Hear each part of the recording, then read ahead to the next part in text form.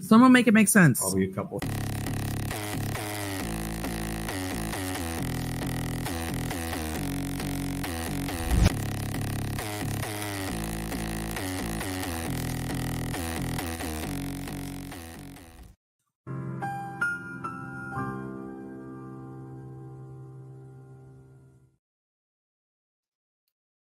Happy Saturday, my friends. How are y'all doing today? It is officially June. Are y'all ready for summer? Hope y'all have had a wonderful day. Let me know what y'all have been up to. Have you guys been following what's been going on in Idaho with Chad? Hello, Kitsmits is first today. Happy to see you guys. Shout out to Kitsmits. Shout out to Candice. Ooh, what did you get at the farmer's market? Kitsmits says she went to the farmer's market, worked all day. Candice, I don't remember. What is it that you do for work? I guess you don't, have to answer that if you don't feel like, sharing that. But just out of curiosity, I can't recall if you've told us or not.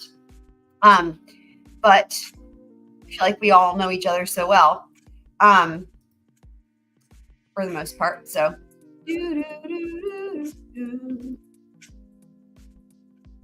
Candice worked all day.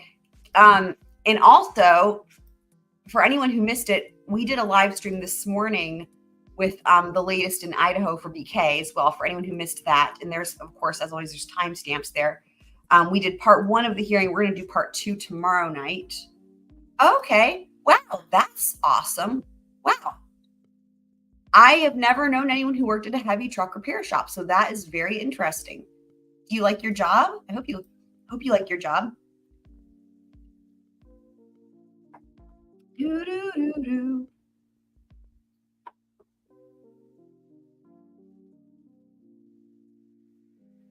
Oh, wow.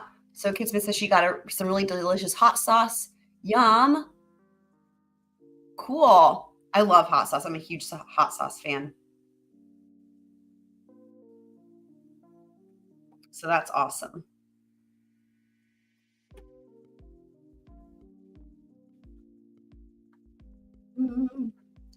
Night driving. Why is it quiet? I feel like it's a little bit too quiet now. There we go.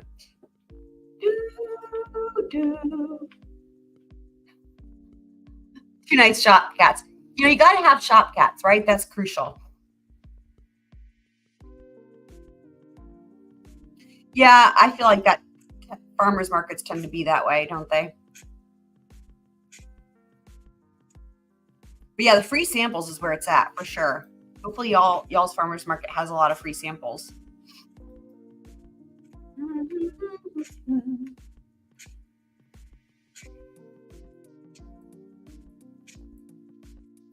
Interesting. What's this about the coyotes, I wonder?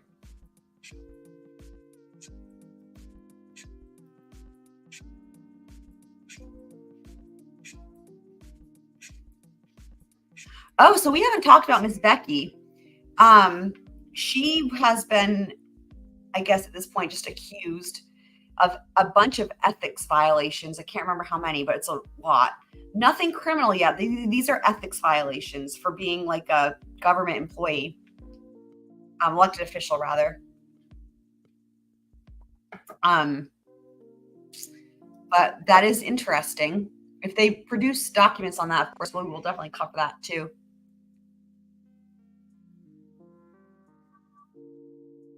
Yeah, we've got coyotes here as well. A book that she wrote, right? We can't assume Miss Becky's like a character in a book, so. Someone could do fan fiction about Miss Becky. I think I know someone who might be a good contender for that job. Kidsmiths. Speaking of which, I made a couple additions to the McAlbert family tree. You guys may have seen.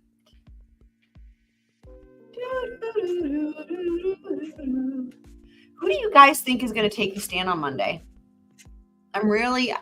I haven't heard any rumblings. Have y'all heard any rumblings? And for Karen Reed, I'm so curious. I'm going to be trying to cover that live in the morning when they start up.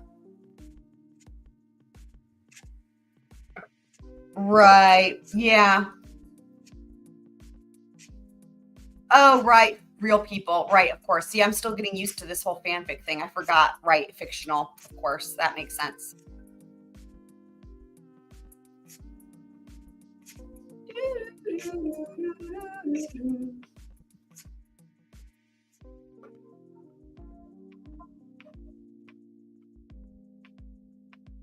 Right? That would be nice. We'll see. I mean, that would be a big deal, wouldn't it? If we heard some actual evidence from an actual person.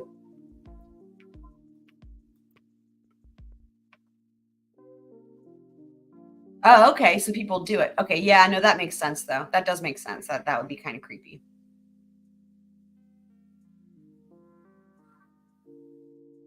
Yeah, so I was surprised with Chad that they came back with the death penalty. I was really thinking that they were going to not after they wanted it another day. Crazy. We were talking about that last night.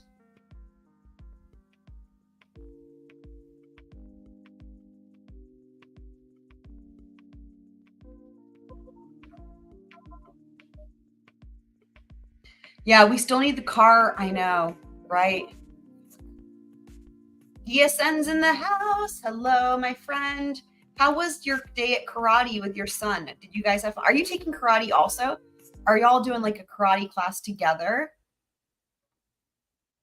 Hey, he's got a bird in his mouth. There's a chicken. It's a guinea. It's a house. Between the Murdoch family, the different members that we're going to learn what all the things are. That's what they do. They teach us what the things are. If you're like pointing at something like, what's that? It's like, well, it's one of three things: a house, a chicken, or a guinea. So never fear. Murdoch is here. Or I guess fear, rather. You should fear.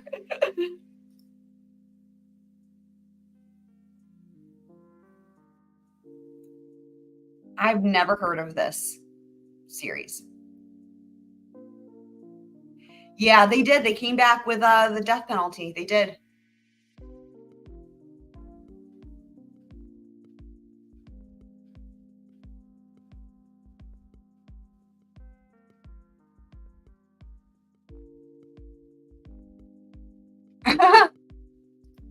Excellent. How's he doing in karate? That's awesome. Do you have one son or one child, one kid?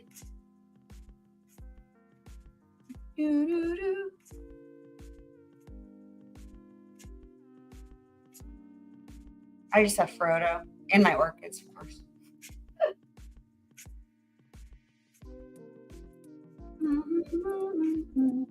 Yeah, we were just talking DSN about who we think is going to be taking the stand on Tuesday.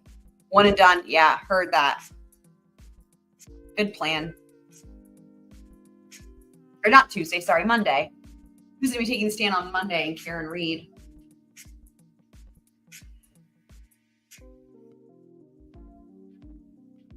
It's hard to say, right? Because like we know that they need, like, it seems like they should call Trooper Proctor, but I'm sure y'all have heard word on the street is that they're not going to call him, but I'm sure the defense will.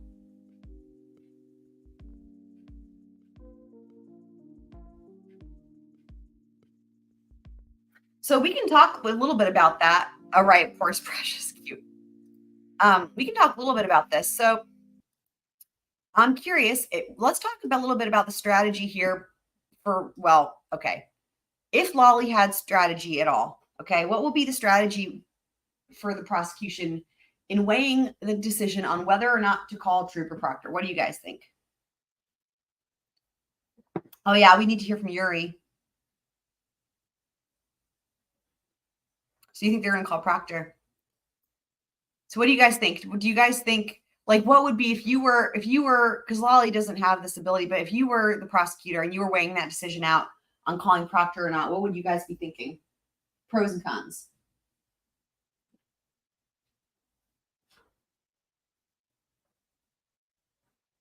Because there's a lot of strategy involved there, you know?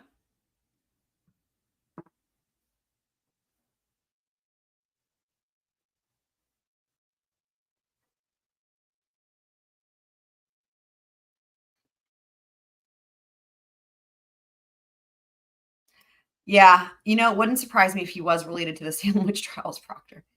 Yeah, I mean,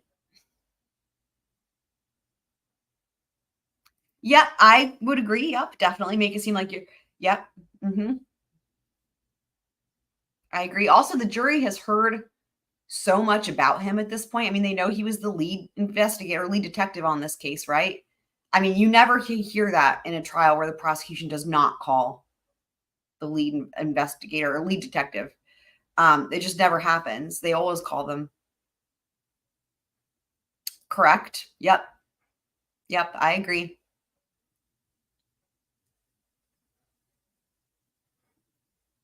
Now, if they decide not to call him and then the defense calls him, how will that reflect on the prosecution? What do you guys think?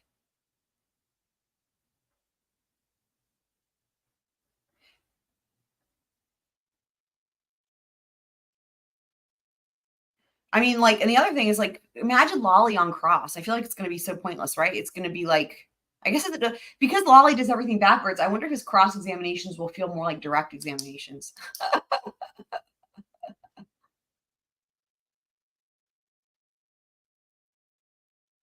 I don't know who Mark Furman is, DSN. Enlighten me. Also completely possible here. DSN says maybe the bar has been set so low for Proctor that he could overperform.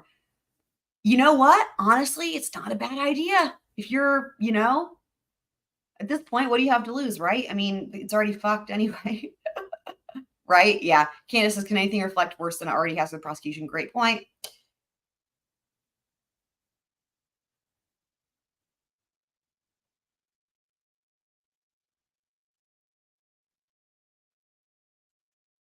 Right. Yeah. If the defense were to call him, they'd be more limited, correct?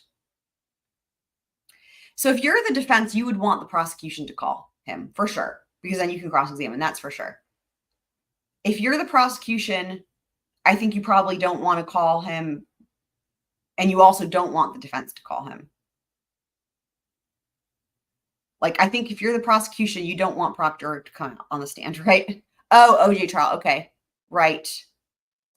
Right. Okay. Yes.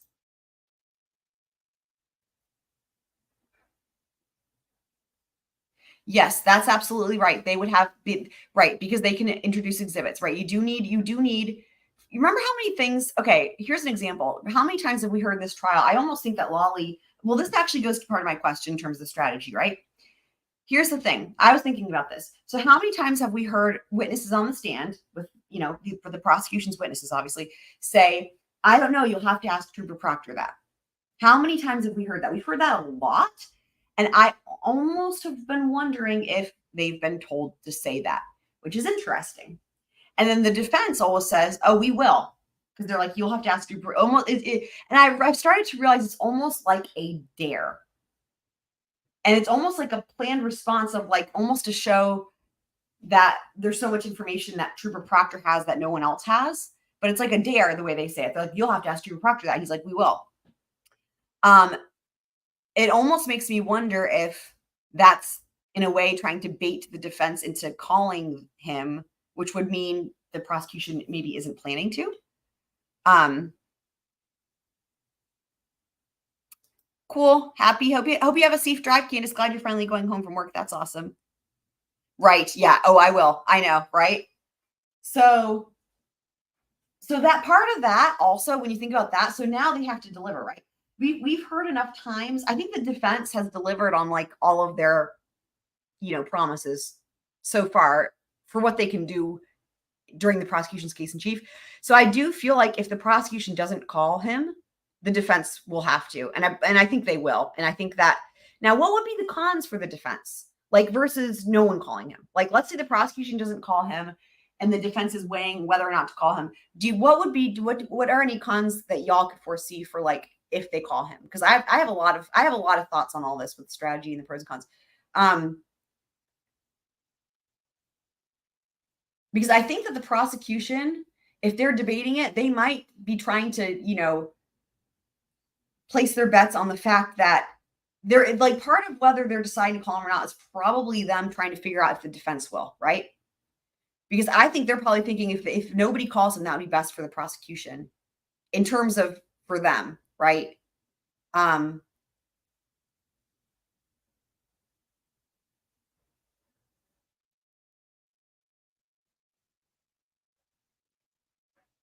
So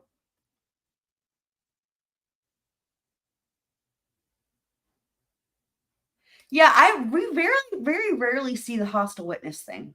I would love to see that because we just don't see that very often. I really don't know how that would affect exhibits. That's a good point.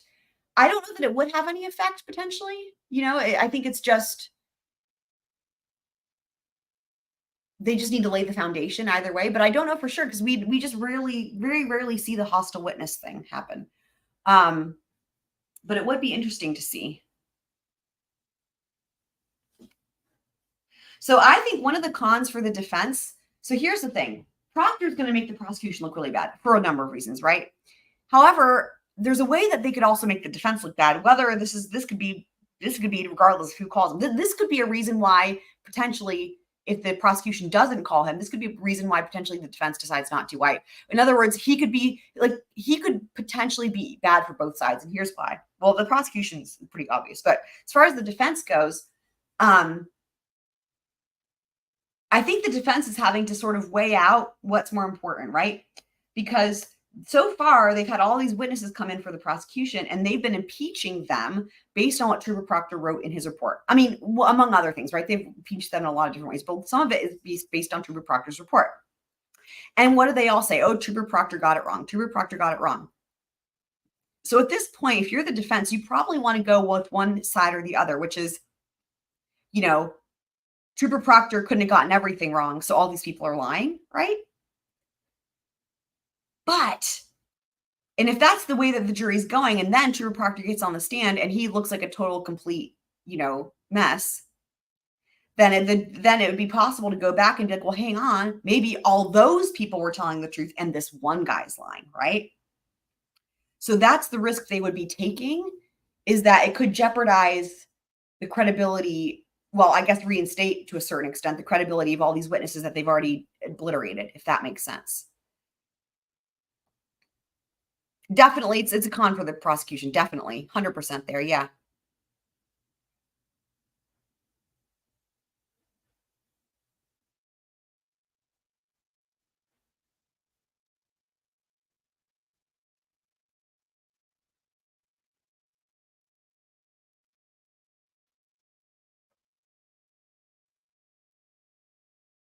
Yeah, I mean, from what we heard in opening statements, here's the thing. Remember the part in opening statements about the nude pictures?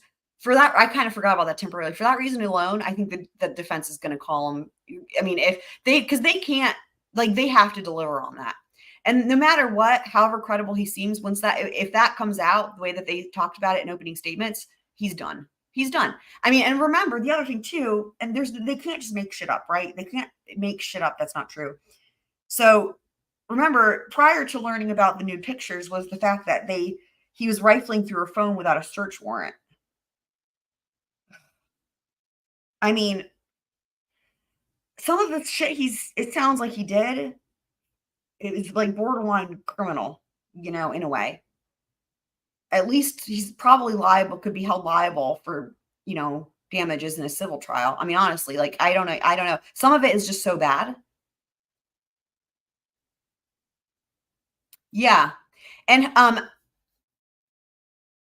if you watched we came across a really good point too when we were covering her in regards to the statements that Karen made, that we didn't have a good reason for, where Karen says shit like, will you visit me? And it's implied, like you could imply that or infer that she means in prison, right? She's like, will you visit me? Will you watch the kids or whatever? But when we looked at that timeline, we realized, and I think I timestamped it, that when she said that was right after she was aware that she was being Section 12'd. And so that completely changes the context of that, because she doesn't specify, like both Carrie and Jen, give the testimony about those statements that she made, and they describe the statements in the same manner, but in the statements, she's not specific about where she's going, right? But those statements are made immediately after she knows about the Section 12 and she's in the ambulance. And so I think that's also important. Hopefully the jury picked up on that.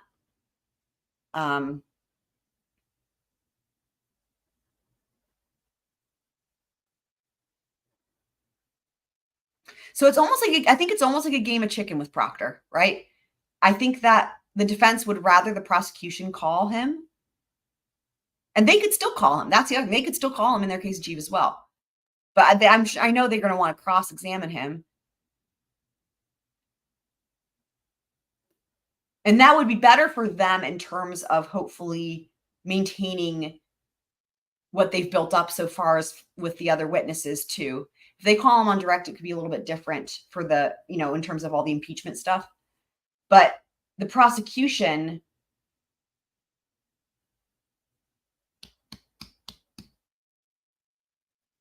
the thing is that it's just going to look really bad on the prosecution if they don't call him and the defense does. There's a lot to consider here, right? Because this is their lead detective. Like if they don't call him and the defense does, it's just going to look so bad, right? It's tough. I mean, maybe both sides call him, because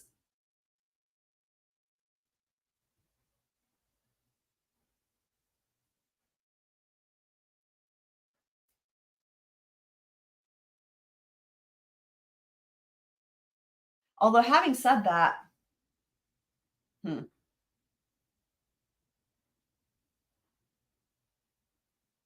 I mean, they could still get exhibits in on cross, though. So that's ostensibly they could.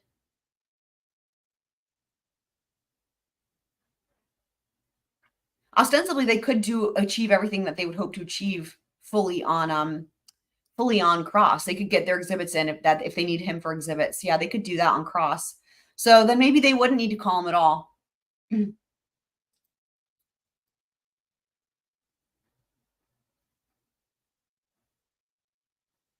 Right. I mean, yes. Or sometimes they'll save them for last if it's like, like to tie everything together, right? Like not that it was the lead detective, but like in Murdoch, obviously Rudofsky, right? Tied everything together. Can you imagine? Like there's not going to be anything like that in this case, right? Like a timeline, like connecting all the, like not going to happen, right? It's like, but can you imagine like if they do end with Trooper Proctor, it's just like such a shit show. Oh my God. That would be right on brand though with this trial, wouldn't it? Okay, so let's dive in. We're going to finish all of his testimony. So we'll be jumping into the week 5 because that was such a short day and he finishes his testimony. So we'll hear that as too. So we're going to finish with Higgins today. Let's get this pulled up. Excelente. It's a house. Indeed it is. Couldn't say it better myself. All righty. Buckle up, everybody. All right, Mr. Jackson, whenever you're ready. Thank you, Your Honor. Mr. Higgins, before we broke for lunch, we were talking about the text exchanges and the communication that you were having with Miss Reed in the days leading up to January 23rd.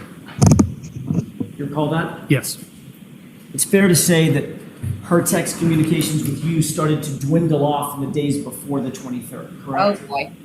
They lagged. As a matter of fact, you reached out to her in an effort to try to prompt the conversation to continue, did you not? I reached out to her, but I wouldn't say that's what it was about. Well, you texted her stranger, didn't you? Not once, but twice. I believe so.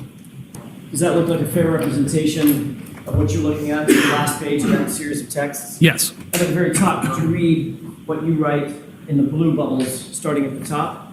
Haha, stranger. And then what was the response from Miss Reed? Hey, I was at the Hilly all weekend. And what did you respond at that point? I have not heard from you. And by the way, if you look at the next date down, what's the date underneath I have not heard from you? The 23rd. So this would have preceded the 23rd, correct? Yes. Okay. Then on the 23rd, and by the way, after you texted, I have not heard from you, she did not respond, correct? She did not respond. Then on the 23rd, she did respond with phone works, correct? In the arrows, like both ways. Right. Yep. And then what did you text after that? I just said, thought you were all set. And how did she respond? She said, we're talking? No. So clearly with that last text, her response was, in response to you saying, thought we were all set, she said, with talking, no, correct? Yep. Yes. Did that indicate to you that with flirting, yes, we're all done?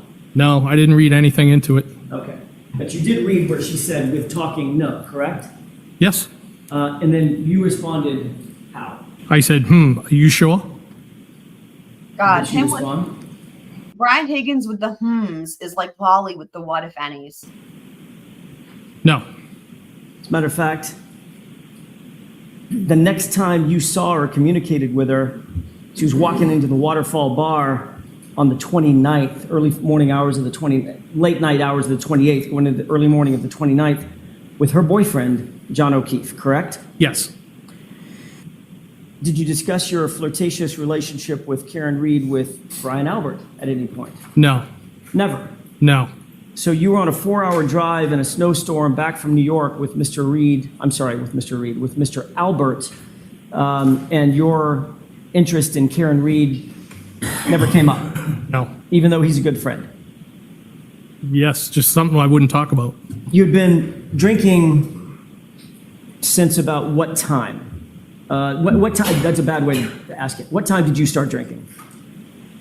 When are we at, Mr.? I'm sorry, on the 28th,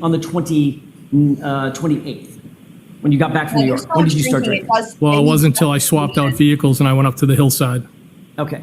The Hilly, low comps. That would have been, give me a time frame. 9-ish, 8-ish? It was dark. It was maybe in the area of 8 o'clock. And what time do you think you got to Waterfall? I couldn't say. I don't. It was after the hillside. Before Brian Albert left Hillside, did he tell you that John O'Keefe had been invited over to meet them at the Waterfall? No. Was there any particular reason why you changed your mind and left the Hillside to go to the Waterfall? Well, I think, as I previously testified, that it was because I didn't always take them up on their offer, and I usually did the Irish exit, and I decided because of the weather and everything else, and it had been a long day, that I would go down there and join them. Didn't have anything to do... So it seems like the theory here from the defense is that the reason he went was to see Karen Reed. And so that's why he's, remember, even on direct, of course, which is backwards direct, but even on direct, he made up that little excuse about, what do you say, the Irish exit. He had to make a whole thing. It's like, it's funny because Lolly asked that question. It's like, you don't really need a reason, right? Like, why, like, you're asking a question, now you're making it weird, right? Like, why would he need a reason to go hang out with his friends? But now you've asked the question and now it's weird. And now you're getting a weird ass answer about, this whole thing. It's like my mom has late stage Alzheimer's type of shit. You knowing that Karen Reed might be at the Waterfall. It couldn't have, because I didn't know she or John O'Keefe would even be there. I didn't know who was going to be there other than Brian's wife. Do you have any text messages with Brian? What I want to know more about is this. I want to know more about him and Karen meeting up at what was it? The Hilly, right? It was the Hilly before she went to McCarthy's and then they went to the Waterfall and all that, right? Because remember, him and Brian Albert Sr. were at the Hilly and then Karen showed up and he left. Brian Albert Sr. left. They didn't really dig into that at all, which is interesting. What do you guys think about that? I figured for sure they were going to ask more questions about, I kind of forgot at the time when Cross was happening because there was so much happening, but I'm remembering now that came out with Brian Albert Sr. and it seems like at the time, well, certainly they're going to like grill him on that, right? What do you guys think about that? About going to the Waterfall? I don't recall. He told me about it at the hillside. And once he got to the Waterfall... I guess potentially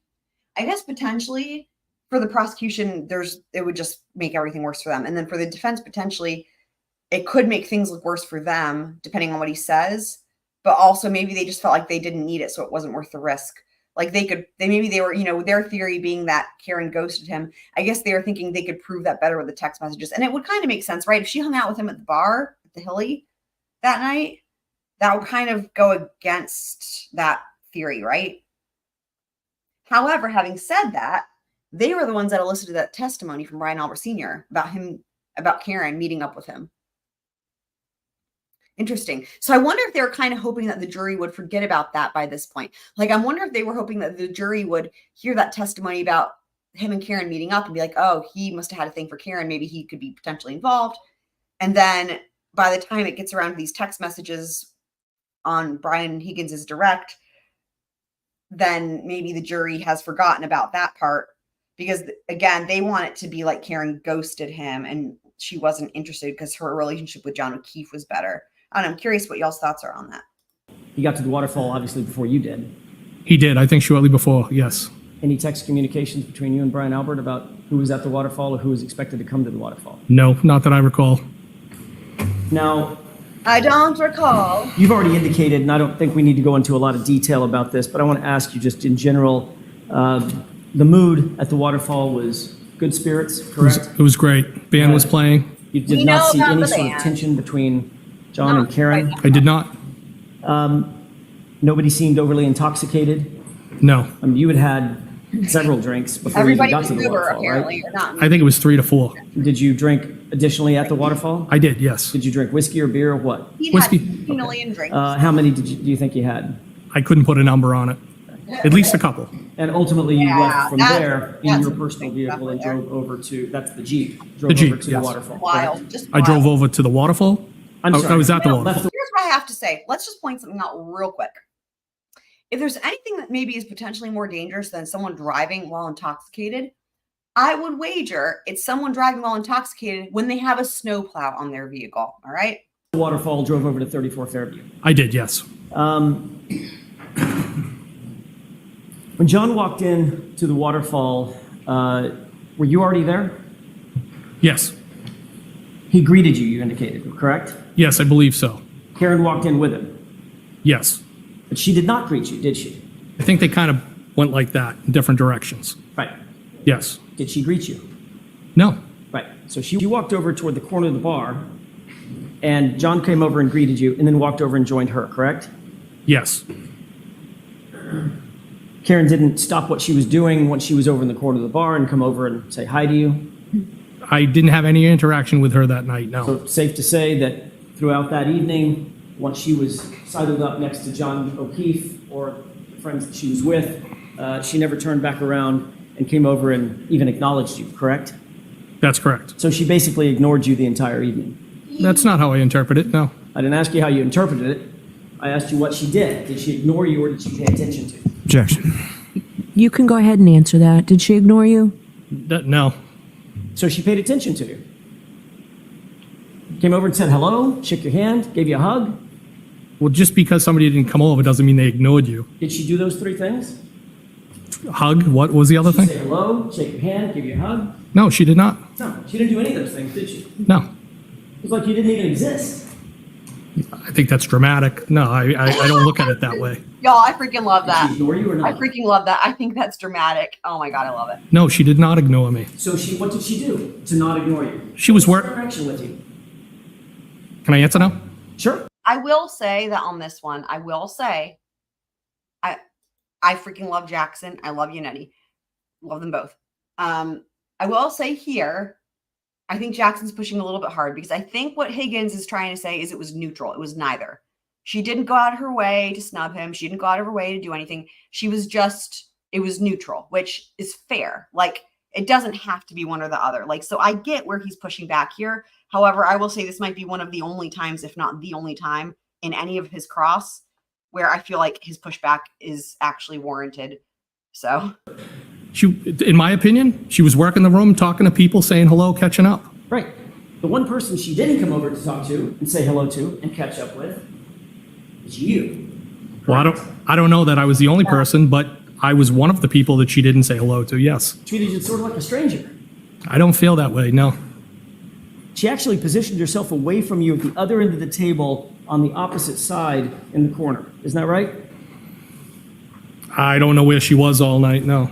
Did I that don't know. upset you that she ignored you or didn't pay attention to you? I did not feel ignored and didn't upset now- me at all. That is definitely not true because of the text message, the well. You enough to send her a text, didn't it? Right. Oh, there it is. Yep.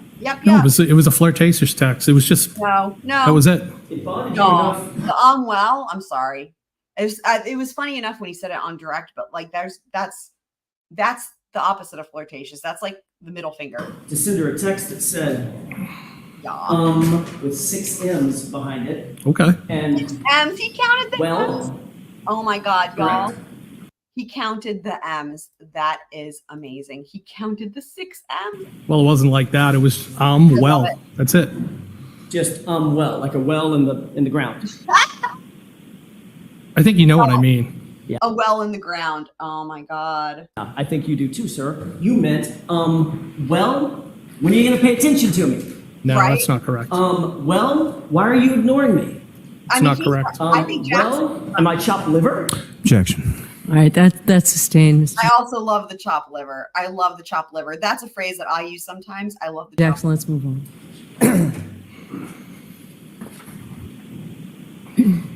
At the end of the night, the group basically discussed going back to Brian Albert's house. Is that right? There was discussion at the table of, like, were we going to go to the pizza shop or were we going to go somewhere else? And ultimately, it was 34 Fairview. Before you left, just so we're clear, when you texted, well, she ignored that text too, didn't she? Can you say that again? When you texted her, well, at Waterfall, she ignored that text too, correct? Well, that was the only text I sent that night to her, yes. Okay. She didn't respond. That wasn't my question. What, My what, question is she ignored the text, correct? well, I don't know if she, I don't know what her mindset was. If she purposely ignored the text or she didn't see it, I don't know. I didn't read into it. Did she ignore the text, Mr. Higgins? I don't know. Did she respond to the text? She did not respond. Got it. So when everybody was leaving, did you leave before they did, John and Karen, or did they leave before you did? I don't know. You said you were the first one back to Brian Albert's house, correct? Yes, Safe to say you were one of the first ones to leave. I was the first one to leave Waterfall. the waterfall.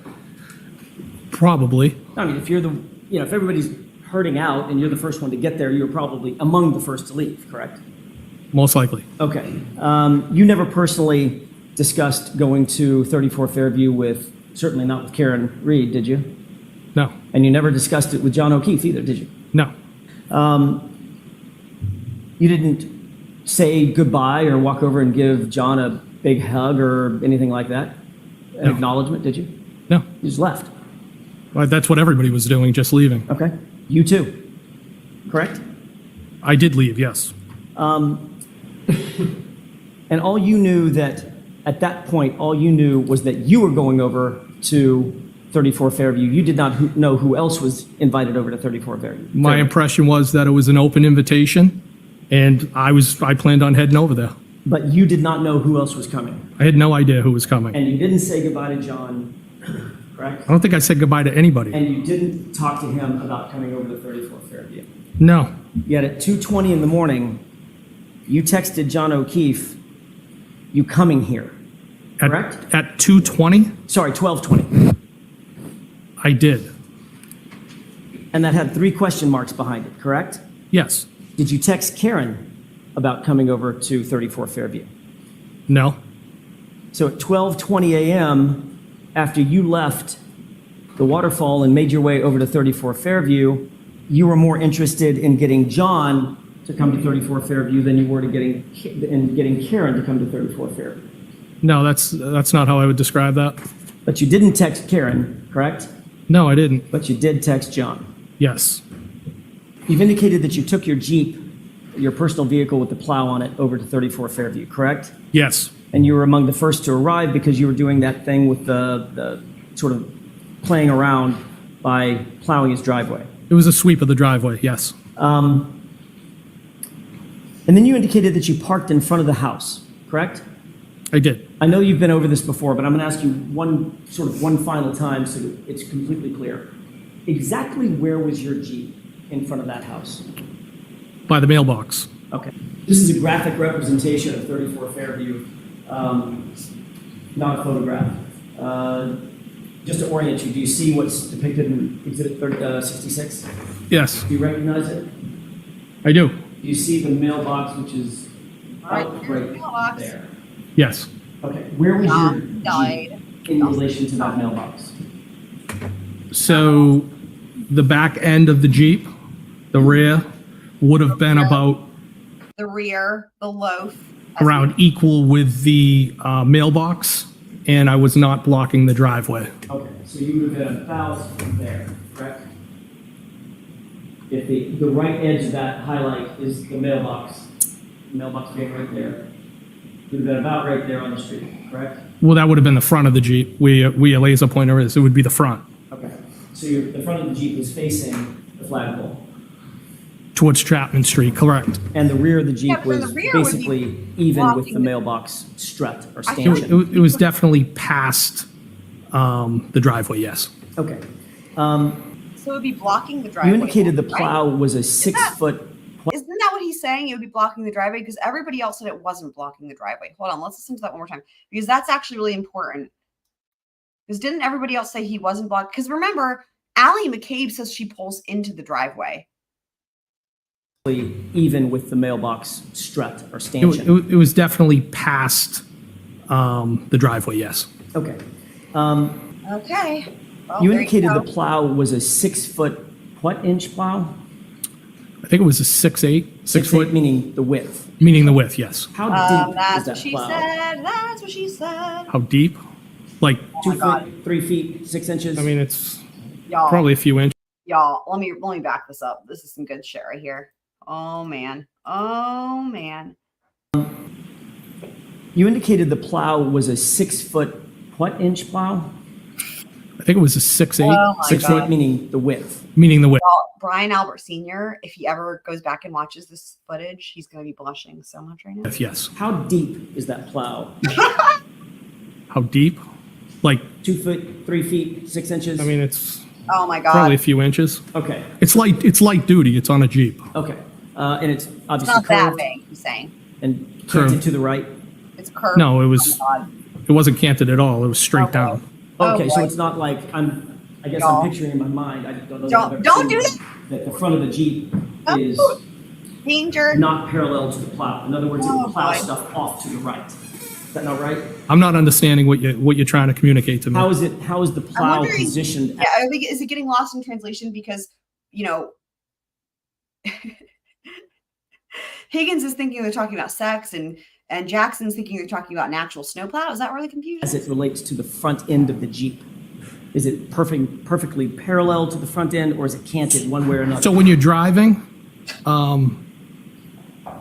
straight locally, where you're not gonna have to worry about overheating the Jeep, I would just have the Jeep, the plow straight. If I was on the highway for a long distance, I'd be worried about overheating, so I would canter the plow, tilt it up so that air could get through the front grille. So in other words, you can control it. I can, yes. How was it that night?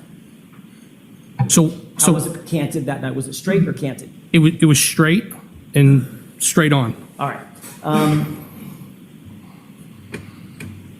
When you walked into 34 Fairview, you indicated that there were people congregated basically in the kitchen area, correct? There were some people in the kitchen area, yes. How many people were at the high top table that you Oh, described? the high top. Initially, when I walked in, I believe there was Brian Jr., and he was flanked by one, possibly two females. Oh, And you flanking indicated again. that basically you were Flanking. positioned in that area with your back to the door for most of the evening, correct? I was like I would describe it as diagonally across from him and had my back to the door that I had come in, which would be the breezeway door. But at some point, you had moved out of that kitchen area with Brian Albert, correct? Well, I briefly went and looked at some photos. Right. Oh, we know So about you photos. moved out of that area with Brian Albert alone to go to a different room. Yes, and I think his wife, Nicole, might have popped in the room for a second, but it was brief. Did you have anything to drink while you were at I had to say that because Nicole mentioned that, although Brian Albert Sr. didn't. 34 Fairview? Well, when I got there, they didn't have any whiskey. I believe they might have put a beer or something else in front of me. And, you know, I knew it was going to be a short night there because I just wasn't going to, I'm not a beer drinker. Me neither. You've indicated in a prior testimony that you've never been upstairs in Brian's house, correct? This part is interesting. When you say upstairs, like, were you talking like second floor? Correct. Like downstairs. Yes. No. Okay. You testified to that in a prior hearing, is that right? Yes. In May of 2023. Yes. And you said specifically, quote, "I've never been upstairs." Is that Yes. right? All right. You understood when you gave that statement that you were under oath, Yes. you were telling the truth, Yes. same oath that you took here today, correct? Yes. You indicated that the photos that you saw were on the first floor living room area, is that right? I believe that's where they were. Yes. So the only floor downstairs from the first floor would be what? The basement. Yeah. And the only floor This makes upstairs from the basement. This makes sense logically. And I remember when we've heard people, like prior to this point, to this part, there's been all these questions asked about the pictures and what floor they're on. And I remember thinking to myself, God, I feel like people are saying different things about what floor it's on, but I didn't really make anything of it. But I did pick up on the fact that there was weirdness about the floor levels that I was getting from people. Right. Kitsman says, I'm a beer drinker sometimes, but not the crap they were drinking. Yeah. Would be what? The first floor. A what? So if someone were to describe going upstairs to look at the photos that you've described Yep. on the first floor, Yep. where would they have to be to go upstairs to look at those photos? Are you saying on the first floor? Correct. If the photos are I think he understands the question, but he was not expecting this. And so he's asking that to try to buy himself a little bit of time. You know, the problem is that if this is a win-win, well, the problem for him, this is a win-win for the defense, because if he says, no, I meant the first floor, the pictures were on the second floor, that's a problem because everybody else said that nobody went upstairs, right? Also, I feel like there was discrepancy too from earlier on in the trial. I feel like earlier on, okay, you guys, do you remember? I feel like it was from Chris Albert. And I've been thinking this, but I just never said anything because I didn't know if I guess I thought it wasn't going to be important, but here we are. I remember thinking that I remember hearing, I could be wrong, but what I recall is that I believe it was Chris Albert said that the pictures were on the second floor, which would make sense that they were in a bedroom. And I remember him saying, this is just my own recollection, that they went to go look, and I thought he said they went upstairs, and I thought he said the second floor. I could be wrong. Maybe he said upstairs. Maybe it's another one of those upstairs, downstairs mix-up things. But it's interesting because, again, it's win-win for the defense no matter what, because everybody else specifically said nobody went to the second floor. Like they were like only the Chloe part, right? Remember they actually, sorry, let me take that back. Brian Albert Sr. and his friends said that at some point, Brian Albert Jr. and his friends said at some point, Brian Albert Sr. went up there to get Chloe, right? But that was the only thing. So what if the going upstairs to get Chloe thing to let her out, what if that was when Higgins and him walked off together and they really did go upstairs to the second floor? Because we know the photograph thing is bullshit. Like, that's just stupid. And what if they went up to the second floor together? I mean, I don't know. It's just, it's the type of thing where it's like they're making much ado about nothing with all this, right? With the upstairs and the downstairs and the Chloe's upstairs, right? They're like all like 100% certain about that. But they bring her down and let her out, and then they put her right back upstairs. And then there's all this nonsense with the pictures. And again, I feel like I heard difference in terms of where the location of the pictures was. And that's bullshit to begin with, in my opinion. DSN says this was another overreach. Okay, in your opinion. I mean, I think that if anything, it goes to just show that nobody was really quite clear on people's whereabouts. Like, or maybe he's trying to insinuate they're in the basement. But I do think that, like, even if it doesn't go that far, we've heard a lot of conflicting testimony on people's fucking whereabouts. And that's what I think this is the bigger point here. Because the point is that Brian Albert Sr. and Brian Higgins walked off and were unaccounted for a couple minutes at least, right? According to everybody that was there. And then the story kind of varies in a way. Okay, Kit Smith remembers that as well. Did go testify to going upstairs for photos. Yeah. I also like his tie, DSN. I also like his tie. Yeah. So, you know, and also the thing is like if they're all lying, if they all have this shit wrong, it means they weren't doing it, right? Like it means that they're making this up and they were doing something else. So there's that as well. On the first floor. Yeah. And someone said, we went upstairs to look at those photos. Yeah. Where would they have to be? I guess upstairs.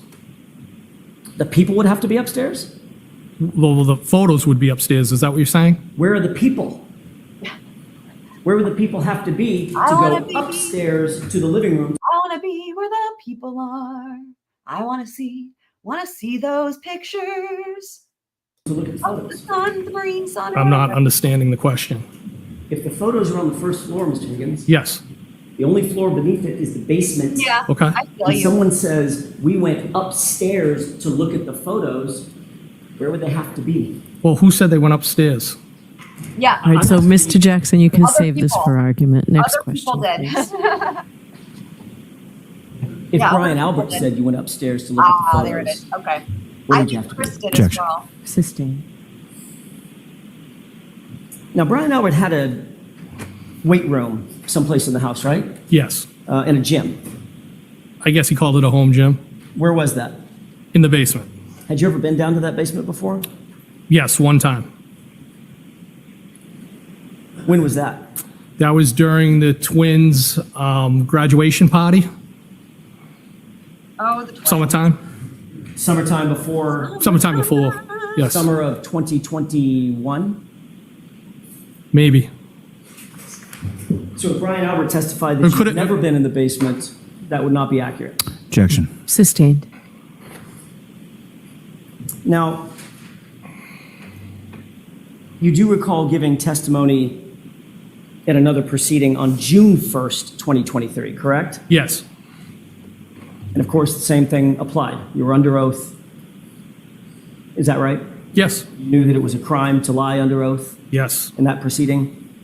During the course of that proceeding, He seemed like he's like. you were asked who was in the house and who you saw come into the house, correct? Yes. You know, I just have to say real quick. It's a house. Okay. There we go. And during the course of that testimony, you admitted that you observed a tall, dark-haired male This is enter the fascinating. Albert house that Well, night, correct? What do you guys make of this? I believe that was in reference to ask to somebody's brother in a pickup. I don't know if that was during. All I'm asking you, Mr. Higgins, Do y'all remember what Ricky Dentano looks like? Because I wouldn't say that he was tall or dark haired. I will say you could use that description for Caitlin Albert's boyfriend. He would fit that. Brother Nagel, maybe. But the friend driving the pickup truck, I would say he would not fit that, based on what I remember. did you say that? Did you say a tall, dark-haired male entered the house? Sounds like when you a were there? personal ad. Tall, I dark. said they might have. Did you say they might have? Yes. Now, what's interesting here is remember, he was very adamant on direct examination. He's saying, I would not, like, he basically, to use the saying that, who says this? There's people that use the saying, I wouldn't know him from Adam. But he was very adamant on direct examination about Colin. He was like, I wouldn't even know him if he walked in the courtroom, which was interesting, right? That kind of set him up for this.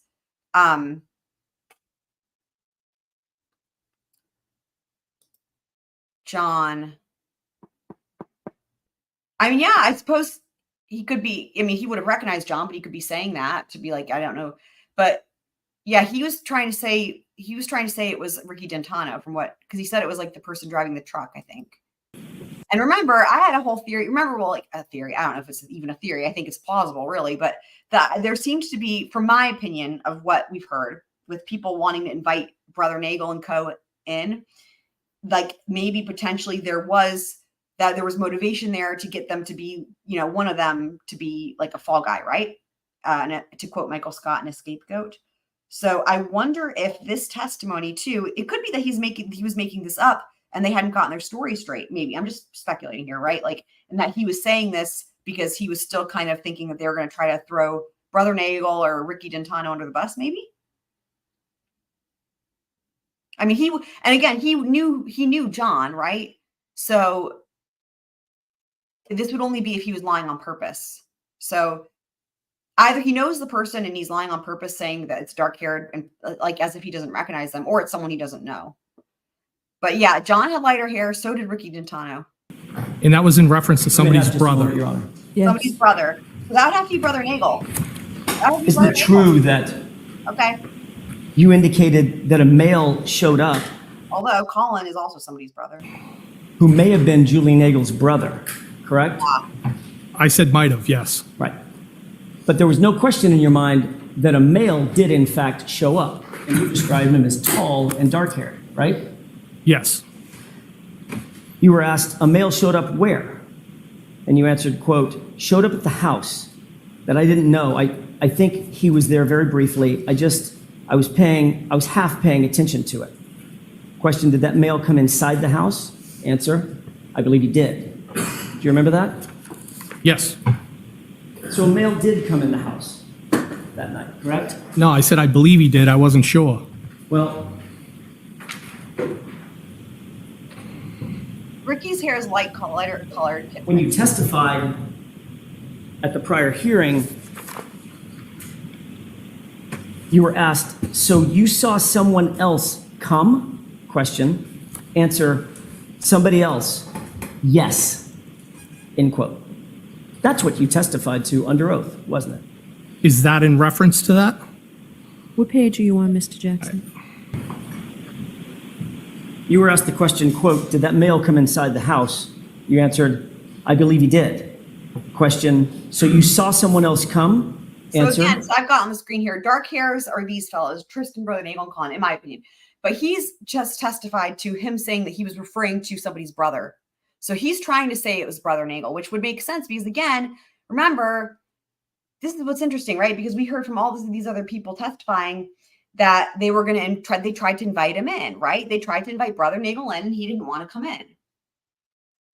So either they're lying and he did come in, or Brian Higgins was thinking that they were going to try to go along with this idea that Brother Nagel did come in.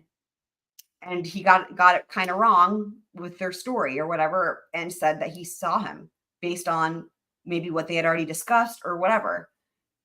Like, because everybody else didn't, they just said they invited him in, but they all said he didn't come in. He is the only person who has testified seeing another person, like in addition to the rest of the group of this description. But he is specifically trying to say, it's like he said, trying to say, I don't know his name, but it was Brother Nagel. That's essentially what it comes down to, I think.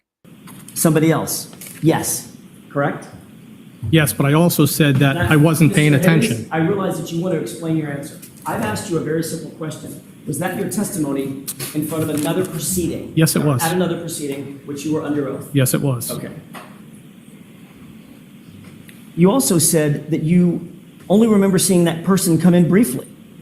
And it looked like he was having a conversation with the two girls briefly, correct? Yes. So in other words, whatever the deal was with this testimony, he's trying to say that he was implying that it was Brother Nagel, he as in Higgins. However, Jackson is thinking that maybe he could imply that it was Colin. I think that's what's going on here. Jackson's trying to imply it was Colin. Higgins is trying to imply he meant Brother Nagel. You were asked how long was the person in there roughly, and you said it was quick. Less than a couple of minutes. I mean, it was quick, correct? Yes. And then you were asked what he looked like, and you said, I feel like they were a little bit taller. They had dark hair, correct? Yes. So you testified that a tall, dark-haired male came into the house, at least briefly, in your testimony, correct? Yes. Approximately when in the timeline of events did that unidentified male enter the residence? I don't know the time frame. It would have been while I was there. When you Obviously. gave your statement to the Massachusetts State Police, you didn't tell them about a tall, dark-haired male coming into the residence at 34 Fairview, did you, on February 3rd? I don't recall. You were specifically asked by ADA Lally. Kitsmans, I'm not sure what you're referring to. Everybody said that Brother Nate, I don't know who you're saying had a conversation with two girls inside the house.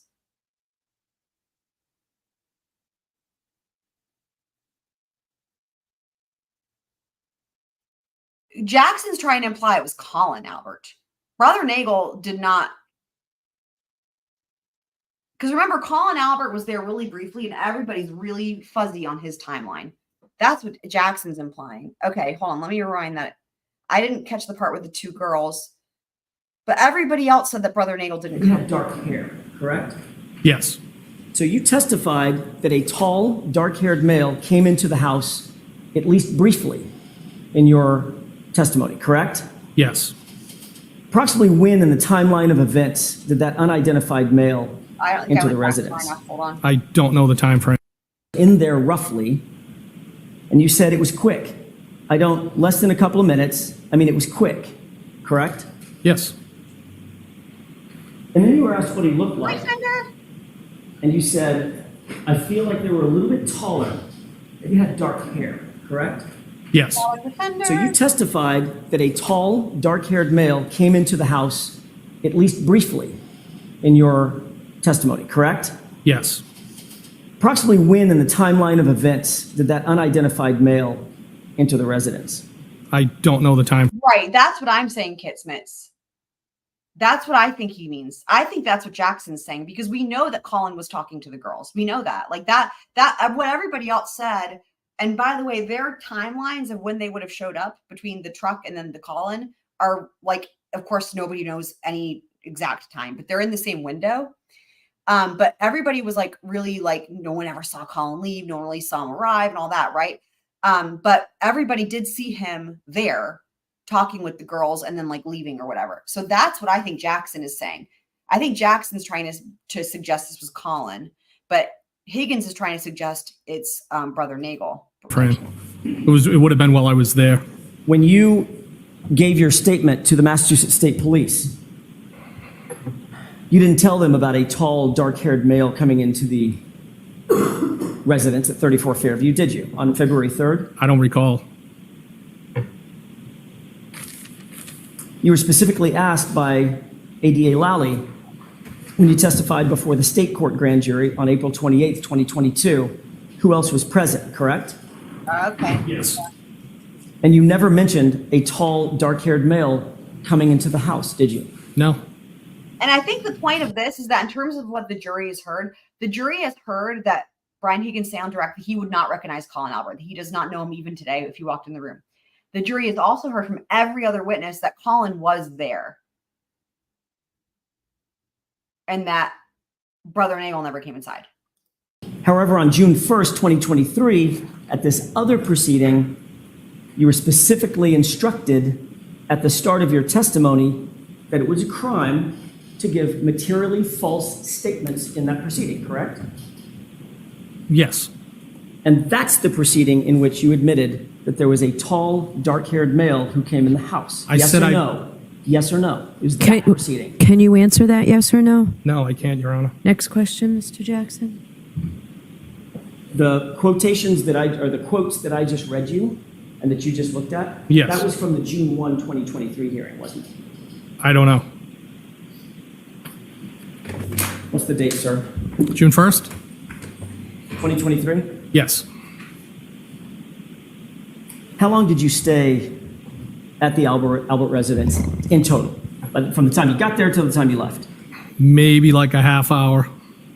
Less than an hour. And what time did you leave? Say 12:30, you said? I think I said between 12:30 and 1 a.m. And you indicated that you pretty much didn't say goodbye to anybody, right? At the house, Correct. I just kind of left. I said, see you Like, later. out of there. Turn around, left. As a matter of fact, at that same hearing that we just looked at, your statement was, I made a beeline out of there, correct? Does that remind you of Right. anyone, guys? Does that remind you of anyone? I made a beeline out of there. Let me know in the chat. I don't know if that's the verbiage I used, but I left Why the rush? Why did you leave so quick? Remind you of anything, guys? because it was a long day and I just wanted to go home. Except you didn't go home, did you? No, I went back to Canton PD. Right. Yeah. So it wasn't such a long day that you actually drove home. You went back to the Or Canton Matt. Police Department at 1 or 1:30 in the morning, correct? To move vehicles, correct. Now, Well, while you're shit-faced, let's talk about you leaving. great idea. You walked out the side breezeway door, I'm correct? thinking of another trial, Kitsmits. I'm thinking of another trial. Did he also step on a bee? Great guest vendor. Maybe that could explain a lot of this. I'm thinking of a different trial. Someone who just got out of there, and then the person asking the question just like, why did you just get out of there so quickly? Well, this is very specific. Very specific, because this is a quote we heard a lot of times in another trial about I got out of there. Yes, Murdoch, exactly. Now you see why I mentioned that. Because the I got out of there is like a whole thing. Yes. You walked down the driveway. Yes. There's nothing obstructing your view at that point of the lawn to your right, correct? I didn't look over there, but I would not think so. Oh, here we go. Between you and the flagpole, in other words, there wasn't some mound of dirt, something obstructing your view. You could see straight across if you wanted to, correct? If I wanted to, yes. He It's was just walking basically with his eyes closed. lawn with a light dusting of He was white walking powder snow on blindly. it, right?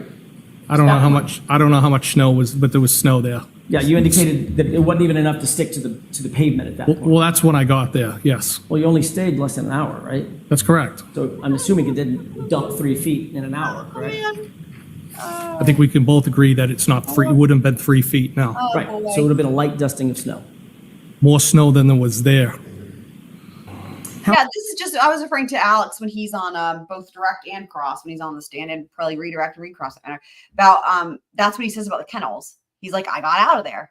He says it on direct, and then he says it again on cross, and then Creighton quotes him, and then he even uses it in closing arguments. It comes up a lot. The I got out of there was a direct quote from him that just Alex repeated, and then it was repeated by other people that he just got out of there without saying bye, like to Maggie or Paul, and he just left to his mom. So yeah.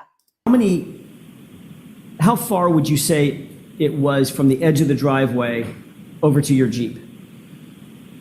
From where the back of my Jeep was parked, Correct. maybe a foot or two, or it could have been even with the edge of the driveway. Oh, no, I'm sorry. Probably. a No, bad you already question said on it was my part. past When you it. left the house, as you started to walk down the driveway toward your Jeep, how long of a walk is that? Across the yard to down the driveway to get to your Jeep? Short, I need to make 30 a note feet. about the Jeep blocking the driveway. maybe. Okay. During the course of you walking out the door, heading to your Jeep, you didn't see anything out of the ordinary in the yard, correct? No, You certainly didn't see a body in the yard. of course not. Now, you get in your car, and it's facing directly toward the flagpole, correct? It's facing directly up the street. The flagpole would be off to the 1 o'clock. Right. So just a few degrees off to the right, the flagpole is, correct? It's off to the right. Just a few degrees. I don't know how many degrees, but it's off to the right. Well, you just said 1 o'clock. You're Yes. a former military guy, right? I am. Okay. 1 o'clock means 1 o'clock on a watch. 12 o'clock is due north or right in front of you. 1 o'clock is just a few degrees to the right, correct? That's what you meant. At the 1 o'clock, yes. Okay. So you didn't see a body when you got in your Jeep. No, I did not. Then you turned the engine on, correct? And the wipers, yes. And the lights. Yes. And the lights lit up everything in front of you, correct? Yes. Still didn't see a body, did you? No, I did not. Blinded by the lights. Do. Wrapped up like a deuce. Another snowplow in the night. Blinded by the lights. That's another song. Sitting in the driver's seat, you put the car in gear and you begin to songs. roll forward, right? Yes. But there was a plow on the ground that scraped for a foot, right? Yes. So you picked it back up, Yes. looked out the windshield to make sure the plow was situated, and continued to roll forward, correct? I knew it was up when I continued to drive. And as you continue to drive, you're looking ahead of you and probably to your left to make sure that there's no oncoming cars, right? Well, I knew there was no oncoming cars. I was just driving forward. Right. So your focus is directly in front of you. On the road, yes. And everything in your peripheral vision is right in front of you as well, correct? Yes. Nothing obstructing your view. I mean, other than snow on the car. Nothing obstructing your view outside toward the lawn. Wasn't another car parked there. No, I didn't. There was no vehicles in front of me, no. It was the roadway was relatively empty. There was no cars. And you didn't see a body then either, did you? I did not. And as you drive past that Body, flagpole, no with crowd. everything lit up and everything in your peripheral vision, you still didn't see a body on that lawn, did you? I did not. You're a former firefighter, is that right? Yes. Did that put you in a position of being a first responder? Yes. And you're currently a law enforcement officer. Yes. That puts you in the position of being a first responder, correct? I'm also a tactical medic, yes. Which means that you have training to be an observer. You're a trained observer, more than the average person, correct? Yes. You look for things out of the ordinary. You look for things that don't belong. As an investigator, and former firefighter, first responder, correct? Yes. And you did not see a 217-pound man bleeding out on the side of the road in the lawn or in the yard, just to your right by that flagpole, correct? If I did, I didn't I ask would you have if done you something did. to help him. I asked you if you saw one. No, I did not. And that's because there was no body there, correct? I didn't see anything. Because if there was a body there, you certainly would have seen that. Objection. Where exactly did you go when you left 34 Fairview? I went back to the Canton Police Station. When you were asked that on direct examination, you said you weren't sure where you went when you left 34 Fairview. Either One home. thing that will be interesting, or guys, home. is when we get to the defense's theory on when John O'Keefe died, because clearly their thought is that he was in the house, right? And then the reason they didn't see the body is because he wasn't out there yet. Like either he wasn't, and we don't really know yet, right? Like, because they've kind of floated a lot of different theories, which is what their job is. But because they're also kind of coming along with like an actual theory of the case, I would imagine that's going to get narrowed down maybe on their case in chief. But yeah, like clearly their point, like the time of death is going to matter here, right? Because it sounds like the prosecution and the defense have completely different ideas on that. So No, that's not what I testified we to. hear from an Did actual something jog your memory medical examiner, That is- where you went? That is not what I testified to. That was in relation to where did I go after I left 34 Fairview the next morning. Why did you go to Canton Police Department that morning? you wanted to play music. What's the question? Why did you go to the Canton Police Department that morning? The morning when I left 34 Fairview, the Friday into Saturday, Correct. to move 2 vehicles. There's been quite an evolution of that story over the years, has there not? I don't understand the question. All right, let's talk about that for a second. You had an initial interview with Massachusetts State Police on February 3rd, 2022, Yes. correct? And you indicated during the course of that interview, which was just a couple of days, 5 days, after the events in question, that you left Brian Albert's house, went to Canton PD to, quote, fulfill some administrative obligations, end quote, correct? You later said, when you testified in front of the grand jury on April 28th, that you went to Canton PD to do, quote, administrative work, correct? Yes. You never mentioned, I said administrative things. you said administrative work was your testimony in Administrative your things. transcript. I believe it was things, but okay. Okay. Can we agree, Mr. Higgins, that you didn't mention anything about moving cars around, correct? Well, that would be administrative. No, I So, know. Sorry. When you Hey, say, hi, my friends in the chat, would moving cars around count to you as administrative duties, things, work, what have you? Let me know. I went to Canton PD to do administrative work or administrative obligations, you meant Because usually to me that means in a desk with papers. moving your car, your personal vehicle? Yes. Okay. Although you didn't say that you were going there to move your personal vehicle, right? No, I said I didn't move my personal vehicle. I moved work vehicles. Or either one. You just traded off vehicles, moved them out of the way, right? I moved the purpose for going back there was to move 2 work vehicles. And the reality is you had gotten Canton PD earlier in the afternoon and actually moved some other vehicles, traded vehicles, didn't you? I swapped vehicles out, that's correct. There's a lot of And you vehicle left the movement. vehicles that you now claim you had to go move You know, exactly where they add it to the list, right? I hadn't even thought of this one. Add it to the list of similarities or overlaps with Murdoch with like the swapping around of the vehicles. Remember, like with the trucks, with Paul and John Marvin and Alex and everybody swapping their trucks around and who drove what truck and Buster's truck. And there's like all the trucks. And remember what the truck? Like everybody's driving, everybody else is like a lot of shenanigans with the vehicles. Another similarity I had not actually thought about.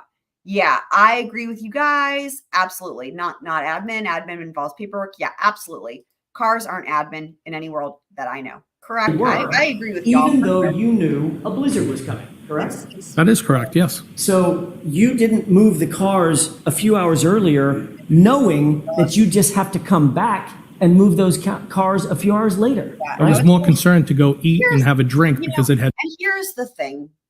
You add to this the fact that the fucking surveillance footage is fucking missing and throwing Officer Good under the bus.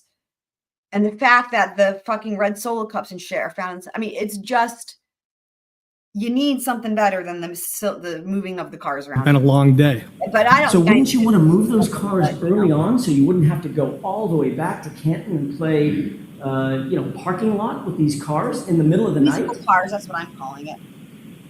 Not really. Mr. Higgins, you weren't actually at Canton PD to do administrative work at 1:30 in the morning, were you? I was moving the vehicles. I'm sure it's on video. Well, We'll talk about the video in just a second. Yeah, that's a bold statement from him, knowing that the video doesn't exist. Motherfucker. You entered the Canton Police Station through which door? I believe it was the door to the right of the Sally Port as you come in the main entrance. And you made note of who was on duty that night, correct? I didn't make note. I walked by, I saw somebody sitting in the control room and then just went about my business. So you immediately knew that your friend, I Officer agree. Good, was working I dispatch, agree. right? That's where you So throw do you it need to out. hear something? That is the moment where you throw it out. It's really hot over there. So why don't we take a 5-minute? All right. Court, all rise. I left in because we have some hot mic moments. Actually, I think there's 2 hot mic moments in this video.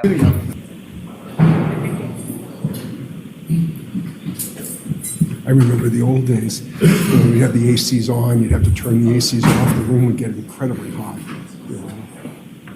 Oh, When we did Grenadier in the main courtroom, I love this so much. This is just amazing to me. people, Judge Chernoff, a lot of people take their jackets off and stuff like that. It's so hot. Throwback, Yeah, a little throwback. Wow. 1992. But that was the old days. We would have to turn off the ACs for when we were in trial because they were too loud. Oh my God, I love it. What? So Oh, yeah. Oh, I think that might be them saying, hey, guess what? The microphone's on. Maybe. 4-minute advance notice before you leave. Beth McLaughlin. So this part is interesting. So I think it's a bailiff, but we don't know. But check this part out. He's going to talk about Beth McLaughlin, who's one of the prosecutors. But is so nice. She's the nicest person, Beth McLaughlin. Okay, did you guys hear the whispering? So I remember like Runkle, and I'm trying to remember if anyone else commented on this. People were trying to figure out what's happening. I think people did not hear the whispering in the background because they thought they were like thinking that this person didn't realize they were being recorded, but I think that this is on purpose. So this is the same person who was talking about the AC, and it sounds like they were telling him, hey, the mic is still on, and he was just talking about the AC, right? Like this is just mundane. And now it sounds like on purpose he's saying it. And listen to the whisperings. It sounds like he knows they're listening. And he's saying this on purpose. I think it's supposed to be as a joke with the intention that she's going to hear it and it's going to be funny. But let me see what you guys think. I'll back it up a little bit. ACs on, you'd have to turn the ACs off, the room would get incredibly hot. When we did Grenadier in the main courtroom, people, Judge Chernoff, a lot of people take their jackets off and stuff like that. It's so hot. Throwback, Yeah, a little throwback. like 1992. But that was the old days. We would have to turn off the ACs for when we were in trial because they were too loud. What? Oh, yeah. Oh, See, that's where I think he learned the mic is on. 4 minute advance notice before you need me. Beth McLaughlin is so nice. She's the nicest person, Beth McLaughlin. That Beth McLaughlin, oh my God, so good. It sounds like the whispering was you got to say it louder to make sure she can hear, maybe. All right, Mr. Did Jack. you guys hear that? Let me play it one more time with the whispering part. Oh, yeah. Oh,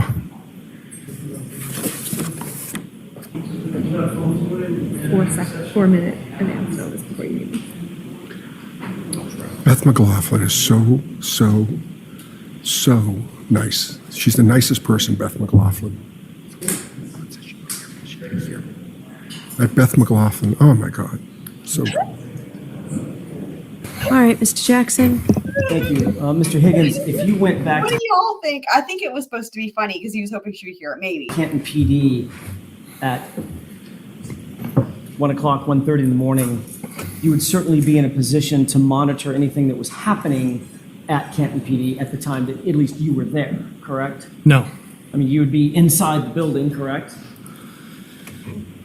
Yes. With access to dispatch and anything else that was happening around that floor, that area, correct? I did not go into dispatch. You would have access to the interior of the police station at that time if you went back to Canton PD at 1:30 in the morning, correct? I'd have access. You could see if there was any activity going on, any calls. We don't know, but I think it was maybe one of the bailiffs, but we don't know. Whoever it was sounds like they've been in that courtroom for decades to tell the back in the day story. So I think it's one of the bailiffs. And that would explain also why they know the prosecutor well enough to make a joke about, that whole thing. Call outs, things of that nature. I didn't have access to that and I wasn't looking for it. Not that you were looking for it, Mr. Higgins. My question is more simple And than also that. welcome me to If you were these, like- there, you'd know what was going on inside the building. No. So if you walked in, you would just be completely oblivious to anything that was Yeah, happening. For it's instance, stupid. if Not plausible. troopers started amassing to go out to a call, you wouldn't see that. Objection. The objection sustained. Ask it differently. You were able to monitor, you'd be in a position to monitor what was happening at the station around 1:30 in the morning when you were over there, correct? No. So, how long did it take you to get home from Canton PD? A little longer from after I moved the vehicles. Oh boy. Correct. I don't know. I mean, it could have been 15 minutes. It could have been 20 minutes. You live alone? I do. You did then? Yes. What did you do when you got home? I think Yeah, if that trend might continue for a while too after all this, right? I had something to eat, maybe a couple more drinks. A couple more drinks, Then you went to bed? Was either on the couch or in the bed watching the news. In any of the prior testimony that you've given in this case, have you ever indicated, that you slept on the couch that night? I don't know. Well, you reviewed your testimony before you Well, testified. those would be the two options. Okay. I didn't ask you about your options. I asked you if you reviewed your testimony before you testified today. Yes. Okay. When you reviewed your testimony previous to coming in here today, did you ever testify that you slept on the couch that night? No, I slept in my bed, but I could have started somewhere else. Did you ever testify in the previous hearing Y'all, that you started somewhere? this is insane. Like, this is somebody who's like, according to him, had like what, 12 or more drinks in, and he's playing musical chairs or musical cars with the cars on two separate occasions, and then back and forth, and now he's finally home. When he said he wanted to just remember, it was hours and hours ago when he's like, I just wanted to go home, but he didn't go home. He went to the police station. Now he's finally home, and now he's watching the news, having more drinks, and then relocating from the couch to the bed. I mean, what the actual fuck, man? Somewhere else? Not that I know. Did you ever mention a couch in any of your description about what you did when you went home that night? Not that I recall. As a matter The offender has a question. This is not tangent at all. This is highly relevant. She said, who did y'all find more credible, Carrie or Jen? Me, definitely Carrie, goes without saying. I mean, Jen is we know what Jen is. We were all here. For anyone who wasn't here, highly recommend going back and watching the recaps with Jen. But be careful not to watch it right before bed because it really is the stuff that nightmares could be made of with her face at certain moments. So yeah. Matter of fact, what you did mention under questioning in a different hearing. Welcome, ABC's Docket. Glad you're here. Happy to have you as joining the chat with us. Welcome. Was that you may have gotten something to eat, you then went to bed, put your stuff on the nightstand next to your bed, correct? That's why, because of the butt dials, of course, and the nightstand. Yes. That would be the routine, yes. That's why.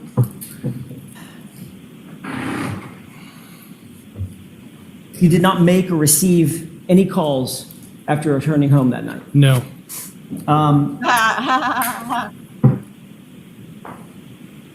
You were clear when you went to sleep in your prior testimony that you put both your work and your personal phone. You had two at the time, correct?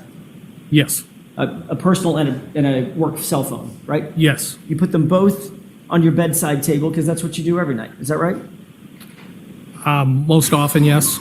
As a matter of fact, you were asked whether or not you have a charging station, and you said, yeah, it's right on my bedside. I don't know that I don't have a charging station. Right, you said no, bedside. In other words, you keep your phone by your bedside, on your bedside table. Usually. You also testified that you did not use your phone that night to go on social media, correct? Oh boy. That's correct. You indicated I know, that right? you don't go on. It You didn't. really You know is. you didn't go on social media because you don't have social media. You don't use it. The nightstand bullshit. So ABC's Docket says it started falling when you answered the sidebar challenge. Oh, you're welcome. It was so fun. That was how all this got started. It would never in a million years thought I'd be covering trials and stuff, and I'm so happy that I'm doing it.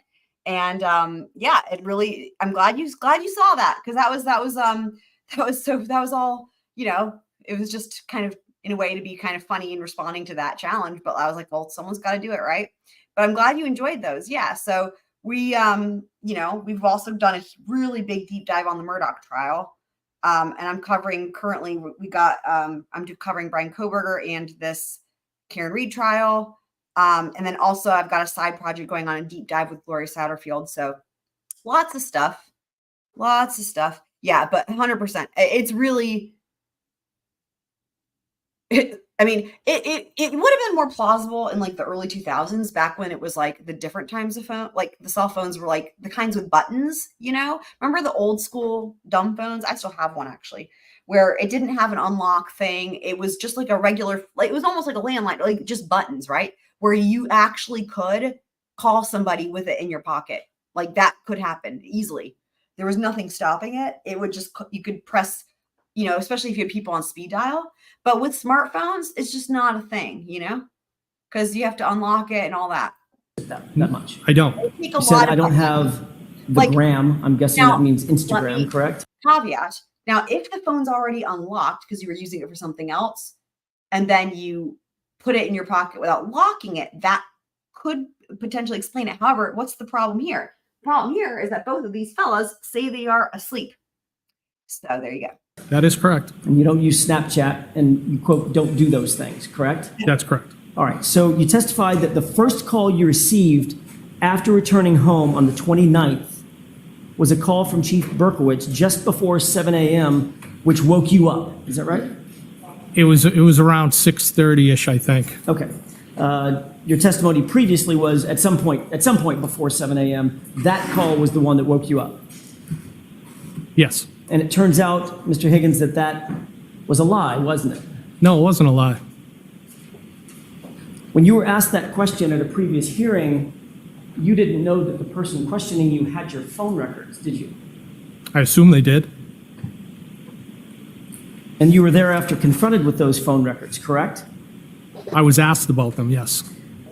And those phone records established that you and Brian Albert actually exchanged not one, Oh, but here we two go, phone calls guys. at 2:22 a.m. that morning, at a time when you claimed you were in bed asleep, correct?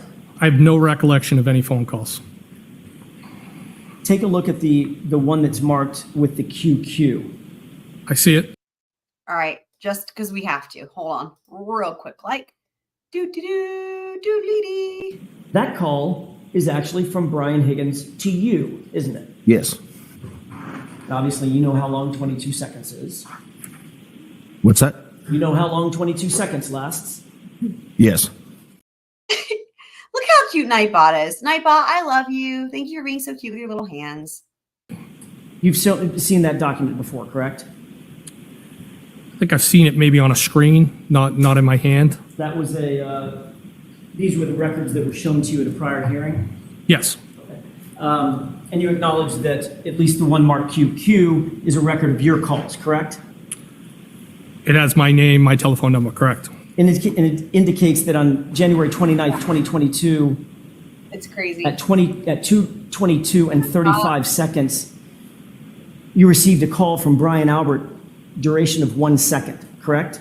Yes. In other words, Brian Albert called you at 2:22 and 35. Remember, with Brian Albert Sr.'s testimony, it sounds like it might have been not the butt, but actually the front end. There's been a lot of jokes about that because of what he says about the intimate moment with his wife or whatever, which is just adds seconds, but it looks like you missed the call, correct? I see the 1 second call, yes. There's a second call just below that. On the same date at 2:22 and 52 seconds from you to Brian Albert. Do you see that one? Yes. And the duration of that call is 22 seconds, correct? I see that, yes. So 17 seconds after you missed a call, according to 17 seconds is interesting because remember in Murdoch, 17 seconds is the length of time from when he arrives back at the kennels and then calls 911. And we're about to actually have a moment in this trial that's very similar where they want to show the jury exactly how long 22 seconds is. And they did that in Murdoch and it was with 17 seconds. And we'll talk about that when it happens here in a second.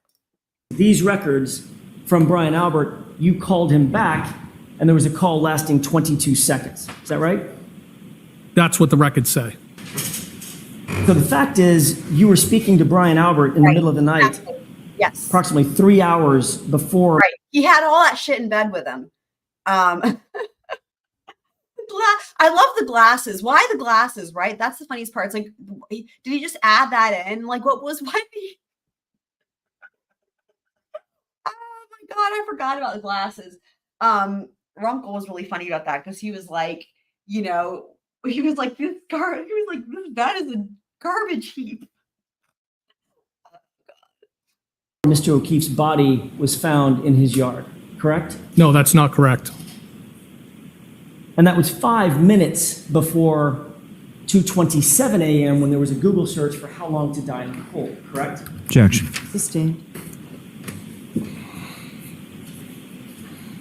And then, of course, you lied about that under oath in that prior proceeding by saying, I don't remember this phone call. Objection. Sustained. Did you, in fact, tell the truth at the prior proceeding when you said, I don't remember that phone call? I always tell the truth.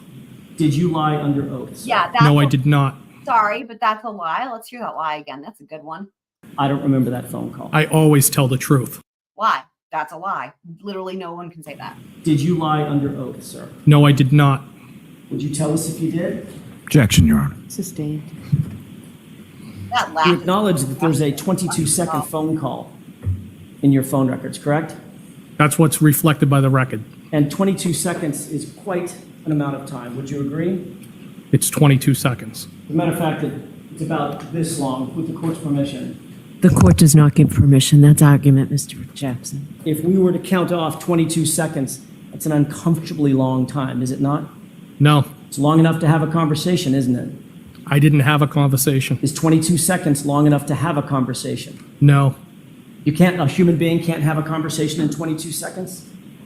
Sure they could. I don't think it's anything of substance. Okay, so that's my question. Is it 22 seconds long enough to have a conversation? I don't agree with it, no. Now, when you were asked about this and you were shown these records, that prior hearing, you had an explanation for what that 22-second call may have been and what the prior call may have been, correct? Yes. What was your explanation? Well, I used a phrase that people commonly used as a butt dial. There it is. Ding, ding, ding. So you think it's possible that you may have butt dialed Brian Albert for a 22-second call that you're not. Y'all watch. I'm gonna rewind. Watch Jackson's. I'm gonna take this comment down. Watch Jackson's delivery on this question, and I kind of wish it showed him more, and Yanetti for that matter, because his gesturing and his timing, all this is perfection. Let's watch this again. Dial. Watch. Wow. So you think it's possible that you may have Brilliant. dialed Brian Albert for a 22-second call that you're not aware of? I think it's possible that he could have been inadvertently called back, but I have no recollection of that, nor did I have any conversation with anybody. But you admitted that you lived alone, correct, Mr. Higgins? That's correct. You have an iPhone at the time. Yes. Matter of fact, that number for the reflecting those records is in fact or was in fact an iPhone. Is that right? Yes. You already indicated under oath that you don't sleep with your iPhone. You keep it on your bedside table. Is that right? Most often, yes. There's nobody else in your room. Is that right? That's correct. And you had your ringer on because you were awakened the next morning by a call Right. from Chief That's a Berkowitz, good right? point. Yes, the ringer was on. When That's somebody a good calls point. you and That's you a miss point. the call, there's a That's a notification. good point because it woke. That's a good point. I didn't even think of that. That's a really good point that he just made, which is that he woke up. Remember what he says actually on direct examination? I hadn't even thought of that. He says on direct examination that his phone, he says, for lack of a better term, was blowing up. And we actually talked about how that was there was a funny turn of phrase there with him. And I was like, it was weird. Do you guys remember that part? But he was like, yeah, my phone was blowing up, and he's like, because he was getting all these phone calls. And we know he was getting phone calls from Chief Berkowitz and from Brian Albert Sr., and it woke him up. So that's a really good point he made about the ringer being on, and this phone call would have woke him up because the others did, right? Notification that shows up on that iPhone. Isn't that right? I don't know how mine's set up at the time. I don't know. If you open up your phone app and you go to recents, it shows all the missed calls, correct? I think you can get to them, yes. And you know that the iPhone does not automatically call Yeah. people back. That is not a thing, right? I'm Miss a pre- call from someone, it's not just going to automatically re-ring them. Yes, I think we both know that, yes. So to call somebody back, you have to go on your iPhone, open it up from a locked position, navigate to a phone application, then navigate to a contact, and then make a call, correct? Objection. Sustained. You can break it down. Sure. In order to call somebody back, if you've missed a call, I have a tough question for you guys. This is like a desert island question. Don't hate me for asking this, please. Okay, I'm going to ask for forgiveness ahead of time for this question. And anyone watching on Replay Crew, feel free to weigh in on the comments. And actually, maybe at some point I'll do a poll. If you guys had to pick a favorite, just one, okay, just one, guys, just one, between Jackson and Yanetti. I know, I'm sorry, I already apologized in advance. Between Jackson and Yanetti, do you guys have a favorite? you first have to unlock your Right? iPhone. I know, for sure. You would have to, yes. You can do that either through Face ID or through a Also, yes. 4 or 6-digit passcode, right? Yes. Don't tell me the code, but did you have a 4 or 6-digit passcode That was blocking your a- iPhone at the time? ABC's DACA, did you say that before I even asked the question? Because that was a quick response. Did you just read my mind, maybe? But she's saying Yanetti's her favorite. I'm not going to give my answer quite yet, but I want to hear what y'all think. But I think you might have even sent that before I asked the question. I don't know if it was a digit code or Face ID. Well, if you have a Face ID, you have to have a digit code as Again, well. we're back to the same problem that we had with the Brian Albert Sr., or rather, it was his problem, which is, so does your butt look like your face? Because how are you unlocking it if it's a butt dial and you have the Face ID? Right? I guess so. Okay. What is Did happening? you open your phone with your Face ID or a your multi-digit butt? code? I have no recollection of answering the phone or calling anybody back. You also have to navigate, once the phone is unlocked, you have to navigate to the I phone know, I'm app, sorry. correct? That's what I don't know necessarily if you unlocked it with your face, if it would be right there. I have never thought about it. Once you unlock that phone app, you have to manipulate the phone That's a cool, on the screen. look at the sleeve thing that Karen's got. I don't know if she's got like a shirt under a jacket or what, but there's a cool sleeve thing there. I like that. It's like a pattern. I don't know. I like that. It looks like a paisley type of deal. Oh, grilling up your barbecue. Or wait, sorry, BBL, grilling up dinner. Okay. I think you said you're going to be cooking things that you got from the farmer's market. So do let us know. And if you feel so inclined to post pictures in the Discord, I have a thread. I mean, I know you guys have already seen it, but just to say it and reiterate for anyone who's not aware, I have a thread for the food stuff. So if you want to post pictures, we will take a look. Right. I know. That's exactly right. Kitsmits is also buying herself time to answer that desert island question about favorite attorney between Jackson and Yanetti by making her dinner. But yes, I mean, okay, it's a dress. I like that pattern. That looks nice. And remember, we were talking about on a previous recap too, the idea that they could also be kind of exaggerating the amount that they were drinking to give them a certain amount of plausible deniability. But also, I mean, because it's like, okay, it's like either they were drinking this much and like this is like him especially seems like he had more to drink than anybody and he was driving. So like there's that, but like also he could be just exaggerating it again for the plausible deniability because it is a lot, but you never know. Yeah, Fender's pleading the fifth. I'll make sure to take my phone upstairs. Good one. Good one. Sure. Sure, Kitsmits. Are you following the example given by Brian, I always tell the truth, Higgins? As in, I always tell the truth. With your finger in order to make a call, correct? You would have to hit at least one button, I guess. At least one, right? Oh, for fuck's sake. Yes. So that's 3 or 4 interactions with the phone that have to be physically undertaken to just make one call, right? Physically undertaken. But I didn't make any calls. So how'd you butt dial? I didn't make any calls. I have no recollection of any calls, nor did I speak with anybody.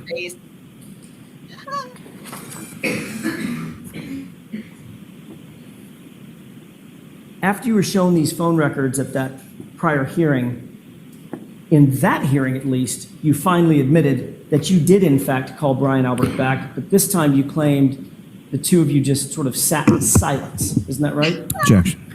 So I'm going to sustain Were they it. doing that thing that like young couples do where they're like, I just want to fall asleep with you on the phone and listen to the sound of you breathing?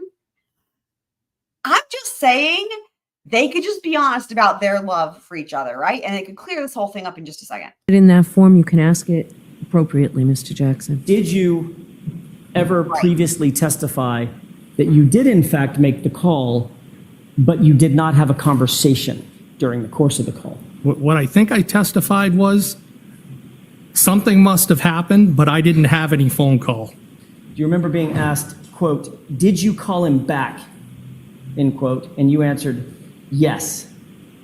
And then there was a question. There was a It's like he's in bed. Brian Albert Sr. is in bed with his wife. Brian Higgins is at home. We don't know where, on the couch or bed, probably surrounded by a box of pizza or some shit.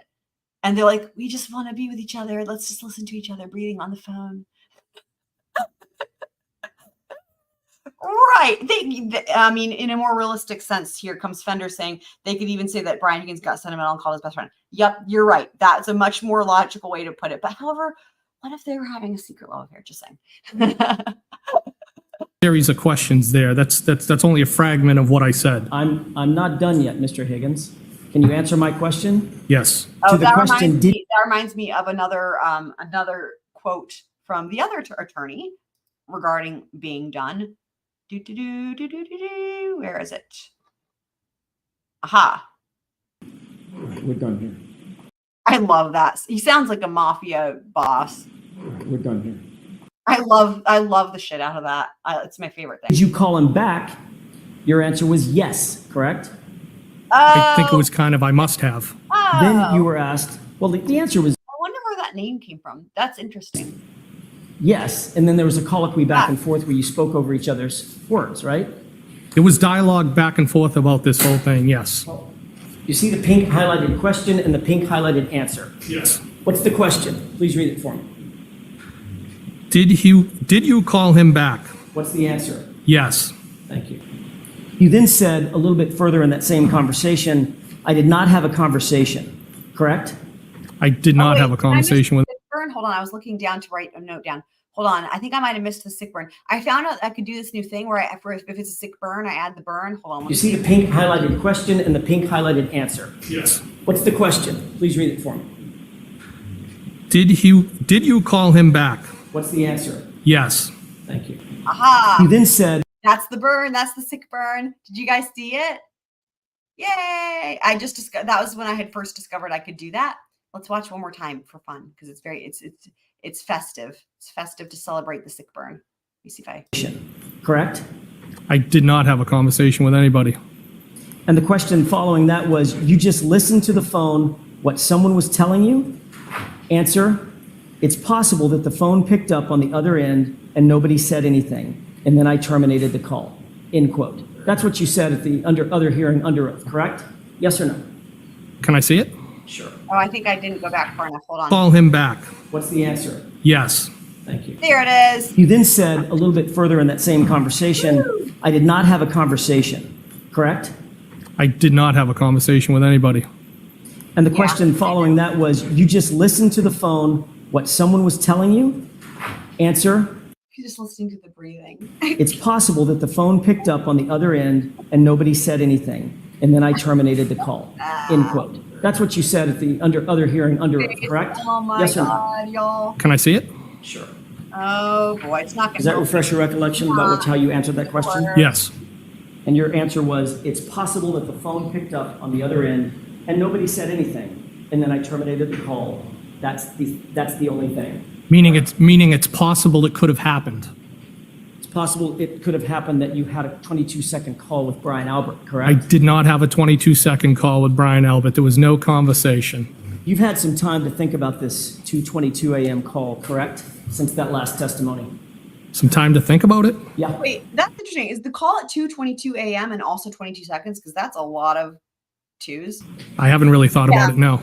So for over a year, you haven't even considered the fact that you were caught with a phone record.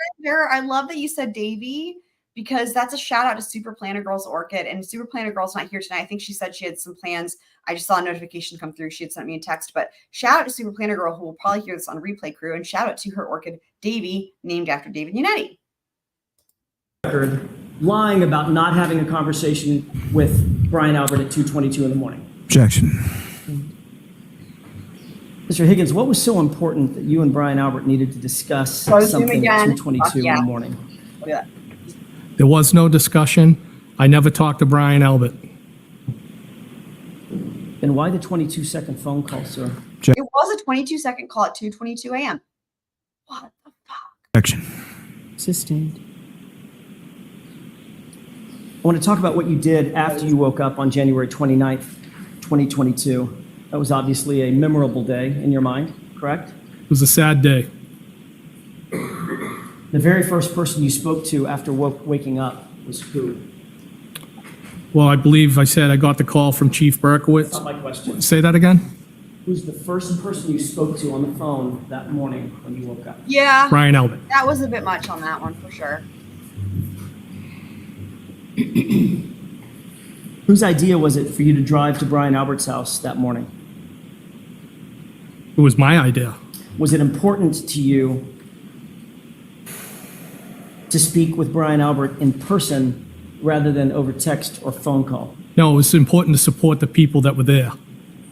So of course you drove over to his They house. had a Had an fucking million people there supporting everybody. And you know what? As much as they all claim they were distraught, none of them seem distraught. The only one is Carrie, who seemed distraught, and no one was supporting her. So this whole thing is stupid. Opportunity to speak to Just him in person without any law enforcement presence, correct? I was there with everybody, not just Brian Albert. And Brian Albert was in the house and you were in the house, right? That's correct. So you had access to him and Just have to say real quick. It's a house. others without any law enforcement there. Is that right? That's correct. As soon as you got off the phone with Brian Albert that morning, who did you call Ghostbusters. at 7:22 a.m., if you I recall? think I might have called Chief Berkowitz back. So as soon as you got off the phone with Brian Albert, first thing in the morning, the next call you made was to Chief Berkowitz. Is that Yeah, right? yes, because he had called me first. Yes, I called him back. Did you request from Chief Berkowitz any information that he may have had concerning the investigation surrounding John O'Keefe being found at 34 Fairview that morning? No, Were you trying to see how much law enforcement knew right away? absolutely. I didn't even know what happened. Were you trying to gather information about what happened so that you would know what happened? Objection. I'll allow it. No, What you were trying to do? no, Your Honor. What did Chief Berkowitz tell you about his knowledge of John O'Keefe's body being found just after 6 a.m.? Objection. Sustained. Did you tell Chief Berkowitz that you had been with John O'Keefe and you were at the crime scene the night before? Objection. Sustained. You can ask that differently. Did you inform Chief Berkowitz that you had been with John O'Keefe the night before? So you guys have some questions. Yeah, I agree with this. That was the one thing that I'm sure it is about the harassment work for me. I was like, yeah, that's a bit much, but the rest of it I think was totally fair.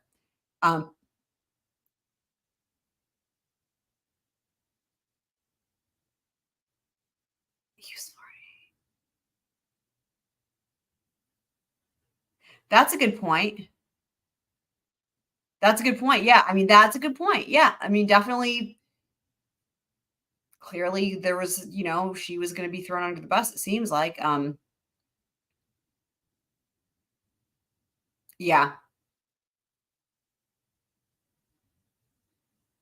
I don't know that anyone ever answered the question I had from much earlier on the stream towards the beginning. I had a question about what y'all thought. Remember how we learned on direct examination of Brian Albert Sr. that him and Higgins met up at the hillside after the funeral thing, right?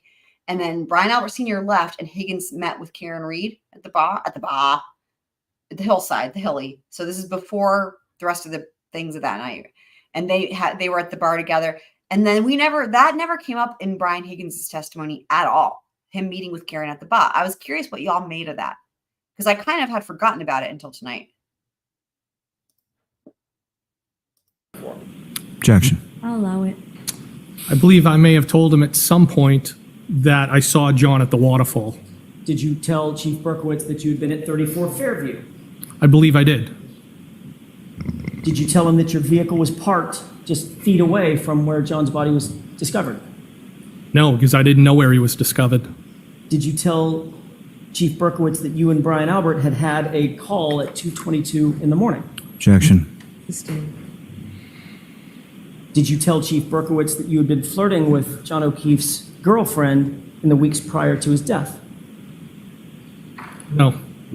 So here is an example of where he could bundle in, because this would be relevant to the line of questioning about them having dinner together, is from what it sounds like, right? Because remember, Brian Albert Sr. makes it a point to be like, yeah, he ate food, but I didn't. I left before the food came. And I remember when he said that was before we even knew anything about Karen being there. I remember when he said that, I was like, oh, did Brian have a date? That's what went through my mind based on the way Brian Albert Sr. described the whole thing with the food. I was like, oh, it sounds like Brian Higgins had a date. And then after that, we learned he was meeting with Karen. But anyway, this would have been a time to ask a question about that at this point, but I don't think he does. Did you ever tell Chief Berkowitz about the nature of your interest in Miss Reed? No, I don't believe so.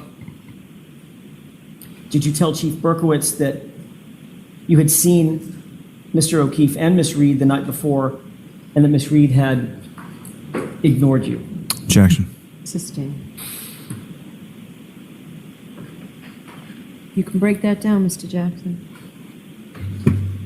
You indicated just a second. Yeah. So did you have a question, ABC's docket? Yeah.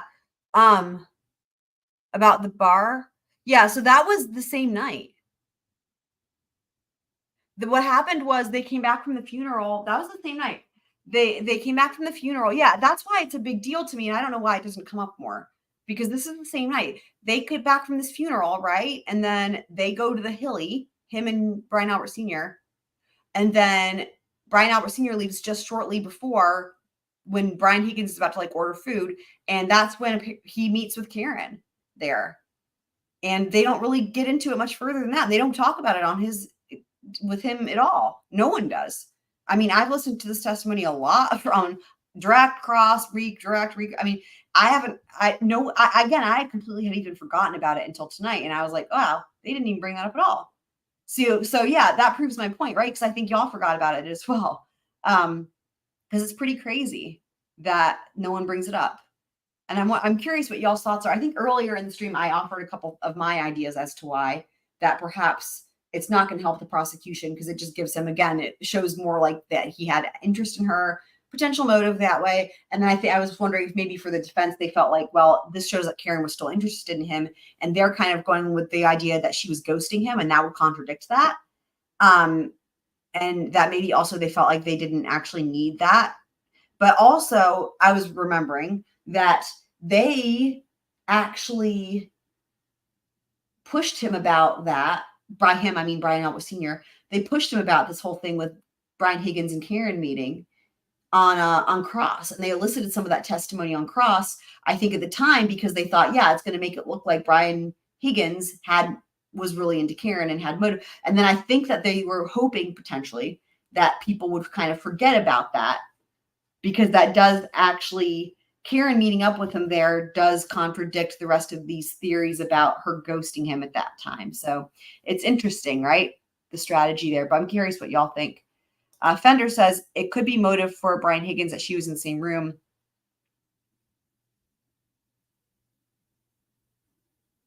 Yeah, like, or that they got, my thought is potentially is that it wasn't like a big motive or a play, but like my thought, this is just my personal opinion, is that potentially if it wasn't an accident, maybe they got in a fight over Karen.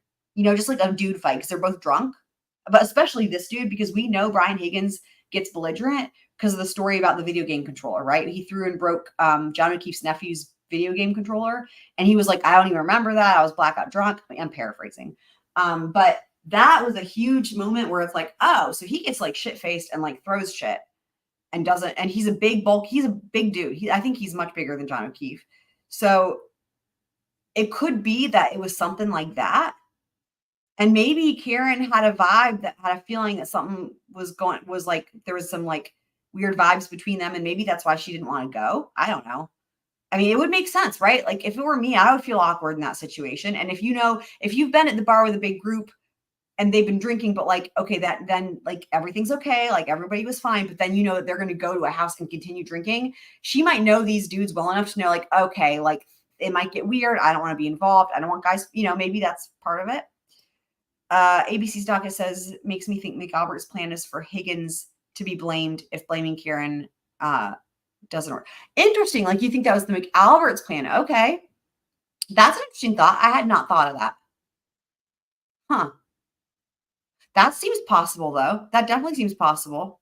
Although he was kind of conspiring with them too. I mean, they were letting him in the in crowd, the inner circle to a certain extent. I mean, he wasn't like in the family text messages, but yeah, I don't know. Maybe he thinks he's really more in the circle than he really is. That's possible too, right? Fuck. Ago that when I asked, did you tell Chief Berkowitz that your Jeep was parked but yes, just feet away from where John O'Keefe's body was found? I will say that all the testimony in this trial definitely indicates what Random Girl is saying, which is that this dude gets blackout drunk regularly. That I think is very clear. You said I had no idea where John O'Keefe's body was found. Correct? That's correct. You just spoken with Brian Albert. Right? He said in front of the house. All he said was John O'Keefe was found in front of the house. He didn't say right outside on my front lawn. I believe he said he was found out in front of his house, unresponsive. Okay. If he was out in front of his house, then you would know, because your Jeep was also parked out in front of his house, that your Jeep would just be feet away from him, correct? Objection. Did you tell Chief Berkowitz that you had texted John O'Keefe I love that quote. to have him come over to 34 fucking Fairview funny. just hours before he was discovered dead in the yard? No. Did you think any of that was important when talking to the Chief of Police of the Canton Police Department? I'll let him have it. No, I didn't. There was no reason to tell him. You've been an investigator for some 15 years, and you were a firefighter for years before that, correct? Yes. You're very familiar with some of the tools that are used in conducting modern investigations, correct? Yes. You'd agree that searching electronic devices and phones is an incredibly important... But yeah, I just want to say, again, Fender, I do think I think that it could be, right? Like he was snubbed. It could be jealousy, or it could just be, again, they just sort of got in a fight. But I mean, I guess it's really kind of the same thing.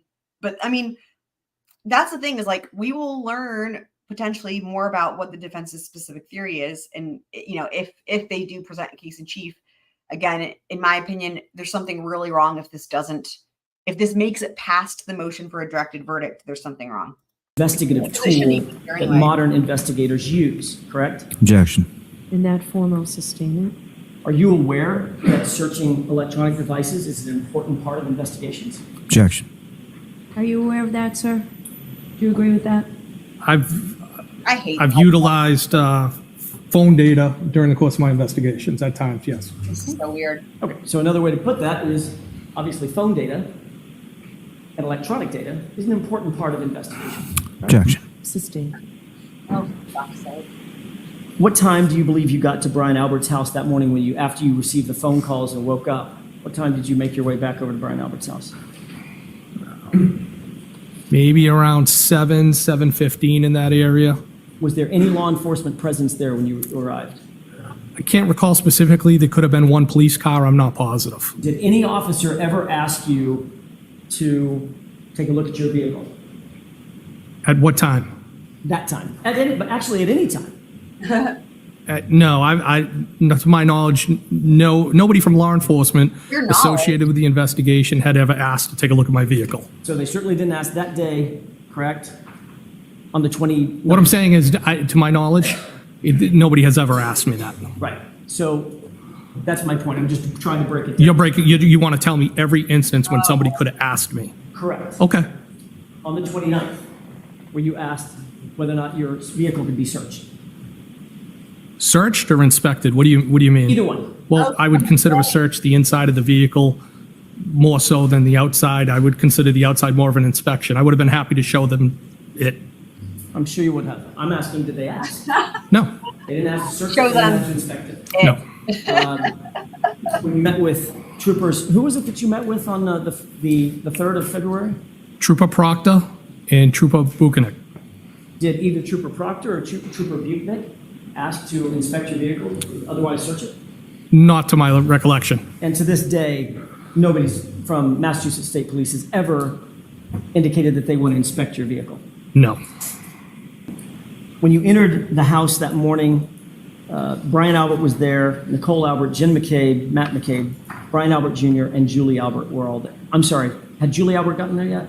She came after me. Okay, so at some point, all the people that I just ticked off, they were all inside the house. Brian right? Albert Jr., Nicole. I have to do something real quick related to this testimony, kind of.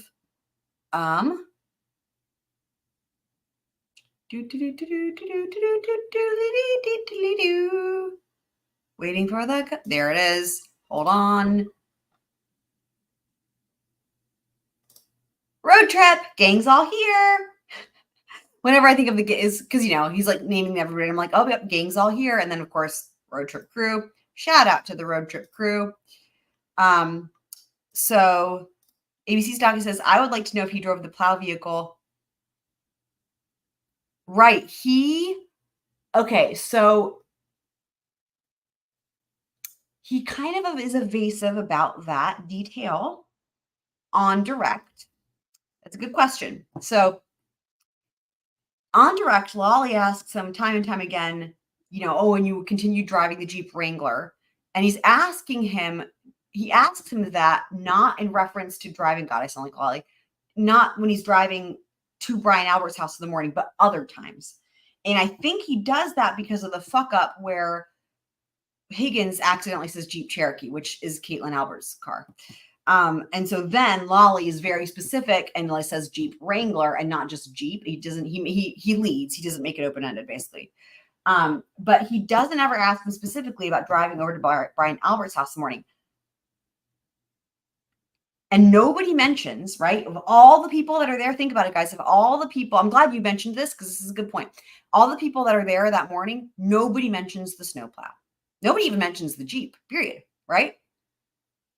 Nobody mentions it. They only mention it the night before. So I actually, in a previous recap, I actually had an idea, a squirrel theory, if you will, that I wondered if potentially with all this shenanigans with the car swapping, and of course we know the surveillance video is missing, if he brought the Jeep with the Plow there and swapped it out and maybe had Caitlin's vehicle for a time, borrowed it, right?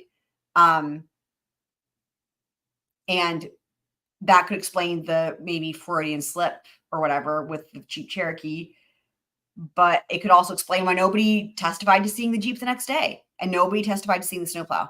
And the weird thing is no one's asked anybody really about it, I don't think. Like nobody said, oh, and you didn't see snowplow that night. Like it just hasn't come up, which is interesting. But like, you would think though that even if someone's not directly asked, they talk enough about the Jeep with the snowplow and about whose cars are what, where, when, and who shows up when that morning. It would be reasonable for someone to say that, right? Like, because it would have just been relevant. And also, again, Lolly avoids that specific question. He asks several times, kind of, you know, it's redundant about other times, but he does not ask about that time. And I don't think they've gotten to that on cross. And I don't know that they do again. If so, that could be maybe one of the very few, I would say, errors, if you want to call it that. You know, I know there's times where they maybe push a little bit too hard on with the defense. I mean, but in terms of like, this might have been just like a mistake, maybe. I don't know. But also, we know that there's a part where they switch out attorneys because Jackson can't come back and finish his cross. So I don't know if that has something to do with it. However, we do, from what we understand, that was planned. But anyway, this is a really good question. The other thing too, while we're talking about it, is that remember with Allie McCabe, there's that really weird fucking dog story that's complete total bullshit. There's just, I mean, and I think people didn't even know what to do with it. So nobody was like, they're like, we don't know how to, we're not going to touch this with a 10-foot pole because it's just such a mess. Like, what do we even do? We can't find random dog lady and bring her in here, right? So, but that was all, anyone who owns a dog just heard that and is like, yeah, no, nope. So, but Allie McCabe, it's clear she was trying to explain having been at the police station twice that day. But we don't know why beyond that.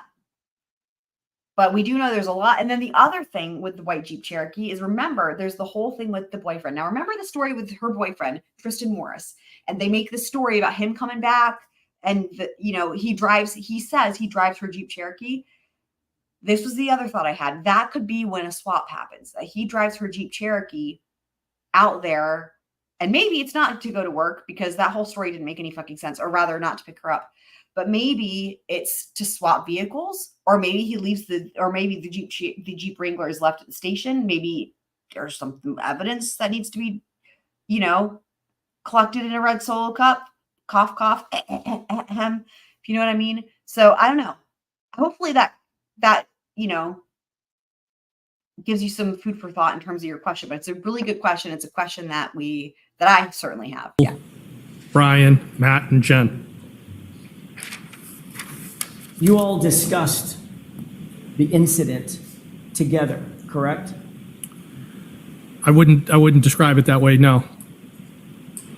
Did each of you discuss your own perspectives about what had happened the night before in the early morning hours? Objection. I'll allow it. People were in shock at the table trying to figure out what happened. The math didn't make sense. John and the defendant never showed up. People were in shock. Trying to figure out what to say, right? No. And you were all talking within earshot of each other, right? So I made We were all there in the I kitchen. remember I had an idea. I'm trying to think of when this was. So I had an idea about this. This must have been when we were doing this live, but that's interesting, right? Because he says the math didn't add up because they never arrived. He was one of the first to leave. So this is another slip up in my opinion, because if he was one of the first, according to him, he was one of the first to leave the house that night. Like, how would he know the math that doesn't add up?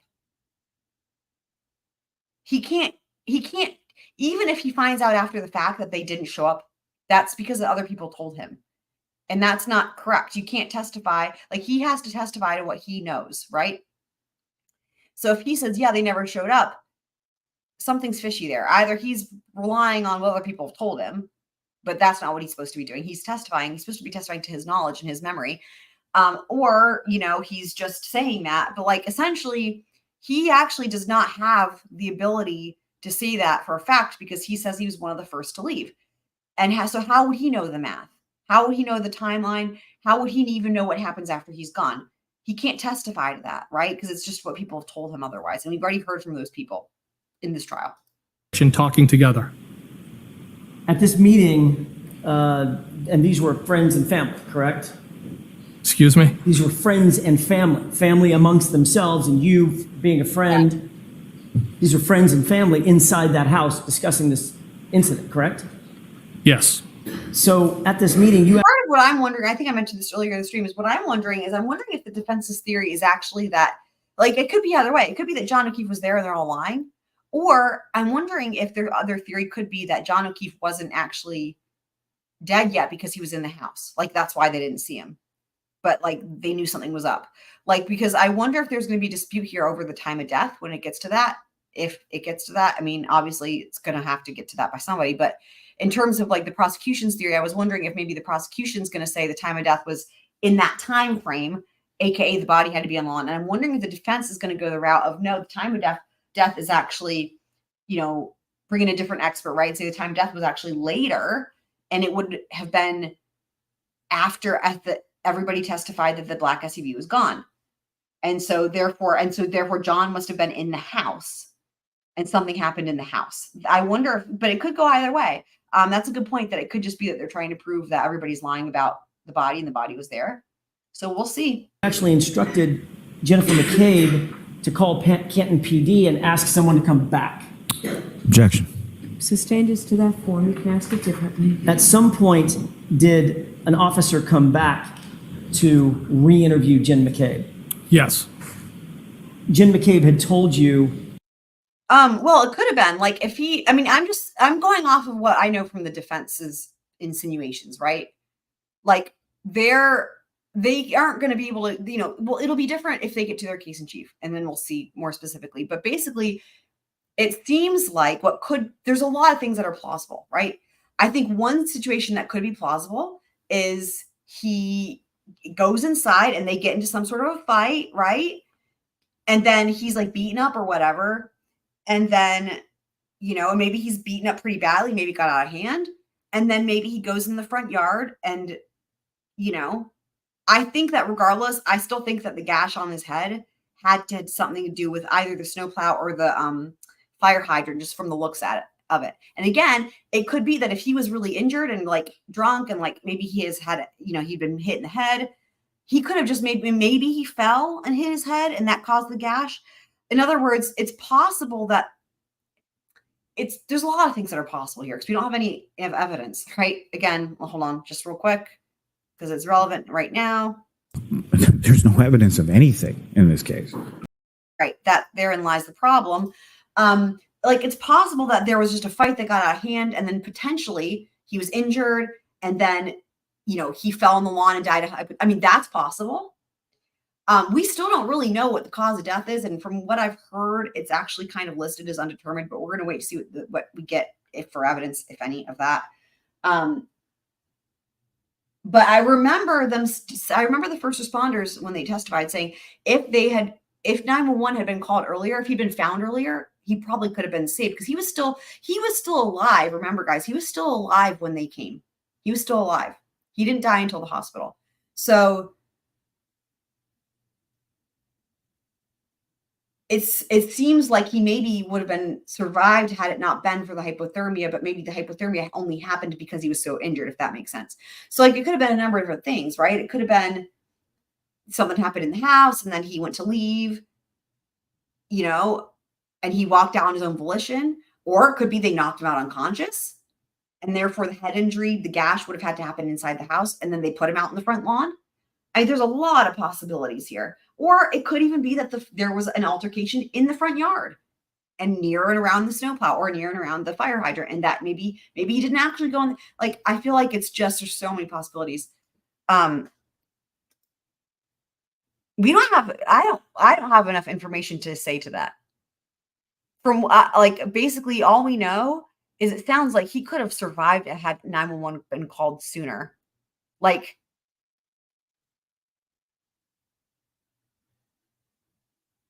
we don't have, and I'm not medically enough, oh my God, enough to answer that. I need more information, and we don't have any information from an expert or a medical examiner or anything. Even coroner armpits would be welcome at this point from what we have in this trial, because the bar is so low. Honestly, if coroner armpits showed up at this point, he would look great. That's where we're at. Because it's better than the solo cups, honestly.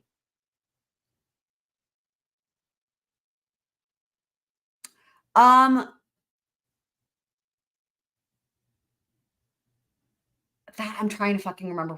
I'm sure someone in the chat remembers. I know there was testimony. There was a specific thing about that where they had to determine if he just needed to be warmed up. I think I recall. And that was part of it in terms of what I think that's kind of what you're asking. Like they needed to figure out if he could be warmed up. I feel like though he survived a bit in the hospital and then died, but really it's just, again, this just hasn't fucking, it's just right. I know it's insane. You would use a solo cup. I'm sorry, what? Objection, Your Honor. Solo cup. It's like we should know, these things shouldn't be questions. In any other trial, what the questions we're asking would be the first things that the prosecution would seek to answer. Because it's a murder trial. You have to talk about how somebody died. Like what?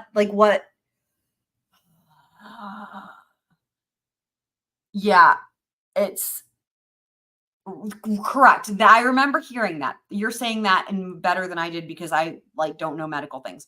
What you're saying is exactly what I was trying to say. Thank you for making that happen, Fender. Fender saying you can't be declared dead if you're hypothermic. You need to be brought up to 96 and then be declared correct. So I understand your question in terms of was it just because of that, essentially, if you will, a technicality, or was he actually still? All I can say is I remember from the testimony from the first responders, that more information on that I feel like is yet to come because we need someone from the hospital. But I think that and as we know, the hospital people really from the other day were testifying more about Karen's blood alcohol level. But I think the thing that we know so far is from the first responders was they were saying something to the effect of he could have been saved had they been called earlier. I don't know. I feel like that's the most we got. Although someone in the chat might remember more. Yes, right. Yeah. Who did actually finally confirm that John O'Keefe died, but really the reason they brought him in was to testify about Karen's blood alcohol level. That's what that was. That's why, yeah, they wanted to get to that blood alcohol level. But yeah, if someone else remembers more specific stuff regarding the hypothermia and this technicality I've got on the screen here, I'm calling it a technicality. I don't know what else to call it. But I just feel like I just feel like that's not been made clear. Because that really is important, right? That's a specific thing in terms of exactly when did he die? Of course, how, cause and manner. We don't have that yet.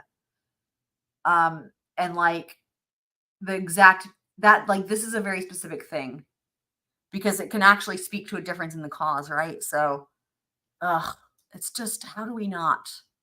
That she had information about something that Miss Reed had said, correct? Objection. I'll allow it. Did she tell you that morning? She didn't specifically tell me anything. She made a statement at the table to the group of people and she clearly seemed like she was in shock. She was upset. And she made a statement, something to the effect that Karen had opined that she had hit John. What she actually said was, I hope I didn't hit him, correct? Objection. It's not what I heard. No. That'll stand. Who did you ever tell this to? I've reported that. That she said, I hit him? Yes, I've reported it. What you reported was Karen said, I hope I didn't hit him, and you said, oh, you need to tell Canton PD that. Isn't that right? No, I don't think that's what I said. No. You're as sure about that as you are about that 222 call, right? Love Objection. that. I love that strategy. Mr. Higgins, what time did you leave Brian Albert's house? It would have been, I believe, when Sergeant Lank arrived, and I think Lieutenant Gallagher might have been with him. You weren't scheduled to work that Saturday, correct? Great point, No. Fender. Matter of fact, you weren't on duty at all. No, I wasn't. But you didn't go home and get some sleep or run errands. You went directly to Canton PD from 34 Fairview yet again, didn't you? Who could sleep after somebody just was discovered like that? Objection, non-responsive. Did you go home? Or did you I don't believe I did, no. I believe there might have been a stop at Canton PD before I went home. As a matter Oh, of for fact, fuck's sake. We know you you went didn't there. just stop at Canton PD. You spent the entire day at This Canton is PD Mr. I always tell the truth on the stand right now. Lying his fucking ass off. on the 29th, Fucking didn't you? hell. I don't know that I spent the entire day there, no. Well, you've got a key card, right? I do have a key card. And that key card logs swipes. That's correct. So it logs where you go, Swipey. access to, and access inside the Yes. Canton PD, correct? Yes. When you got to Canton PD, and you're telling this jury, you don't know how long you spent there. I don't know how long I spent there. I don't know if I left and I came back. I don't recall. Oh, that reminds me. I left and I made a mental note to do this. Hold on, Candace, if you're still listening, he just said your thing. He said I left one time and came back. Hang on. Let me pull up Candace's command here. If Nightbot isn't having a nap. Hold on, let's hear this one more time now that we have this command up. When you got to Canton PD, and you're telling this jury, you don't know how long you spent there. I don't know how long I spent there. I don't know if I left and I came back. I don't recall. Hopefully, Candace, you heard that. I'll make sure to make a note in case you are not here at the moment so that you can have a timestamp to come and hear that, because I think you'll get a kick out of it. Making a note. Fender says in his head he might be doing acrobatics to reach to, I was only there for a few hours instead of in full 24 hours. Yeah. I love how anytime I pull a comment up and then pull it back down, it's just comes back to this quote. Very relevant. So if the records indicate that you were there from 9 a.m.-ish, after 5. I don't know how the records would indicate that. I'll show you in a second. Okay. Woo! Do it! While you were at Canton Good party. PD, did you speak Good party. again to Brian Albert? I don't remember. While you were at Canton PD, did you speak again to Chief Berkowitz? Most likely. While you were at Canton PD, did you speak with Brian Albert's brother, Kevin Albert? I don't believe so. This appears to be a log of key swipes in and around Canton PD, correct? He maintains Yes. his And it's composure in reverse quite chronological well, order, in other words. considering he gets. I didn't note that, but okay. Okay. Compare him to Meerkat You McCabe, right? acknowledge that that is a record of the key swipes that everybody uses moving in and around Canton PD, going through doors, every place that needs a key swipe is logged. I would assume that's what that is, yes. If y'all notice, he's trying to answer the questions really quickly to cut the attorney off from like saying more question. Like he's trying to just answer it real quickly. It shows that you entered Canton PD for the first time on the 29th at 1:27 a.m. Does that sound about right? When you got there, you say to move your cars. It's possible. All right. It shows that you were granted access to floor corridor 227. Does that mean anything to you? No. What about floor corridor 226 on the second floor? Second floor would make sense because I went in the building and then to the second floor. By the way, did Brian Albert ever mention what time the officers cleared the scene? No. Without telling me the substance of the conversation, did he tell you when he talked to you at 7:20 or? Not that I recall, no. But you remember by the time you got there, the scene had basically been cleared. There wasn't a bunch of emergency vehicles, crime scene tape, nothing like that. I didn't see fire trucks. I might have saw a cruiser. I can't be sure. I don't recall. You're not sure about that either. Sorry, I'm Not not sure about even seeing a cruiser, correct? not 100%, no. And let's keep an ear out for if he's ever asked any further about what vehicle he was driving that morning. Because I don't, like I said, I don't recall that happening, but I could always be wrong. There's a lot of testimony, so let's just keep an ear Certainly, out. we're not contacted by a law enforcement officer who took your name and ID or anything like that. No. Parked and walked in the house. Yes. Can you take a look at the 8th entry from the bottom? Does that indicate that this all occurred on 1/29/22? This entry, at least.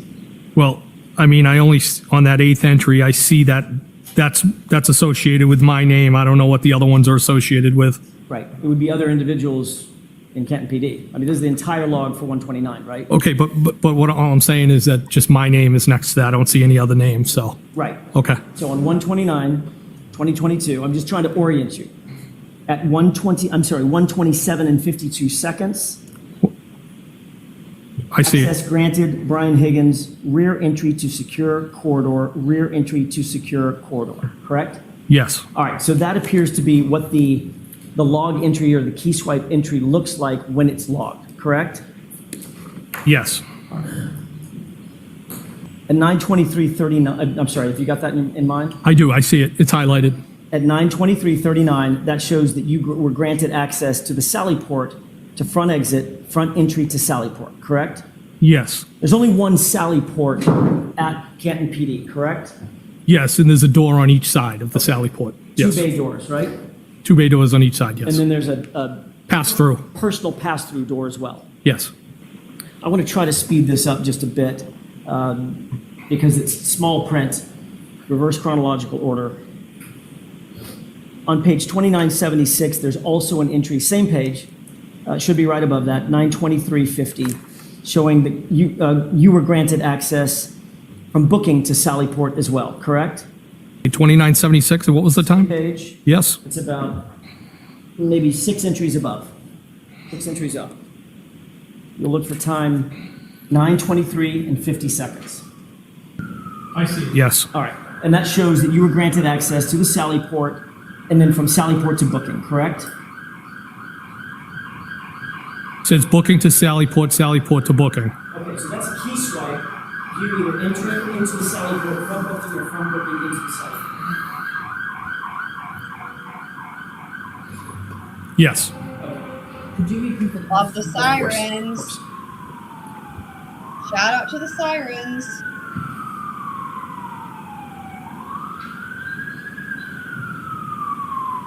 Woo! Siren time, siren time.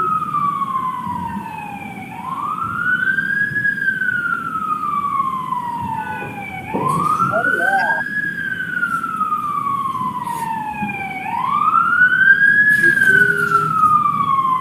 I love this. It's so awkward.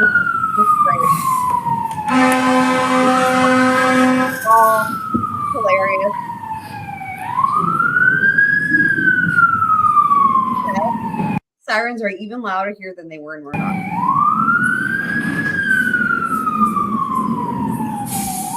His face. Yep. Yep. That's it. They're wrapping up. That indicate, I have no idea what the last question was. I'll see if I can make a new one up. At 9:23 and 50 seconds in the morning, you were granted access booking to Sally Port and Sally Port to booking, meaning swiped the key card in the door going from booking to Sally Port. Yes. Okay. I don't want to belabor this because we could get bogged down into it all day long. Would you have any quarrel if those logs indicated that you were moving in and around Canton PD at 9:28, 9:53, 9:53, 9:54, 9:54, 11:40, etc.? We can look at every one of them if you want to. Well, That doesn't refresh your recollection. it would not be uncommon for me to move around Canton PD at various times, the dates, middle of the night, during the day.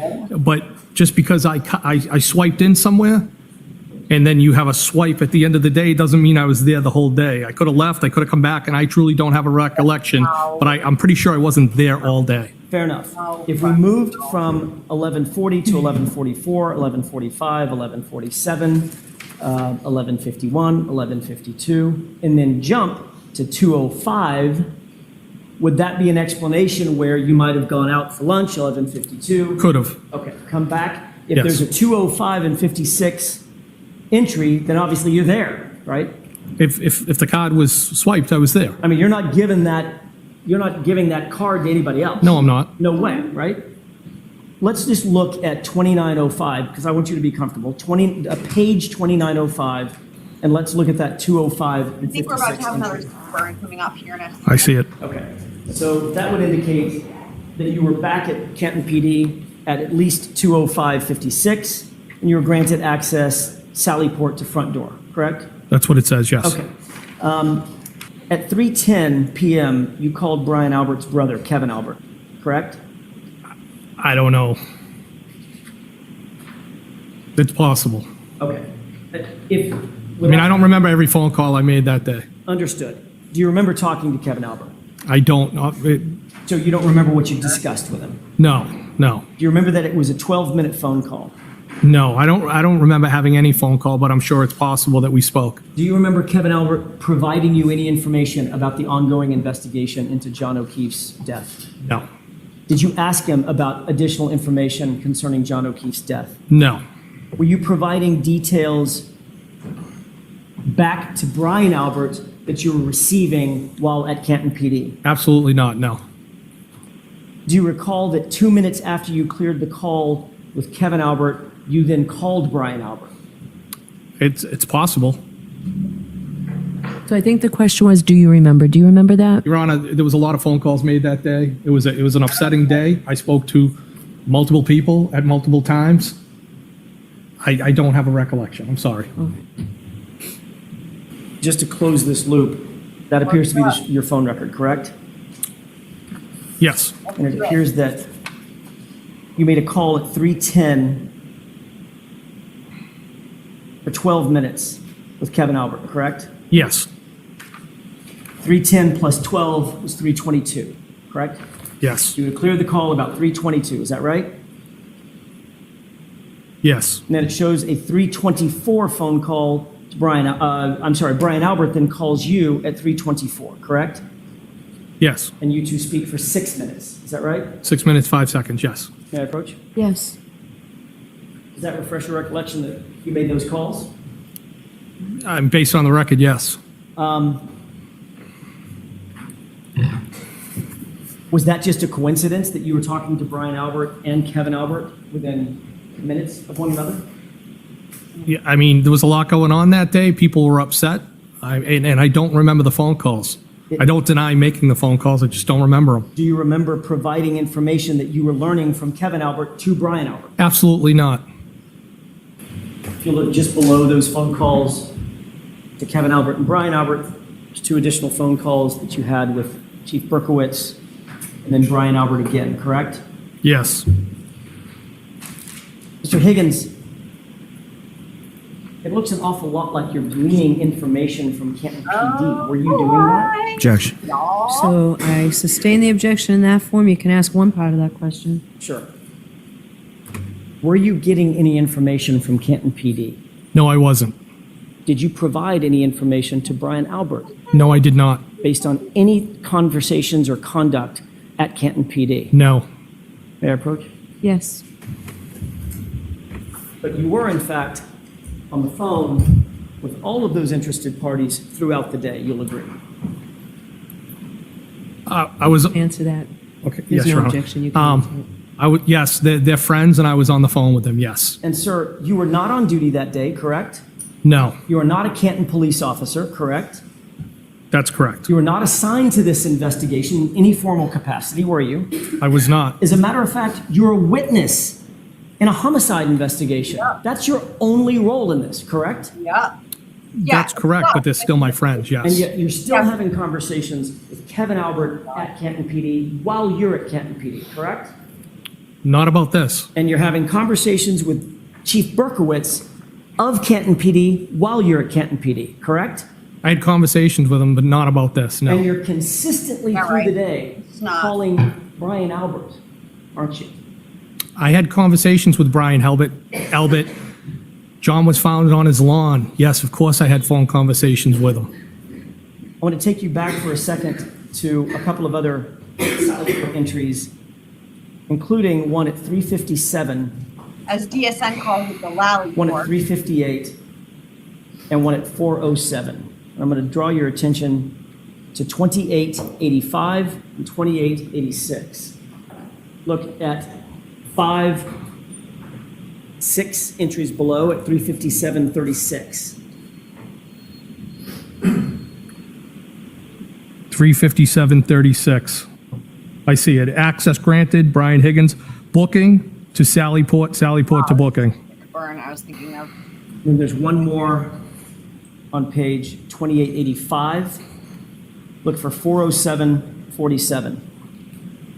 40747. Correct. I have it. Access granted. Brian Higgins. Booking to Sallyport. Booking to Sallyport. And there's no record in that document of you exiting, correct? That's just booking to Sallyport. Yes. Burn. I don't.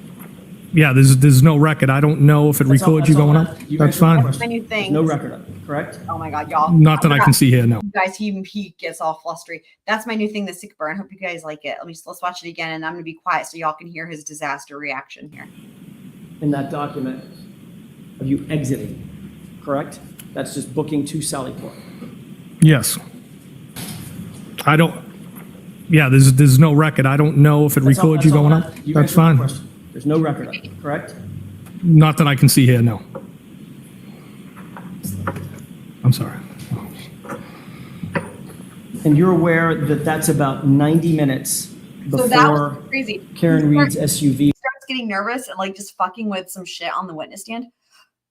Sorry, guys, I had to sneeze crazily, like all of a sudden, didn't have a chance to mute it. Not that I'm like always sneezing, that was random. But look at what he That does. that's about 90 minutes On the witness stand. before Karen Reed's SUV was delivered to that Sallyport, correct? No, I'm not aware of that.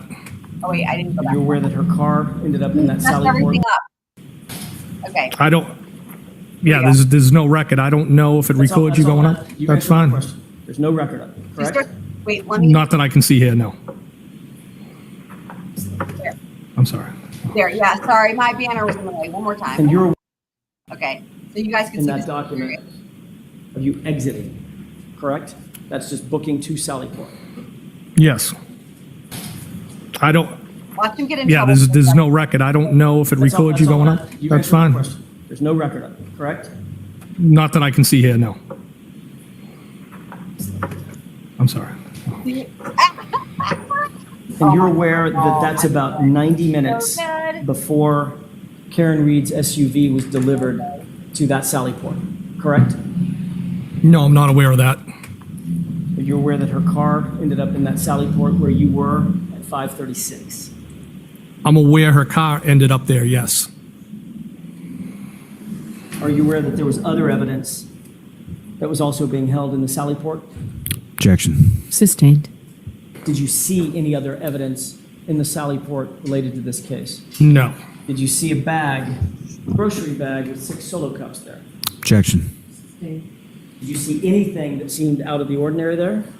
All I would do is use that as a cut through. I did not see anything. Unresponsive. Are you aware that at 5, well, let me ask you this. You and Chief Berkowitz were moving in and through, at least in some parts of the day, in and through Canton PD together, correct? At some points we might have been together. I'm not, I mean, we weren't together all day. Matter of fact, he was also in the Sallyport around the same time you were, The Lally correct? Port. I don't recall that, no. But the records would reflect No. that, right? The records that I'm just thinking I could write a song about the Lolliport, like what happens in the Lolliport, or just like it could be called the Lolliport. Anyway, I don't know. I'll have to think about that. This would be one that would just be like an original and not like based off of, or not like a cover, you know, a funny cover of another song. But yeah, the Lolliport, because all the shit goes down in the Lolliport. You know what I mean? in front of you. Objection. Sustained. You were in the Sallyport the last time you're logged into the Sallyport. It's 4:07. Do you remember seeing Chief Berkowitz at Sallyport at 4:14? No, and if that says that I'm logged, that could be me cutting Mr. through. Higgins, all I'm asking you, I'm not asking you what you did. I'm asking you where you were. I don't know where I was at that specific time. Well, you walked into the Sallyport. We know that. If I walked in, I Correct? cutting through, yes. Right. Was Chief Berkowitz in the Sallyport at 4:14? Not that I recall, no. Was he there at 4:30? I don't remember ever seeing him in the Sallyport, no. Was he there at 4:33? I don't remember ever seeing Chief Berkowitz in the Sallyport. At 4:50? Objection. Sustained. Let's move through this, please. Finally, was he there at 5:36 and 37 seconds at the same time Karen Reed's vehicle was delivered? I don't remember. Do you remember Chief Berkowitz, or were you with Chief Berkowitz when he made a call to the front desk? No, I don't remember anything like that, no. Do you remember Chief Berkowitz calling the front desk at 5:42 and saying, "Shut the barracks"? Objection.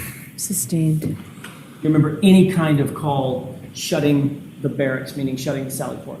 Objection. Do you remember that? I don't remember anything like that, Your Honor. Okay, next question.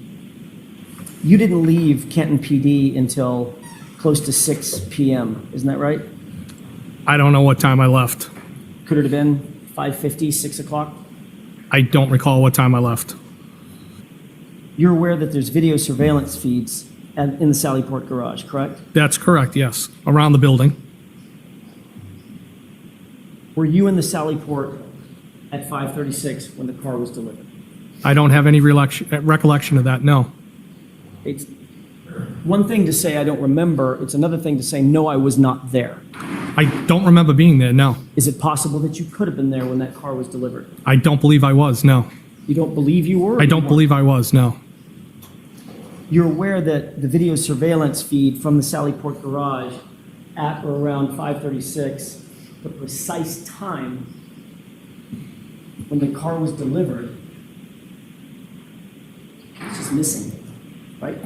Objection. Sustained. Did you receive a flurry of phone calls from Brian Albert and Chief Berkowitz indicating that some taillight pieces or a taillight piece had been recovered at 34 Fairview later that evening? Objection. Sustained. Did you receive a call at all, without telling me what the conversation consisted of, around 6:12 p.m. from Brian Albert? I don't know what day you're referring to. The 29th. No, I don't remember any phone calls like that. Do you remember 3 minutes later getting another call from Chief Berkowitz at 6:16 p.m. that lasted about 5 minutes and 15 seconds? No. 6:12 and 6:16.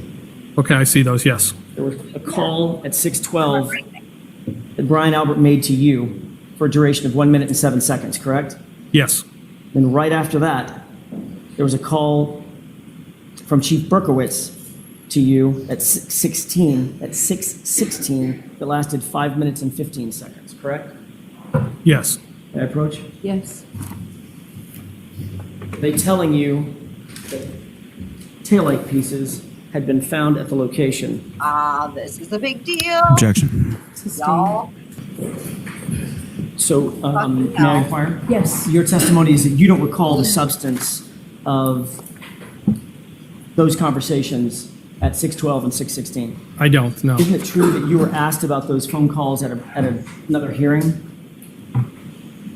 I might have been, I don't recall. And did you testify at the other hearing that, in fact, what was discussed was the substance of the taillights being found at the location? No, that's not what that was in reference to. Were you being provided information from your friend, Chief Berkowitz, about the progress of the investigation? No. Were you providing your friend, Brian Albert, information about the progress of the investigation or what you perceived it to be? No, I didn't have any information on the investigation.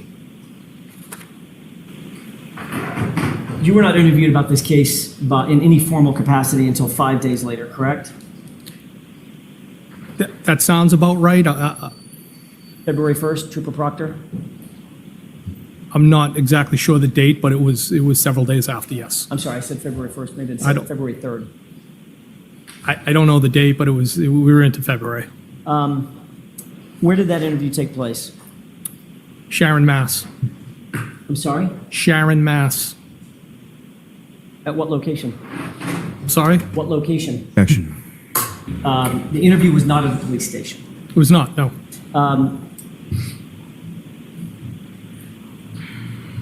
By the time you interviewed with Trooper Proctor, you had already had numerous conversations with Brian Albert. Is that safe to say?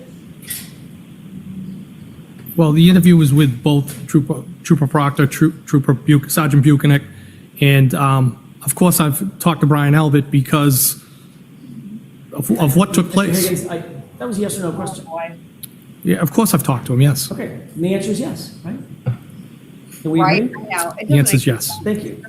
By the time you spoke with Trooper Proctor, live here And now. Trooper Where Buchanan. nothing makes any sense. you had already had numerous conversations with Chief Berkowitz, correct? Yes, You had already had numerous conversations with Kevin Albert. yes, You had already had this meeting with the Alberts and the McCabe's over at 34 Fairview. Is that right? I went to the house. And discussed this case. as you earlier described in your I testimony. discussed what we were trying to figure out what You happened. discussed this case, Mr. Higgins. Well, at that point, it wasn't a case. Okay, I'm not parsing words about what a case is versus a matter versus an issue. You understood my question, didn't you? He did. Yes. Is there a reason you don't want to answer that question? I don't have a problem. Objection, Your Honor. Oh my God. Is there a reason, or why don't you go ahead and explain? Well, I feel you're trying to make it sound like something it wasn't. Fucking hell. It was, I'm not trying to it, make it sound like anything, sir. I'm asking a question. Had you discussed this Do case it. or the Do issues it. surrounding this case with those folks? I at did 34th discuss Fairview? things when I went back to the house, yes. And that was before you met with Trooper Proctor and Trooper Buchanan, correct? Yes, that's correct. You had already spent an enormous amount of time at Canton PD. We've just gone through those records. Is that right? I have been at Canton PD, yes. And you had been able to talk to, you had access at least to all the officers, correct? What do you mean by, can you Anybody that was coming and going at Canton PD. access for what purpose? Just to walk by them, to hear what they were saying, see what they were doing. Yeah, it's not what I was doing, no. I'm not accusing you of doing anything. I'm saying you had access to the individuals within the Canton PD, correct? To interact if needed, yes. And very obviously, you had access to the Sally Port. And access, yes, and that's a cut through I used all the time. And anything that was in it. Correct? I wouldn't need anything in it. It was only after all that that Michael Proctor thought that you were worthy of a conversation. Objection. I'll rephrase it. It was only after all of that that you were interviewed by Michael Proctor and Trooper Buchanan, correct? I wasn't interviewed to the following days, that's correct.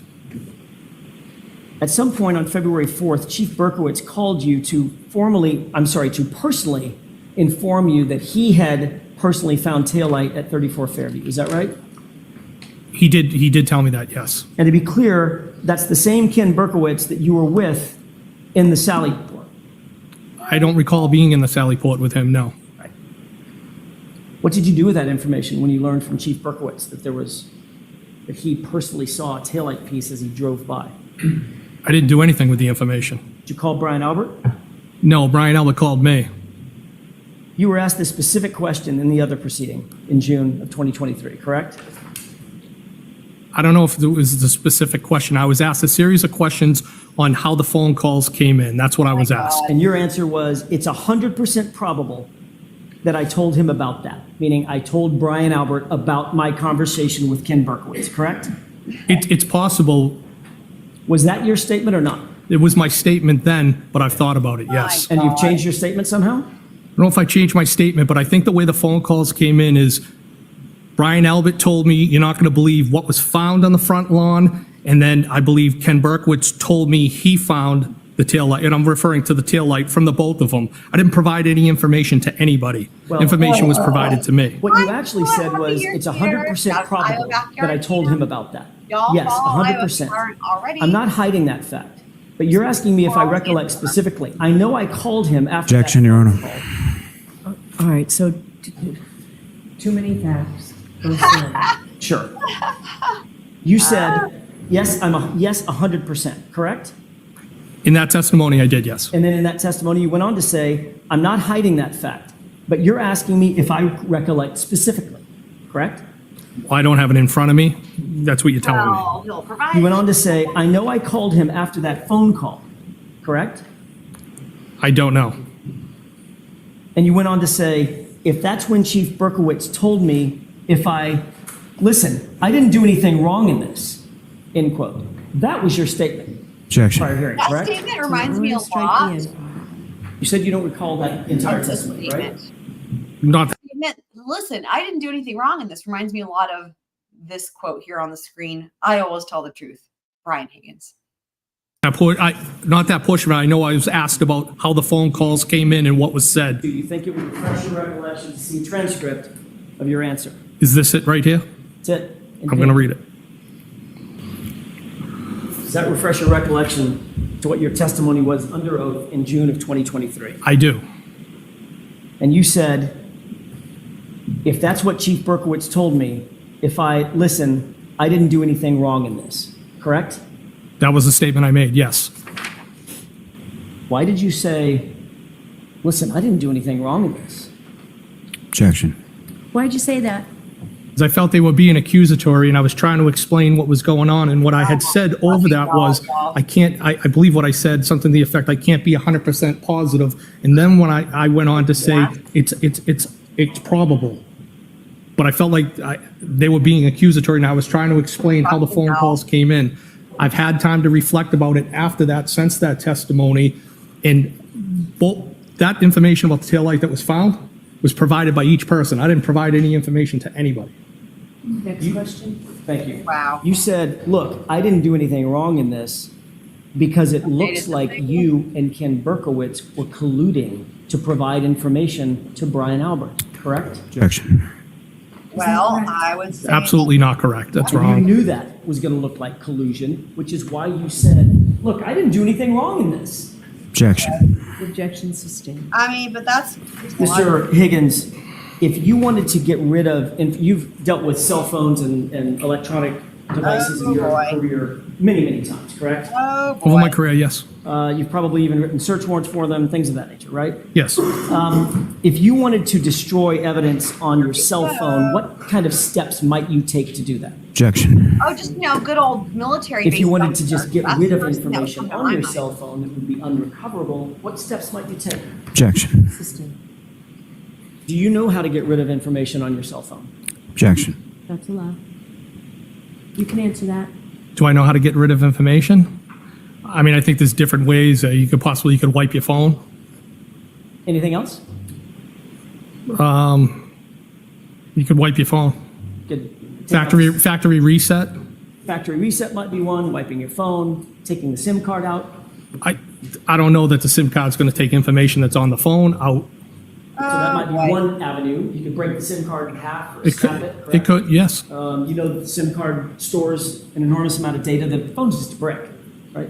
No, I don't know that. Okay. You could also, if you take the SIM card out, you just get rid of the phone somehow, right? Just destroy it. Yes. Might even consult with some kind of an expert to help learn how to permanently erase things from a phone, like a forensics expert, for instance. Objection. Sustained. On Saturday, January 29th, you spent much of the morning rather, at Brian Albert's house, and then the rest of the day variously at Canton PD. You would agree with that, correct? No. You said I spent much of the morning at Brian Albert's house? Correct. In other words, you went over there at whatever it was, 7:50, 8 o'clock, something like that, and then I'm still until about looking 9 out for o'clock. fake No, I got hair. over there around 7 o'clock, and I was there less than an hour. I wasn't there most of the day. Okay, I never fair went back there. So you spent time at Brian Albert's house, then much of the rest of the day at Canton PD, correct? Yes. And then the very next day, that Sunday, you called a friend of yours, a guy named Matt Kelch, didn't you? Yeah, he's my best friend. And Yes. he's a special agent with the FBI, isn't he? No, he's not. Was he then? He's never been a special agent with FBI. He's a special agent with ATF. My mistake. My mistake. I thought he was with the FBI. He's a You- federal special agent, He's a coworker of mine. Yes. which makes him a federal special agent, right? An ATF agent. Yes. And does he work for or have access to the Regional Computer Forensics Lab? Yes, he works over there. Okay, that's the FBI Regional Computer Forensics Lab, correct? Yes. That's how I got my mistake. I apologize. Well, I just want to make sure the record's reflected correctly. You and me both. So you reflected it correctly. So Matt Kelch is an ATF agent who works at the FBI Regional Computer Forensics Lab, correct? Yes. And he's an expert in digital forensics, is he not? He has a level of expertise more than myself. And Yes. he's one of your best friends. He is my best friend. You spoke to him about the death of John O'Keefe, did you not? Yes. And you asked him for a personal favor, sort of off the books, correct? Objection. In that form, I'll sustain Did you ask him for a personal favor? No. Did you ask him to show you or consult with you how to pull things off of your phone that you decide to get off your phone? I asked him how I could pull text strings off my cellular telephone for the purpose of providing them to law enforcement. This was not in connection with any case that he was working, correct? That's correct. It was not in connection with any case you were working, correct? Objection. Objection sustained, but you already answered. I'll strike that answer. Second question you can answer. Is this in connection to any case you? No, Your Honor. Next question. But you asked your friend to utilize his resources to teach you how to extract certain information off your phone? I'm glad you're back. Is that what you did? Did you think about the question, the Desert Island question? Shout out to Kid Smiths. Hope your dinner was delightful. I asked him if it was possible to get this off, if there was a method to get this off my phone so I could provide it to law enforcement. And that information was selected by you, correct? Two particular text threads, yes. Right. In other words, there was nobody else that was picking and choosing what to get off your phone. That was just you. It was me, yes. And the reason you did that, Mr. Higgins, is that you wanted to control and limit the amount of information that was pulled off your phone, right? Objection. Is that why you did it? No, I did it because I wanted to provide it to law enforcement, Your Honor. Okay, next question. But you could have just provided your phone to law enforcement and let them image the entire thing, correct? I guess that was an option, yes. And you knew that was an option at the time. And you're a trained ATF agent. What's the question? You knew it was an option to just hand your phone over. Just pick it up and give it to them. And there was also an option to provide it to them as well. Right. But you chose the one that you got to select the information, not the one where they would get everything, correct? Objection. Stand us to that form. Did you actually go to the FBI computer forensics lab? Yes. Let me correct that.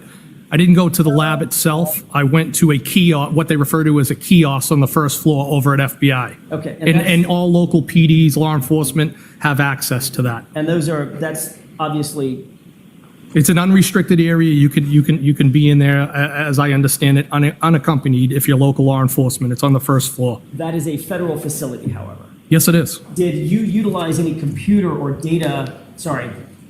any data extraction machinery, if you will, a computer or something to extract this data? Well, it was a machine. I don't know what it's called. Okay, fair enough. I'll This use is the word the machine. I don't problem. know what it's called either. Because it's using federal resources for personal gain or whatever. This is a problem. This is why his attorney's here, and we're going to see this in a sec. This is not good. So you hook that phone up to a machine, This is correct? beyond Yes. even. This is beyond even like fucking with the investigation or whatever. He's got like separate issues right now.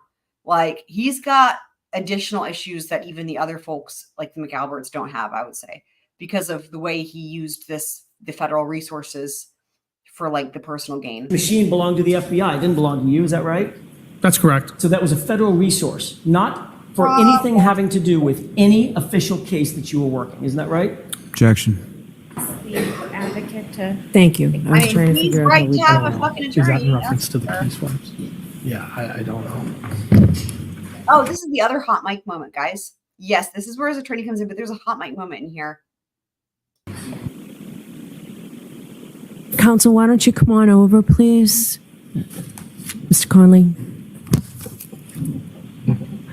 If you just go and just stand next to your client, Mr. Jackson's going to make an offer of proof of a question he's about to ask your client, or a couple of questions he's about to ask your client.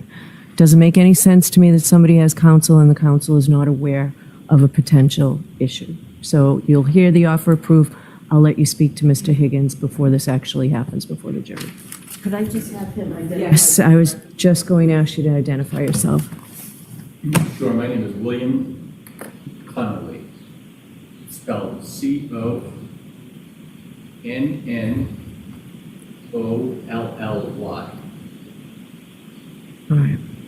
May I, Your Honor? Yes. The witness has indicated that he utilized federal resources for personal gain.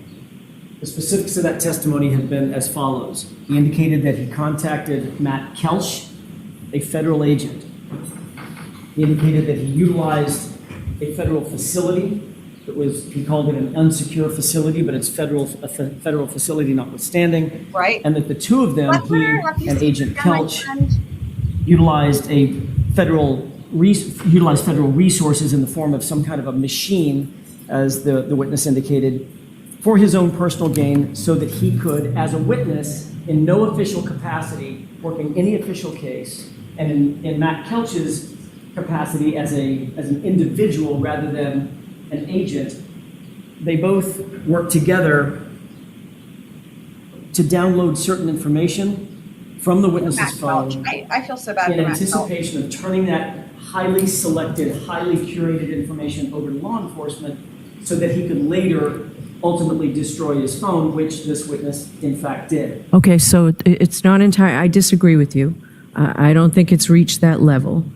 His testimony was that he went to a kiosk on the first floor where all local police departments can go. It's unrestricted, it's on the first floor. And we just got to the part about a machine in the kiosk when you mentioned an FBI resource. So what is your question? What questions do you intend to ask this witness now? Whether he is aware that under 5 CFR 2635.702. Essentially what she's saying is you can't get into all of this, right? She's like, you can only, you can't, there's a question you're going to ask right now that's we're here to discuss. Yeah, I know, I agree. I mean, but she like pretty much always seems that way. Like, I hate to say it, but like, it's just kind of the way it is. It's a federal offense to use his public office, to use any public office for his own private gain or for the gain of persons or organizations with which you are associated personally. In other words, an FBI agent or an ATF agent cannot use federal resources for personal gain. The fact that he contacted an ATF agent, the fact that he utilized a facility that is owned by the federal government, run by the federal government, paid for by taxpayer dollars, and the fact that he used a machine that is owned by the federal government to download certain information for his own personal gain, that personal gain being, these are the curated texts that I'm going to turn over to law enforcement, that's a federal offense. All right, so those questions are going to be asked. I don't know, there's been an objection to them. I'm not sure I'm going to let them in, but I wanted to give you the opportunity to speak privately with your client in the bathroom there. Can This you is do really it funny in to short start. order, or do you need I more can time? do it in about 10 seconds. This is really special, this attorney's answer here. Okay. Sure. I can do it in about 10 seconds. Well, A, that's what she said.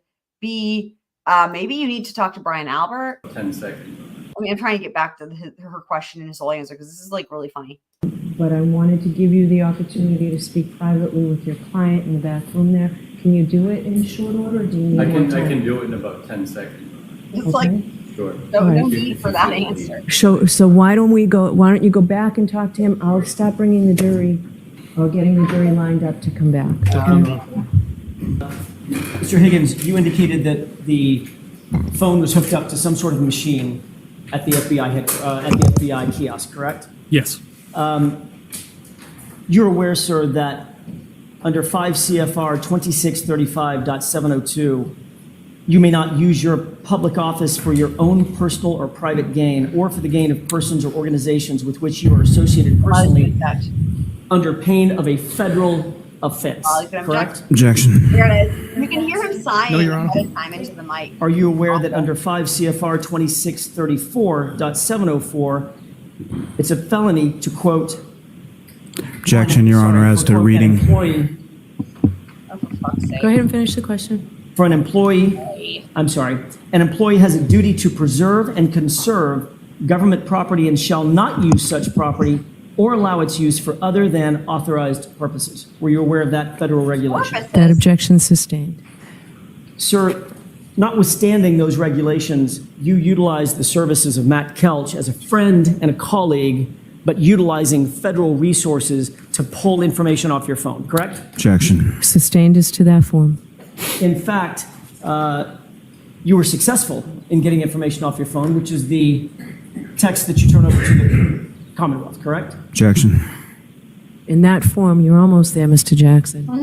Get it, Mr. Jackson. That form was For important. anyone who hasn't already answered my information- Desert Island question, for anyone who feels like they want to be up to the challenge here, the Desert Island question was, if you guys had to pick only one favorite defense attorney between David Yanetti and Alan Jackson, which one would you pick?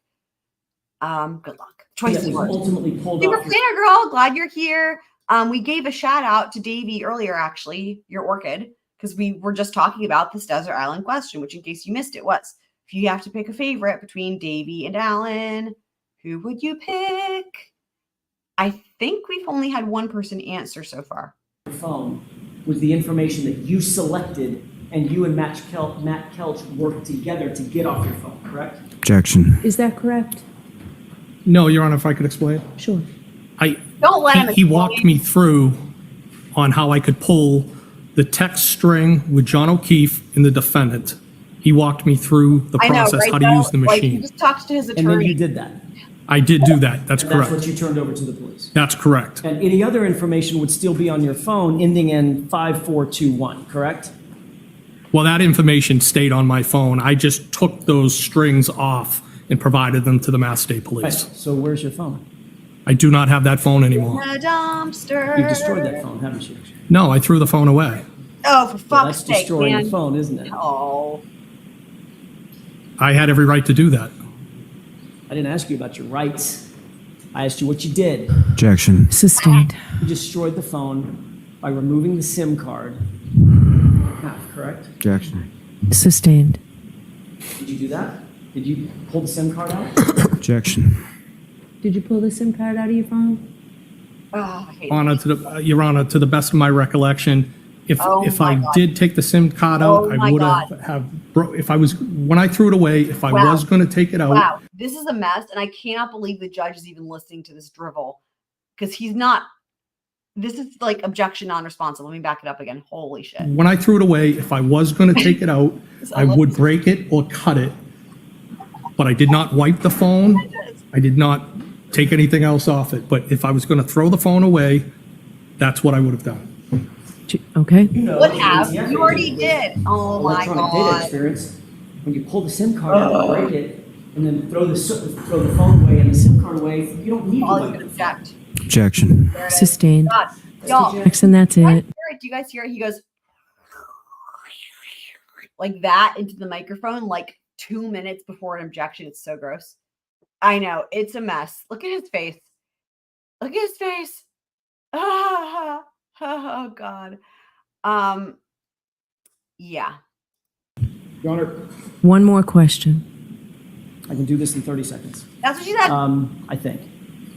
You were aware Actually, that's what Brian that, Alpert that said. there was a court order that you not alter, delete, or destroy, or in any way manipulate your phone or the electronic data associated with it, correct? Objection. As to what date? As of September 23rd, I'm sorry, September 30th, 2022. Objection. Oh, I don't believe Molly, that's what shut up. the court order was. I think it's Your Honor, I was. can make a quick offer of proof. That's exactly what it was that he was notified. Another offer of proof. Were you aware of that? Was that Oh my God. How she does What's the this. question exactly, Your Honor? I'm sorry. Ask the question again. Sure. For Pete's Were you sake. served with a copy of a notice on September 30th, 2022, that you not alter or destroy or manipulate anything on your phone on September 30th? I was served an order, yes, that's correct. And isn't it true, in another hearing, you explained that on September 29th, the day before you claim you got that notice, you changed phone carriers and Yeah, ABC's docket says if I was going to avoid the question, I would have danced around it while trying to not go against my previous testimony at another court procedure. Yeah, I mean, to that end, like one could actually just get up and like literally start dancing, and maybe people would just be so confused that they would just forget what was happening, and then you could just like pretend everything's fine. Like another alternative, like I've mentioned before, would be to just literally just run out of the courtroom and go hide in a cave. Like that would be an alternative. changed phone numbers And I maintained the phone. Very weaselly. until you didn't. Weaselness. When you destroyed it a month later by pulling the SIM card out and throwing it away, correct? Objection. Sustained. Did you do that in October? Did you destroy that phone? Objection. Sustained. Did you pull the SIM card out of your phone, Mr. Higgins? Did you?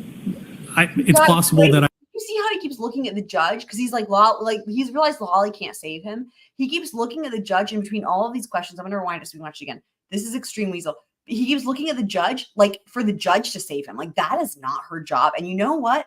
She has brought that upon herself. Let me just say that she has brought that upon herself because she has been stepping in with every witness and doing that cringy thing of like asking them the questions, and it's so fucking weird and creepy. And now he's like looking at her like, save me. And oh my God, it's horrifying. Like there he's doing it there. Let me back up a little bit. Let's just watch this again. This is a lot of horror, shock and horror. 2022, that you not alter or destroy or manipulate anything on your phone on September 30th? I was served an order, yes, that's correct. Yes.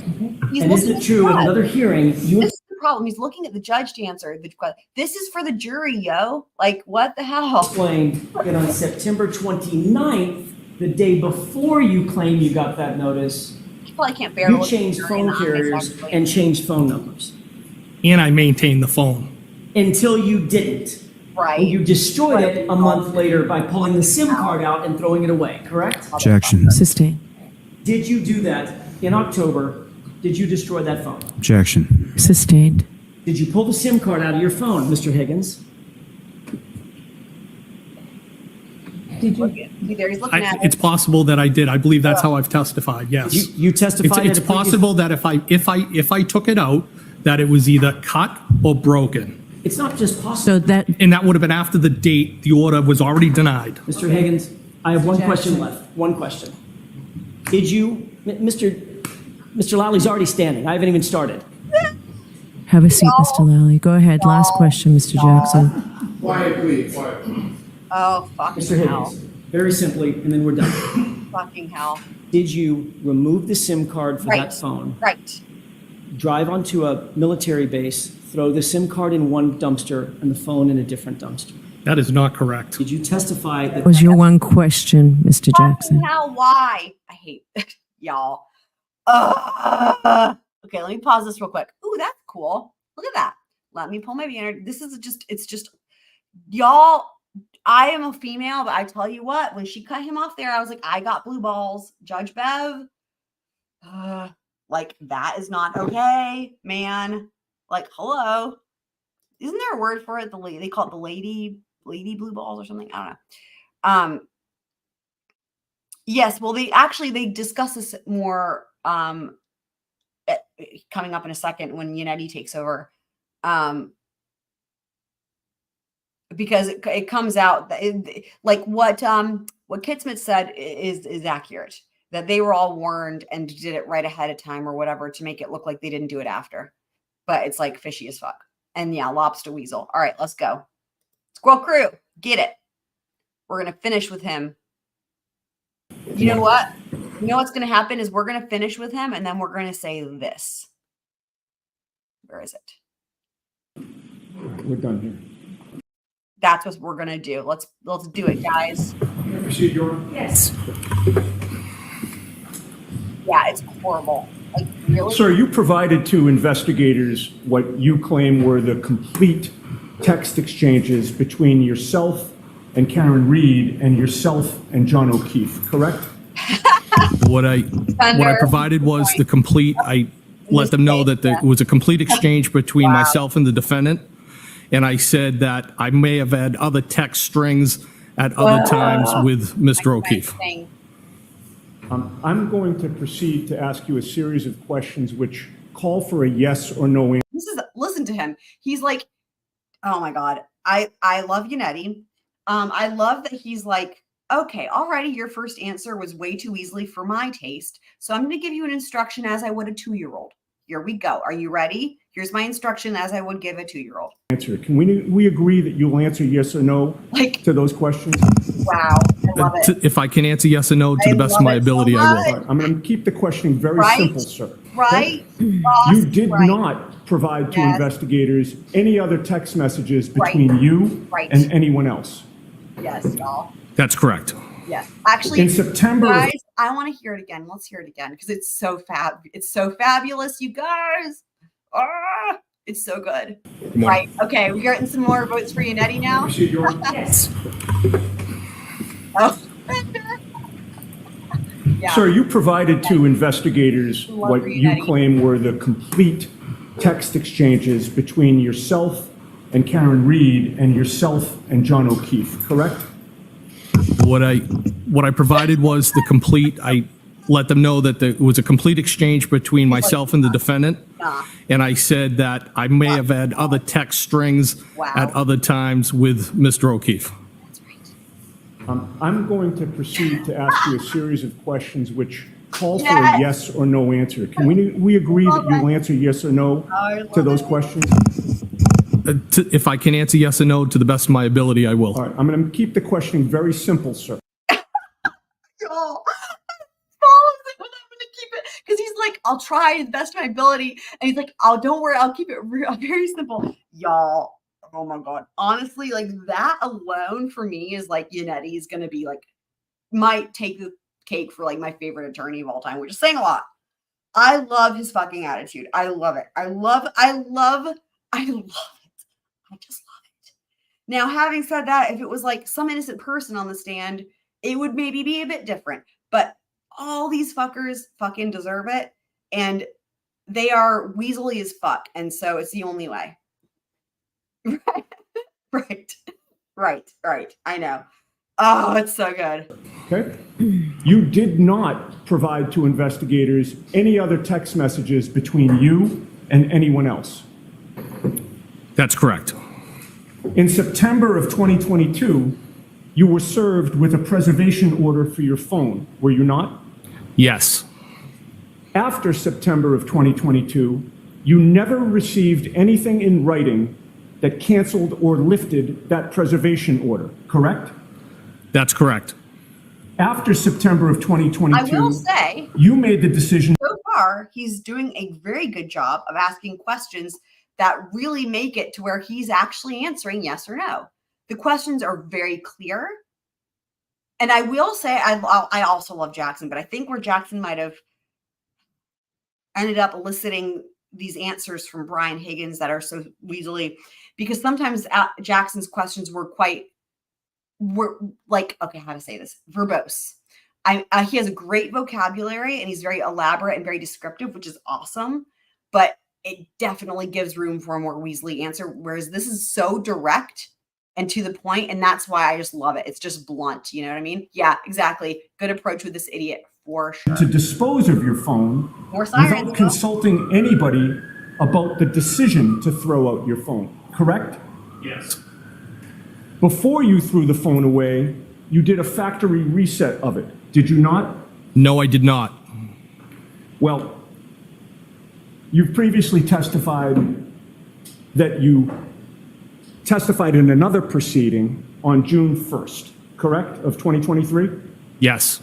Prior to that June 1st testimony, you met with some people and gave a statement on May 5th of 2023, did you not? I did meet with them. I don't know if that was the date. Okay. It was prior to June, correct? Yes. All right. May 5th doesn't sound wildly inaccurate, does it? No. And when you met with those people on or about May 5th, we'll say, or whatever date it was prior to June 1st of 2023, you told them that you did a factory reset of your phone ending in 5421. Did you not?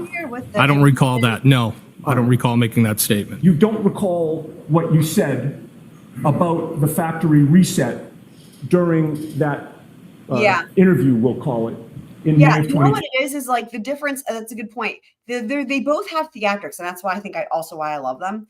But the theatrics are very different because Jackson's theatrics are very flamboyant's not the right word, but you guys hopefully know what I mean. Like they're very and then whereas Yanetti's theatrics are like mob boss. Like I'm here for blood. Let's go. like again, let's just listen one more time because it's so amazing. Here. We're done here. That sums it up in a nutshell. 3 words. That's him. And I'm such a fan. It's really funny because I would never have thought that this would be like an attorney that I would like absolutely fucking love. This is like not my personality at all, but I love it so much.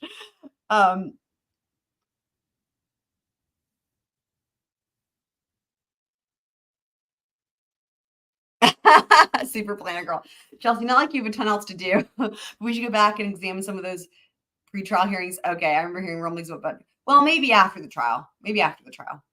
I still want to stick with, for anyone who's new and doesn't isn't aware. I came brand new to this, and similarly to like EDB and Runkle, without any knowledge or whatever, and no opinion, no knowledge of it, completely brand new, and I've not done any outside research. So I'm going off of only what's presented in the trial, and I actually am really enjoying that because it keeps it really clear as to just how little the prosecution has actually proved. Like literally, you can't accidentally help Lolly out by thinking that he gave you information like an accurate, amount of time to drive from one place to another. As an example, right? Like things that are easily knowable, you could easily think he taught you in the trial or like proved in the trial, but like he didn't. So anyway, also it just gives you an idea too for like what the, in this case, like the jury's point of view. So yeah, I'm sticking with kind of like what the jury, for as best I can for what the jury's being exposed to, but then after the trial will be different story. I mean, the thing is that's why I asked the question, because they're both great, y'all. It's win-win for everybody. There's no wrong answer here. There's no wrong answer. They're all great. Yeah. That's why I said it's desert island question, man. Like, I don't even know what would be an equally difficult desert island question. I don't even know.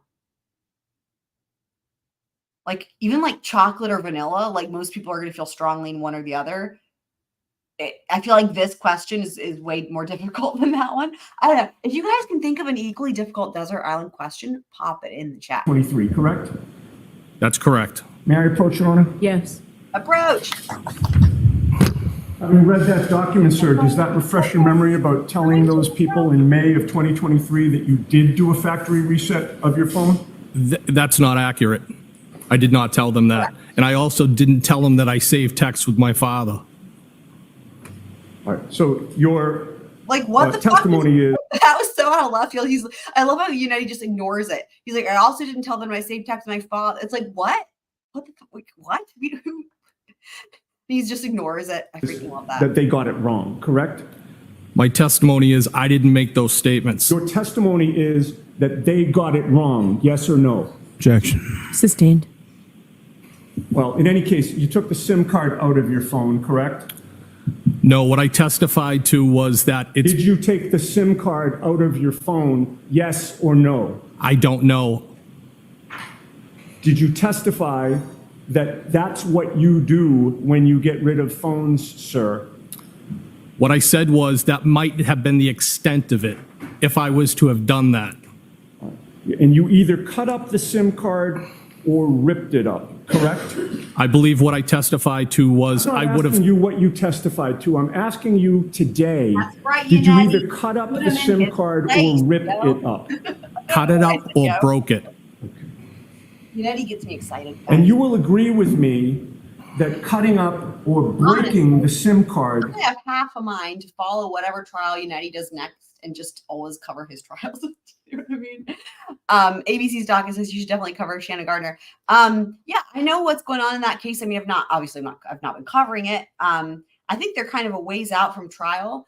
But yeah, I can think about that when it gets closer to it.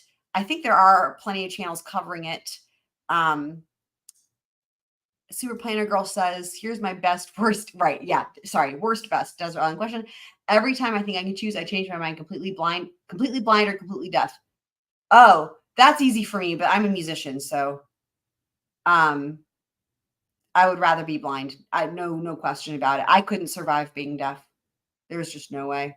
My life depends on ears. This one's kind of, I guess, going along those same lines.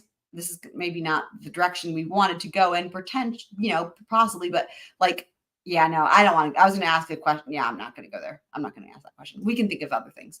ABC's docket also says completely blind. Yes, indeed. Destroy. You know what? That's it's actually being blind. It reminds me a lot of all of these people as they went outside onto the yard and couldn't see anything right in front of them, right? That's why I keep joking about it, because it's like, they're like, I wasn't looking, blah, blah, blah. It's like, yeah. Anyway. It's the SIM card, does it not? The card itself, yes. That would have been the purpose in terms of cutting it up or ripping it up, to destroy it, correct? Well, so nobody else could use the phone. Well, that was my next question. But in another phone. But the purpose of cutting up or ripping up or the SIM card is to destroy the SIM card, is it not? I have a good one. What about if you could choose between the ability to time travel or the ability to fly? Ooh. Yes.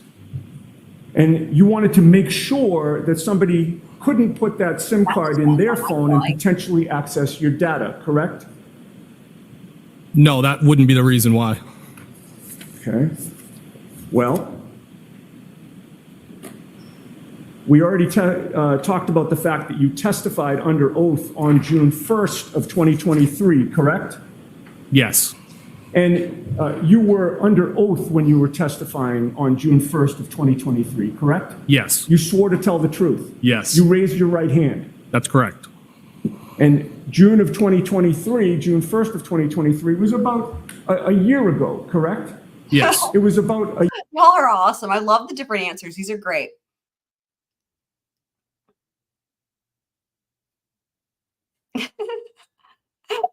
I love these answers. Yeah, and I'm picturing flying like, you know, as in you're a person, but you don't even need you can just fly. Like you can just, you know, like Peter Pan shit. Teleport. Okay, well, if you pick teleport, it can't involve teleporting to a different time period because that's cheating. That's like a combo platter of like time travel plus flying. So if you teleport, it's in the same time period though. But then you don't get the fun part of flying. I guess it's like, okay, I guess that can be an option. It's like speed flying in a way. But yeah, you can't cheat, then combine the two. Oh, without heights. Oh, I see. Interesting. So in my mind, part of the question, the appeal of flying is actually for the heights part. I didn't think about the heights part being as like a negative. I was thinking of it as being like a positive, like a fun thing.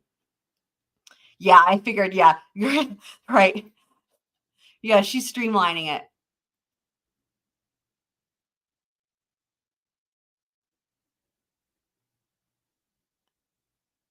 The thing is, I will say too, like, I feel like they have good, you know, like, there's things for, well, I guess there's all things for deaf people, although I don't know. I feel like if you go fully deaf, they can't really do much, but if you're fully blind, you know, they can teach you to, you know, it happens to people all the time, right? They learn how to walk with but it's not a cane, you know, there's a word for it, and then like read Braille and stuff. A year closer to your throwing your phone away, correct? Yes. And in that testimony that you gave in June 1st of 2023, did you say the following, quote, I made sure that somebody couldn't put it in their phone? Yes, I did say that. In fact, by either cutting up or ripping up your SIM card, you also knew that that SIM card couldn't be put back in your phone either, correct? Yeah, I believe that would be correct. And you'll agree with me that you took that destroyed SIM card and put it in a trash bag, did you not? I believe it went in a trash bag, Oh yes. my God. Y'all, this is one of my You favorite used the parts. passive voice. This is one of my favorite parts. It went in a trash bag. Did it fly out of your hand unexpectedly into a trash bag, sir? No, sir. It would have been disposed of with the phone. No, I understand. But are you reluctant to say that you put it in a trash bag, sir? Objection. Can you answer that? Are you reluctant to say that? No, Your Honor, I put it in a trash bag. Or with my And trash. then you also took your phone. Yeah, me too. Me too. Now, without the SIM card. So good. And you put that in the trash bag too, did you not? Yes, sir. Then you drove to a military base and you threw both the destroyed He's like, the trash, the phone, the SIM card went into the trash and the trash went into the bin. I had nothing to do with any of it. SIM card and the phone into a dumpster, did you not? Well, I was cutting through the base, and I believe how I testified Did you drive was to a military base, sir? I was cutting through a base, yes. Did you drive to it? Yes, sir. And then you put both the destroyed SIM card and the phone itself, which were in a trash bag, into a dumpster on that military base, did you not? I believe that's what I did, yes. And as you were driving away, you knew that that destroyed SIM card and the phone would be gone forever, correct? Yes, I threw it away. And before you drove away, you did not transfer anything from your old phone to the new phone, correct? That's correct. You lost all of your photos on that phone, did you not? Whatever photos I had on there, I did, yes. You lost all your videos on that phone, did you not? To the extent if I had any. You lost all of your other text messages besides the ones that you had with Karen Reed and John O'Keefe, correct? That's correct. And you knew that you did have text messages on that old phone with Kevin Albert. He's a friend, most likely. You also had text messages on your phone I with thought you Nicole didn't have Albert. friends, Most likely, yes. And you had text messages on your phone with Brian Right. Albert. right? Yes. It was important to you that no one see those text exchanges that you had with those three members of the Albert family. Objection. I'll let him have it. No, sir, that's not true. You took no steps to preserve those text messages, did you? That's correct. You did not ask your friend Matt Kelch, the agent, to help you extract Nice, those Yanetti, text messages, nice. did you? That's correct. And when you went to that machine, you did not extract them yourself, did you? He walked me through it. I did do the extraction. You did not extract the three Poor Matt Kelly. strands of text messages with Nicole Albert, Kevin Albert, and Brian Albert to preserve from that machine, did you not? No, I did not extract those. So the only place you knew they existed was on your old phone, correct? Yes, that's correct. The same phone that you put into a dumpster on a military base with a SIM card removed from the phone and destroyed, correct? Well, I did throw the SIM card and the phone on the military base. Right, and the SIM card was destroyed. You've already testified to that. I said to the extent of if I did that, I would have done that. Oh, for fuck's And sake. we're Sorry. talking about the actual phone that would have had your text messages, I would've done again, that. with What is wrong Brian, with you? Nicole, and Kevin Albert, words. correct? Yes, because the motion was denied. Well, you've already testified, sir, earlier, that you never received anything in writing that either canceled or lifted the initial preservation order, correct? That is correct. Bro. You knew when you were throwing that phone and the destroyed SIM card in the dumpster that from that day forward, no one would ever be able to access the content of what you and Brian Albert had discussed by text messages on your old phone, correct? Anybody. I have nothing further. Yes. Mr. Lally? Thank you, Your Honor. Oh, my God. And now for something completely Morning, different. sir. Good morning, sir. If I could take you back just for a No. moment to January 29th, early in the morning, you're pulling away from the Albert home, correct? Yes. And you had the plow down on the front of your Jeep Wrangler, is that correct? Initially, it was still on the ground, yes. And about how long distance, again, was that on the ground before you pulled that up? Maybe a foot. And with relation to the I know. curb, Another desert island question would be which of might be the hardest one of all, actually. Which of Lolly's questions has been the worst? I don't think that. I mean, that's wow. I don't know. I feel like that's almost cruel to even ask you guys to try to even think about that because that's so tough.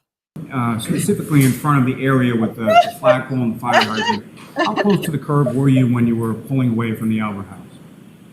I believe I looked both ways. There was no vehicles coming in either direction. I pulled out into traffic, and because that's a one-lane road, if there's no other vehicles, I'd be more to the center of that road. Now, maybe a silly question, but with reference to the front of your Jeep Wrangler, that didn't have any red plastic pieces or anything like that on the front of it, correct? At what time? At what point? At any time. No. Silly ahead of time. And that's the same Jeep Wrangler that you then drove to the Canton Police Station immediately after? Directly from there, yes. And then Hey, ABC's docket, check it out. He's now in the neck of the woods to ask the question about if he drives the Jeep Wrangler to the house the next morning. Let's listen because I don't think he does. I'm gonna back it up just a second. I know it's horrible to have to hear him, but this is actually important because it seems like this is being conveniently left out. And that's the same Jeep Wrangler that you then drove to the Canton Police Station immediately after? Directly from there, yes. And then you drove that same house. Jeep Wrangler back to your home in West Roxbury? Yes. and then you drove that same Jeep Wrangler back to Fairview Road later on that morning, Yes. and then Take you it drove back. There that it same is. Jeep Wrangler There it from is. Fairview Road to the Canton Police Station again later that morning, correct? Yes. Okay, so then I take it back. I'm glad we were listening for it. That's the first time we've heard that he says specifically that he drove. Now again, it's weird because nobody talks about seeing the snowplow the next morning. Now, the text communications between yourself and Miss Reed, again, who initiated those? The defendant did. And that was on January 12th, 2020. I think Lolly here with this question about the snowplow being down is trying. I think that Lolly, with his difficulties, is thinking that the defense is going to. I think Lolly is thinking that that the defense's theory potentially is that Higgins was driving and he didn't have his plow down, and it obscured his visibility because it was up too high, and that he accidentally hit O'Keefe with his plow. I don't think that's what the defense is thinking at all. But that just goes to show you, I think, in my opinion, how far off Lolly is from planet Earth, because that's the only reason why he would keep mentioning that, to try to thwart that theory. Super Planet Girl says, I don't know if it's a tie between anytime. He says, what if any, who if any. No, we need specifics, though. It has to be a specific one. Kid Smiths, I think that, oh, yeah. So that's basically what I was just saying. And you may have even had that, but I didn't see it yet. Sorry, Kid Smiths. Kid Smiths was answering the question as well. Yes, indeed. Two, correct? About 8:23 in the evening. Believe it or not, I'm actually not looking great. I mean, that's a great question. I'm actually not looking at her face. Like, really, I'm reading the chat. Like, I guess I do this. Okay, let me answer this properly. I think that what I do, and this was not intentional. This is the answer to the question, though, because, people are adaptable. So, like, I think what it is when her face is on the screen, I am looking only at the chat. Speaking of field of vision, I can see in my periphery when it goes back to the witness stand or to the questioning attorney. Wait, can you guys not hear me?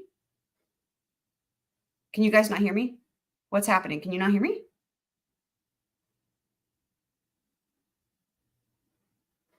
I don't know what happened. Shouldn't have cut out. I paused the video. Can you guys hear me okay? I paused the video. Okay. Maybe it was something on your internet, Kidsmiths. Okay. Glad y'all can hear me. Okay. So yes. I see what you're saying. Yeah. For me, it's like, I think that my eyes read only the chat. And then when it moves away from her, then I look back. But, yeah, for me, it's just the face is really distracting. Y'all have heard me say this a million times. It's not about a reason, or I don't think it means anything. It's just, I've found it to be very distracting. And also, they shouldn't just be zooming in on her anyway. Yeah, you might have missed that, Fender.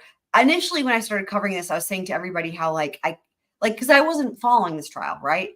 And then part of it was I was saying that I have an allergy to her face.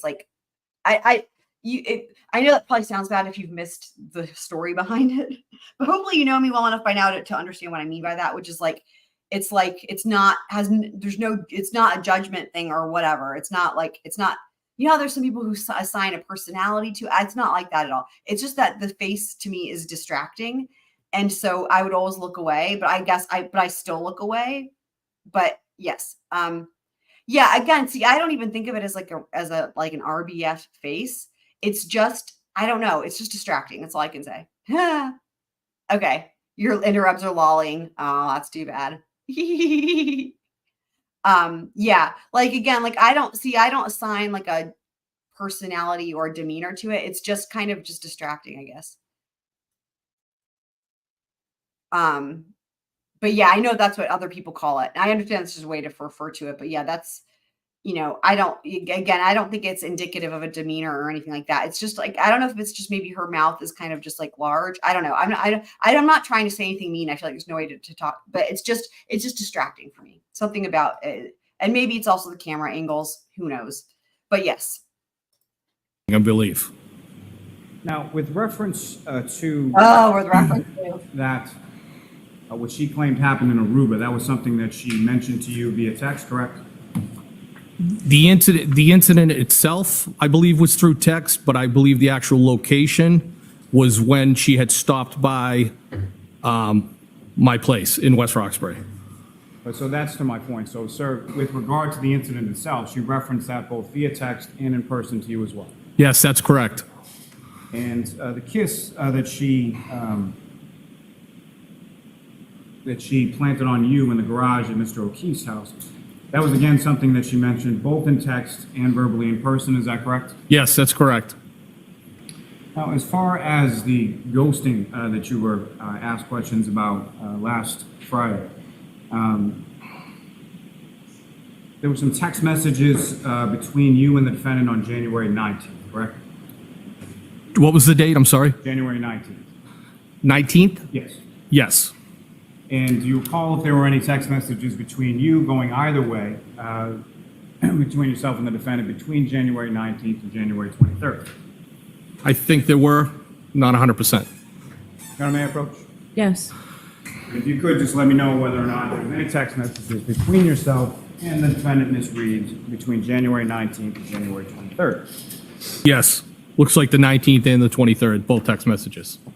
But in between those dates, and what I'm asking about is January 20th, January 21st, January 22nd. There's no text messages on any of those dates, correct? I don't see any. And then as far as between January 23rd and January 28th, January 28th is when you texted her while you were both within the waterfall, correct? On the 28th, yes.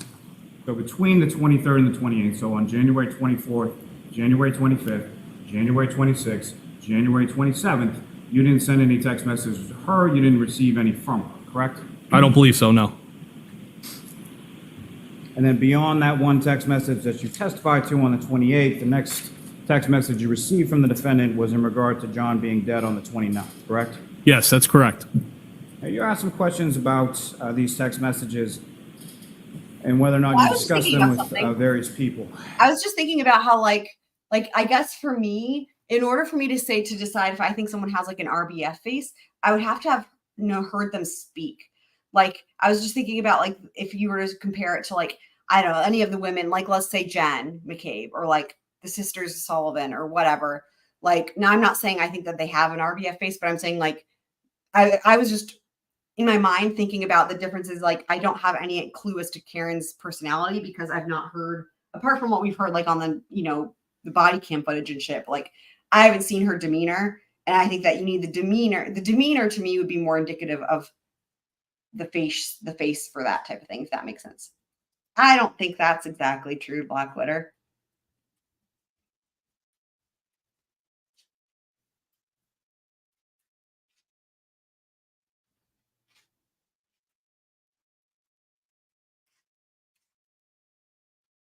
Oh wait, I've missed a couple things in here.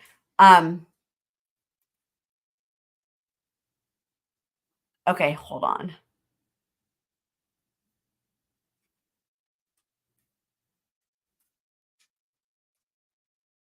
Yeah, the other thing is though, the cameras zoom in on her face. I mean, people have been examining the fuck out of Chad as well, but also he has an advantage in terms of like the cameras being zoomed out. You can't really see it as well. But people have still been doing it. Have been I mean, they do this it's with every trial, right? With every defendant. And luckily, I mean, having said that, the cameras show her in this trial far less than most defendants. Like look back, like think back to Murdoch. It was constantly showing him and zooming in and out. Like the camera was always there. So they don't show her very often. I think they must have had a chat about that. But when they do, they zoom in, and then have, of course, compare that to Chad where the camera's always on all four angles, right? But zoomed way out. So you can't really see anything. So I don't know. But yes, absolutely women are judged more harshly for sure. Yeah. Did you discuss those text messages with anyone? Not to my knowledge, no. Why not, sir? To be honest with you, I mean, on a personal level, I kind of keep things to myself. I was a little embarrassed. Wasn't really proud of him.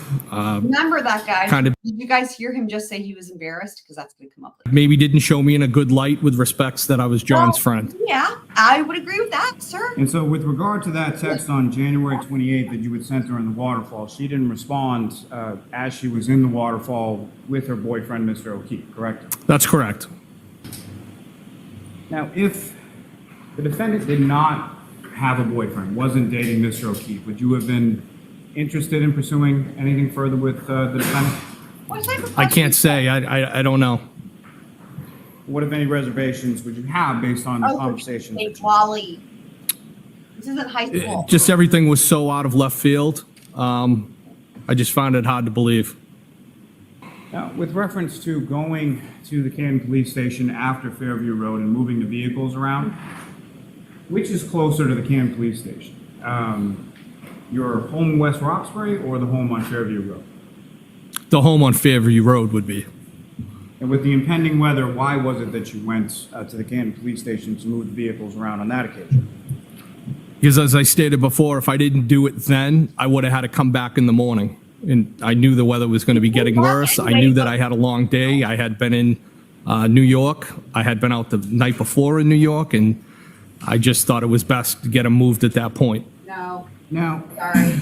you were asked some questions on Friday about a phone call or something in a call log from about 2 o'clock or 2:22 in the morning of January 29th. Do you recall How that? funny is it that Lolly I recall the questions, yeah. tries to pretend like he doesn't know what it is? He's like, you were at some sort of phone call and maybe a call log around to, like, you know exactly what this phone call is. This has been a topic of much discussion for several witnesses. Yeah, I know. I'm with you guys, though. I also can't sit still. In fact, I can't even sit. Like, I don't ever sit unless I'm driving. So this would be excruciating for me. I mean, I would be like, can I just stand the whole time? Can you imagine what a weirdo? They'd be like, what's wrong with her? She's standing the whole time. I would not be able to sit. I would have to find a way to move around or do like exercises in my chair or something.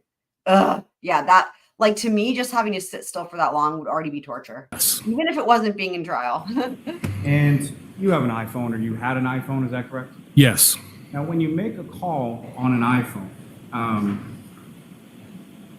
as you sort of place that call, you hit the button, there's sort of a timer that comes up and starts counting off seconds as the call is being connected. Remember, correct? I promised you guys, I think it was yesterday or the day before, that a Lolly voice was coming, and I'm there. I'm there. I'm like, like, oh my God, I was just doing it. Now I'm like, can I even, it's the type of thing where it just happens. So I don't know if I could even, now that I'm talking about it, even try to do it. It was like, oh, fuck. Okay, let me just back it up. See, I can't do it on command. It just happens automatically when I'm making fun of him. Hold on. Let's Friday see if about it'll happen on its own again. phone call or something in a call log from about 2 o'clock or 2:22 in the morning of January 29th. Do you recall that?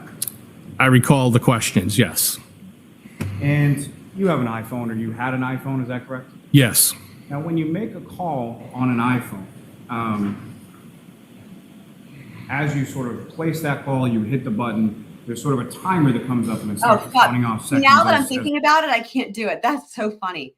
Anyway, I don't know if you guys even heard it, but I did the Lolly voice, but I was going to do more Lolly voice, and then I started talking about it, and now I fucked it up. Fucking hell. But I have a Lolly voice in my head. That's the point. I have a Lolly voice in my head that when I hear him talk, it sounds like the Lolly voice in my head, which is really funny because it's like, anyway, you guys will hear it again probably. Yeah, I think it's pretty safe to say he's wrong about it because Lolly.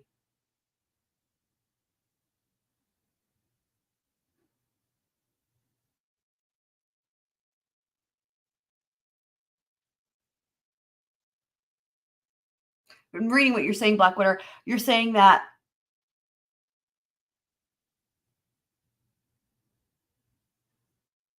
oh, I see what you're saying. People were mad because she didn't have kids. Is that right? Is that what you're saying? That is crazy.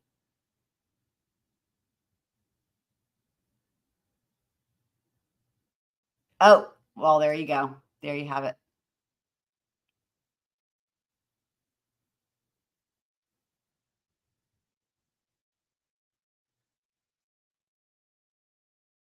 Yeah, but absolutely. Yeah, I totally, of course, right?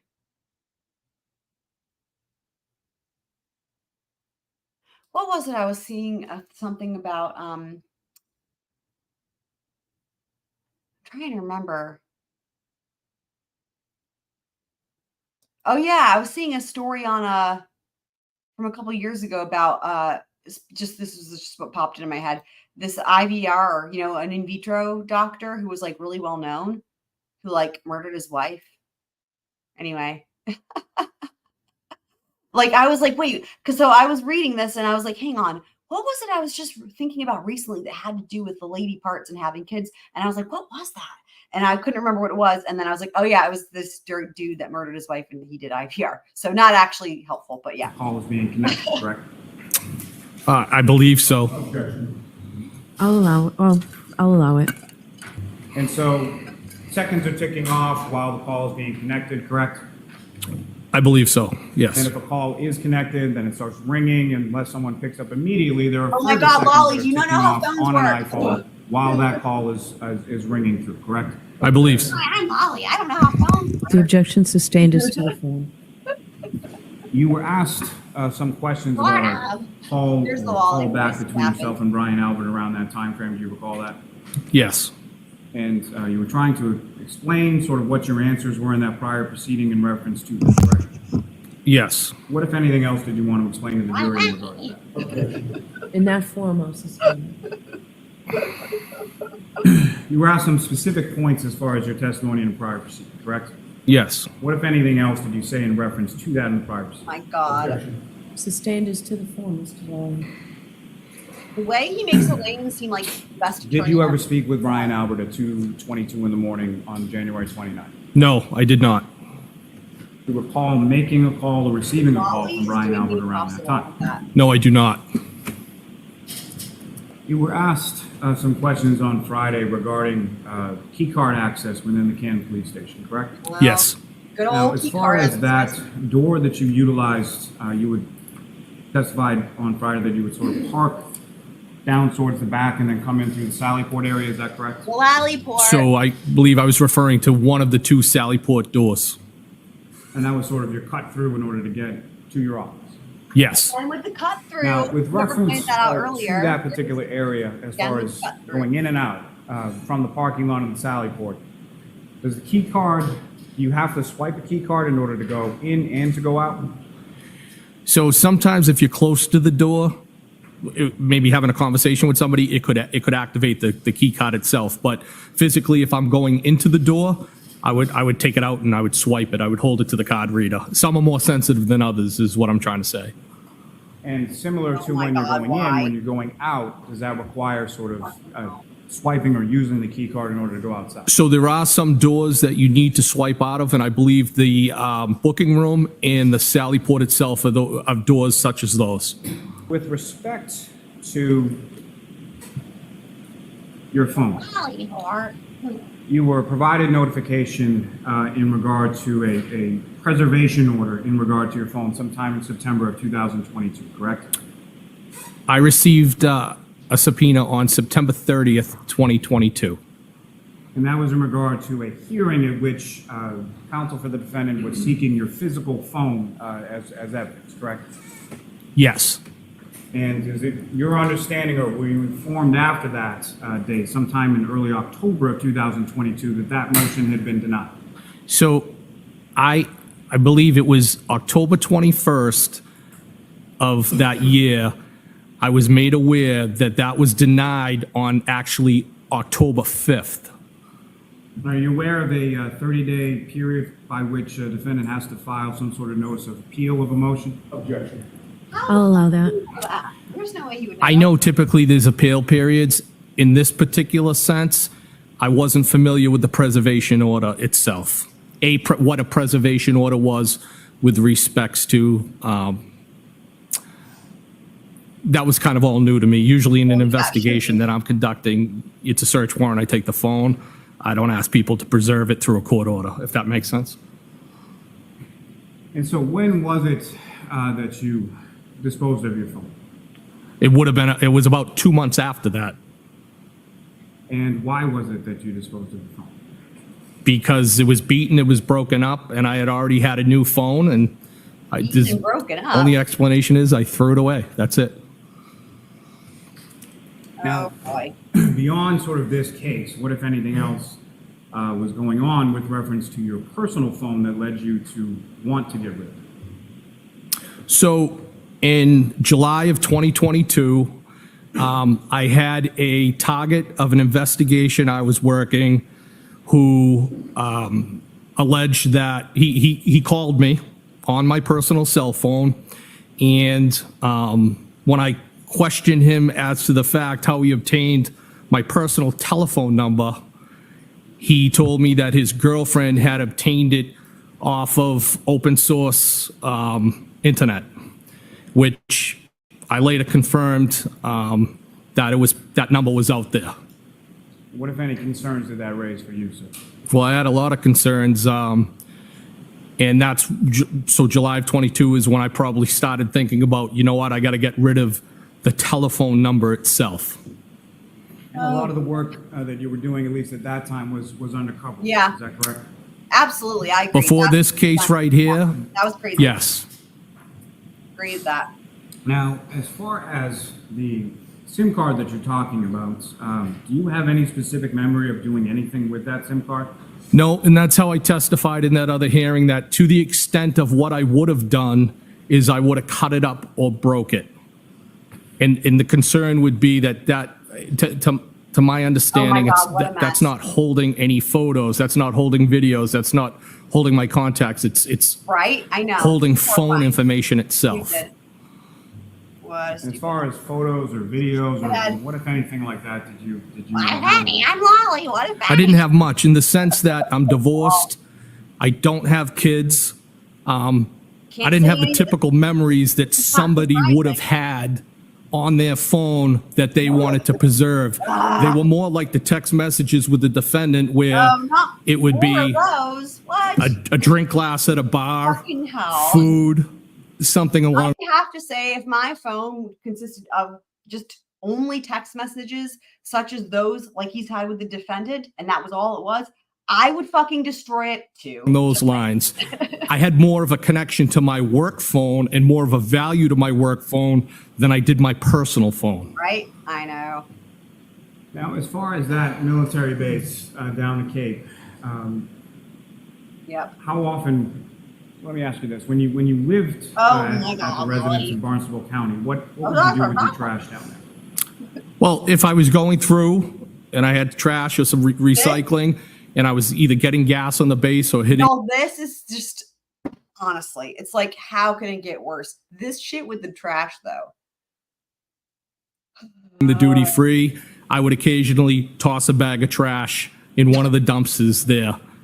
Or if I forgot, I would throw it out when I got back to my other property. And at the time, at one point, I was living in Canton, and I had the house there, and then I sold it, and then I had the in-law I was renting, so I had other options to throw things. Oh my God. Oh my God. Oh my God. Oh my God. Hold on. Where is it? There it is. There's no evidence of anything in this case. It's away. Did you have trash pickup at your residence in Barnstable? No. So if you were to throw away anything, any sort of trash, it would have to be either at the base or at one of your other homes. It would be somewhere else. Oh my God. Wow. And so with reference to With the reference. phone I'm and the Lolly SIM with card, if you reference. even did you drive specifically to the base to throw your phone away, or were you throwing it away with Lolly other with trash? reference. It was just with other trash. You were shown some call logs, or some toll records, or something to that effect last Friday God. with respect to calls that you had made or received around January 29th, 2022. Is that correct? Yes. And was that anything that you had specifically preserved and given to the troopers, or that was something that someone was able to obtain even without your phone or without your SIM card, correct? This fucker That's correct. is so busy. This fucker is so busy driving around, plowing other people's snow like a good Samaritan for the goodness out of his heart, / taking his trash on a vacation and driving it out of town to throw it away elsewhere, that I don't know how he has fucking time to text anybody or work. Well, sir, going back to January 29th, pulling away from the residence on Fairview Road, you didn't see anything on the side of the road, is that correct? Absolutely not, no. And I what is think that's not accurate because surely there was something like maybe some snow. it that you would have done had you seen anything or had you No. seen Mr. O'Keefe on the side of the road on He gets trash pickup. It's just, this is shady motherfucking bullshit. Like, it's just not plausible. Like, okay, Iowa was here, was it last night?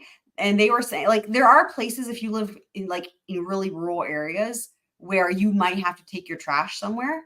I actually lived in a place like that when I was living in Boone. And so you would have to drive it like to a dumpster site or whatever. Because they don't have trash pickup. But that's not what he's talking about. That's not what he's talking about at all. He's not living out in the middle of nowhere. That he's just choosing to not put his trash out because then it becomes public. Right? I know. That's right.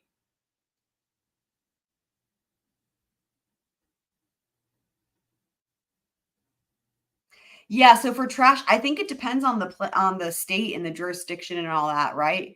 Like here, the trash is grouped in with like the sewer. Like when we get the bills and shit, it's like trash, water, sewer, I think are like all grouped together or whatever. And I don't know how much they charge for it. It's just you don't have a choice. If you're alive, you have to pay for it if you live here.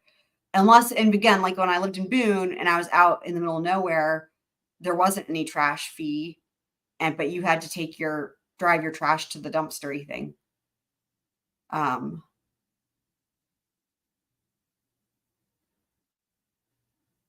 But yeah, now I have 3 bins at my house. It's crazy. We have a bin for trash, and I say bin. These are like my own personal bins that you roll out to the street. But it's like garbage, recycling, and then they just delivered us one. It was crazy. This was just recently. I was like, what are they doing?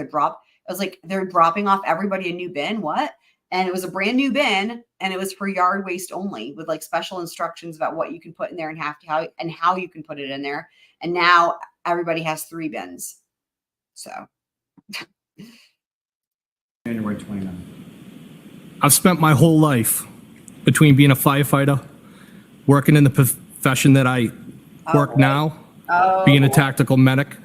If I had saw John O'Keefe on the side of the road, I would have done something to make a difference. did you guys catch that? Did you guys catch what he just said? Were you listening? He said, if I had seen John O'Keefe on the side of the road, I would have done something to make a difference. You guys notice anything funny about that?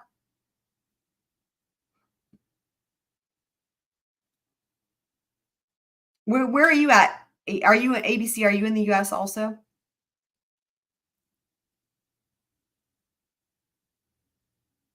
Oh, you have compost kits. Yep, you got it. You got it. You see Mr. O'Keefe on the side of the road on January 29th. I've spent my whole life between being a firefighter, working in the profession that I work now, being a tactical medic. If I had saw John O'Keefe on the side of the road, I would have done something to make a difference. Did you guys catch it? Black Widow is a representative. I'm making a joke here. She did not choose this. It's a running joke. She's in Ireland, so she's the representative. We joke about it as Republic of Ireland. So okay, you're in Kansas. Okay. Actually, Nightbot should pop it up here. Yeah, there it is. The Republic of Ireland is in the house. So she's like the ambassador. We always call her and joke about that.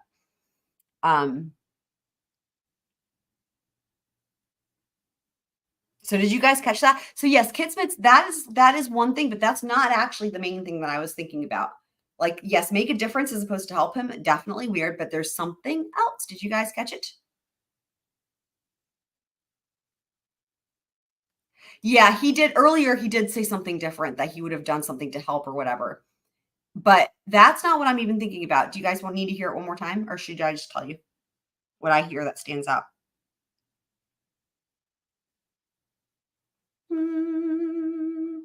Profession. That's it. He said, if I had seen him on the side of the road, which first of all, my ears are forever changed because you guys understand from covering Murdoch, that phrase will never be the same for me. I will always hear side of the road because I was used to updating that ticker for fun, y'all, for old time's sake. Oh my God, I'm going to get so sentimental. Oh my God, I'm going to get so sentimental. You guys, I'm such a weirdo. Look, I still have this. This is where it left off at the end of the trial. These are the total numbers. I still have it saved. Oh, I miss this. That was so much fun. But because of this side of the road, my ears automatically have like a thing for it. So that's where I heard it. I'll play it again. Let me back up just a smidgen. Okay. Working in the profession that I work now, being a tactical medic, if I had saw John O'Keefe on the side of the road, I would have done something to make a difference. I have no further questions. All right. So what do you guys think? Well, yeah, that's not related. Like, that's why my ear caught that. I mean, I may have noticed it anyway, because I'm trying to pay attention when I'm doing all this stuff, but I heard that phrase, like, even when it happened live, like, I heard that phrase because my ear is so trained to hear it from Murdoch, because we had the ticker, like, in case you guys didn't know, like, let me just show y'all real quick for those who didn't know. So when we did the Murdoch deep dive, we had a similar thing going on with Debt Be Heard, if you guys remember, but the ticker at the bottom is counting over the whole trial, how many times these certain things were said. So side of the road, there it is. Side of the road / roadside incident was 114. This is so funny though. Forge, fake forge. Aw. PMPD pimped. That 34 can't be right. It had to be more than that. Couldn't get all of them right. Creighton Perches, 307. Oh my God, I loved Creighton Perching. The Gamecocks got 44. Hopefully y'all can see it scrolling. Beg the court's indulgence. Oh, that had to happen more than 25 times also. Sometimes there were like multiple things happening at once. Sirens, 21. Dick throws a tantrum. I think that was a Kit Smith's suggestion. That also probably happened more than 9 times. Dick flies too close to the sun. That had to be more than 4 times. It's a chicken. Speaking of which, It's a chicken. expert witness uses a yardstick. One of my favorites is coming up. Here it is.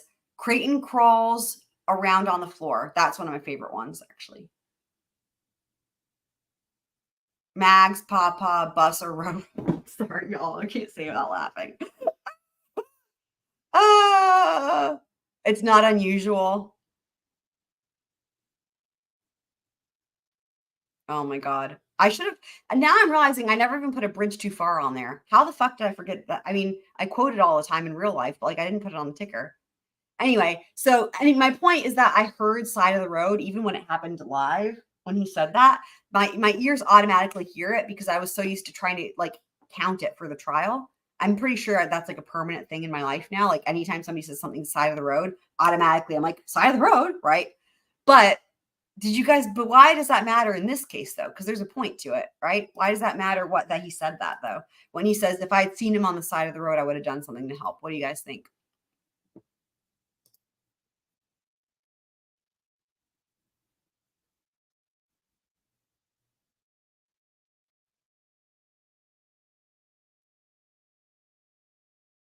He was in the yard. He was in the yard right near the fire hydrant. Here, let's take a look real quick. He wasn't on the side of the road. I don't know if that's just a mistake or if it's a way to like do that thing that we see people do sometimes where it's like he can say it more truthfully because he changed something about it, right? You know what I mean? Y'all, we've seen this in cases, right? Let me just find. Okay, here we go. Jury view. He was found like essentially right from my understanding, essentially where that patch of grass is near the fire hydrant. I think he was right around there. And that's why they showed this at the jury view. So this is in the yard and not on the side of the road. On the side of the road to me would be like, see where the white line is on the side, actual side of the road. Like, okay, you have the road and then you have the side of the road. That's where the white line is. Like that is by definition, the side of the road. That would be if he was lying there, but he was in, remember, we even know that he was found with grass underneath him. We heard that in Carrie Roberts' testimony. She said that the phone was underneath him and grass was underneath him. Now she was saying that to indicate that when he first got there couldn't have been a lot of snow. But in this case, it matters because again, he's in the grass, not on the road, right? So it's interesting that he says that. He says, if I'd seen him on the side of the road, I would have. Let's listen one more time now that we have this context and also seen the picture. Sir, you testified. Not yet, Yanetti, not yet. Hold on. Hold tight, my friend. Doo-doo. Working in the profession that I work now, being a tactical medic, if I had saw John O'Keefe on the side of the road, I would have done something He wasn't on the side to of the make road. a difference. It's weird. It's weird. It's weird. No further questions. I think that whole sentence is weird. Right? Sir, you testified that Yay! a prime motivator of you to get rid of your phone was a July 22nd call from a target of an investigation that you were working on. I never said it was a prime motivator. Was it a prime motivator? No, what I testified to was the phone. By the way, Fender, I don't know that anybody really liked Pooter Jim, but I love Creighton. I'm a huge fan of Creighton. I freaking love Creighton. Lounge Lizard, Creighton, love him. Phone number was what I was concerned about primarily. Right. Didn't have anything to do with the phone. Okay. You did not change your phone number on July 22nd, correct? July of 2022. I Is mean, that I what you- understand what you're saying, Kitsmits, but you know what? I think it is. I think it's more of like distancing him from the house. Like that.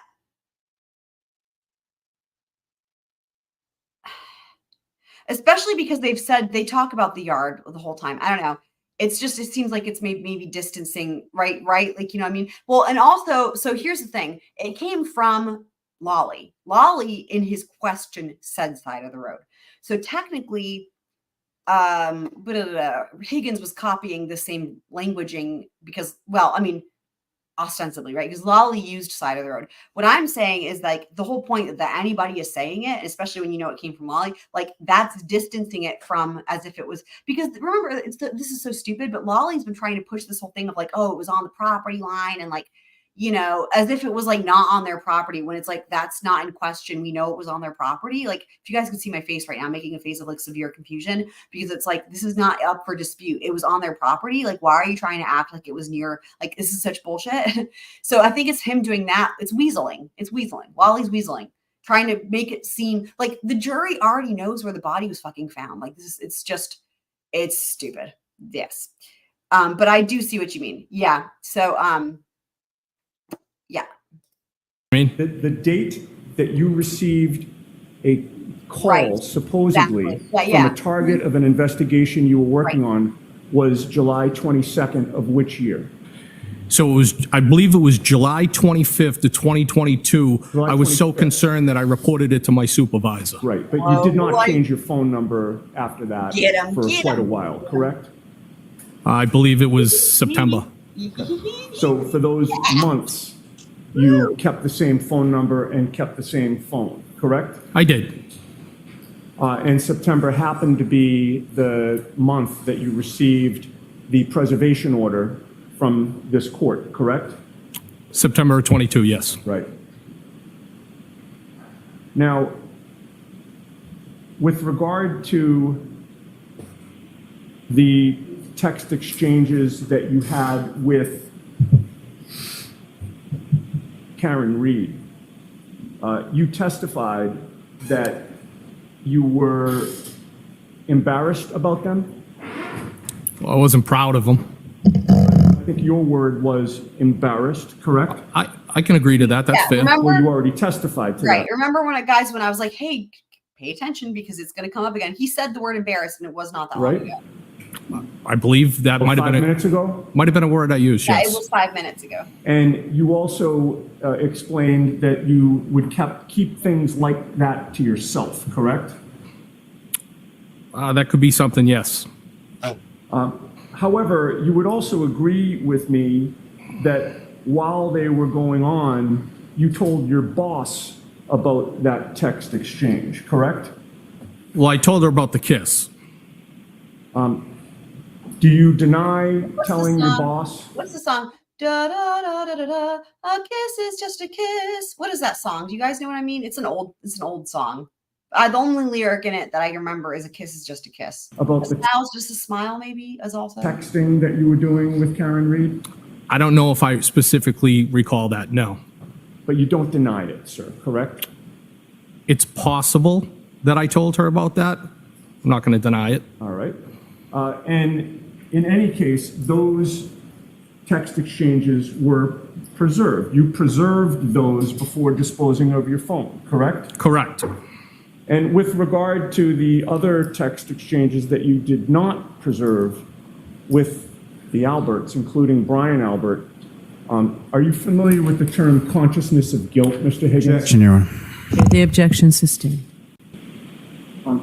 Just one more thing. With regard to the date that you changed phone numbers on your phone, you would agree with me that was September 29th of 2022? When I actually changed the phone number? That's what I just asked. Yeah, yes, I also got a new phone, yes. Okay. September 29th of 2022, Yeah, you what is changed Proctor your phone apologizing number and for? got a new phone, and then September 3rd. This is Blackwater. You have nothing to apologize for. Casablanca, maybe? Do do do do do do.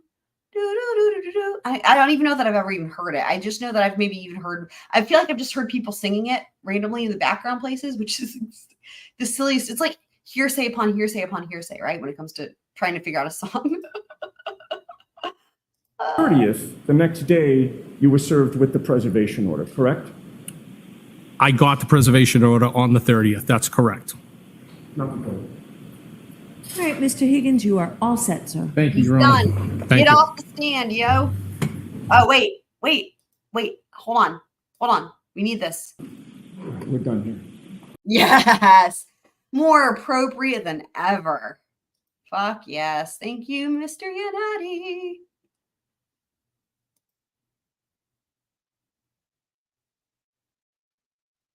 What a cute squirrel. I don't know if you guys noticed this, but like, wait, okay. Let me go. There we go. Pause. I don't know if you guys can tell, but like the font there, where in the bubble is snow. It's actually snow. Like the letters are snow. Because like it had a thing where it can like generate, it's like real, it's like actual snow, but they make it into letters. It's pretty crazy. Yes, so let's see if we can find the song. A kiss is just a kiss. I'm Googling it. Ha. As time goes by. Of course it is as time goes by. And it is from Casablanca. Good job, all you guys who said that. As time goes by. It's that song. Okay. So see, and I've never seen Casablanca, so that makes sense as to why I've just heard the song in passing. Okay. That's it. A sigh is just a sigh. See, I thought it was smile, but sigh. Okay, that makes sense. There it is. There it is. People also listen to My Heart Will Go On. Wow, I forgot about that song. Completely forgot about that song. So, y'all, this has been super fun and awesome. How do you guys feel about, you know, as far as, because week 5 is just, well, we're almost done with week 5 because we heard part of it today. But like after this, it's just the 2 docs who we covered live somewhat. I don't know that we really need to do them in the recap, but we can. My Heart Will Go On. Every night in my dreams, I see you, I feel you. I'm doing it faster. It's not really that. Well, let me do the chorus. So it's like, near, far, wherever you are. Do-do-do. Actually, I guess you do it a lot higher. Like, near, far, wherever you are. Do-do-do-do-do-do-do-do. Again, that's on, that's faster than usual, but it's that song. Near, far, wherever you are. My heart will go on. Oh, Celine Dion. So she's like, my heart will go on and on. Like that kind of, with lots of reverb.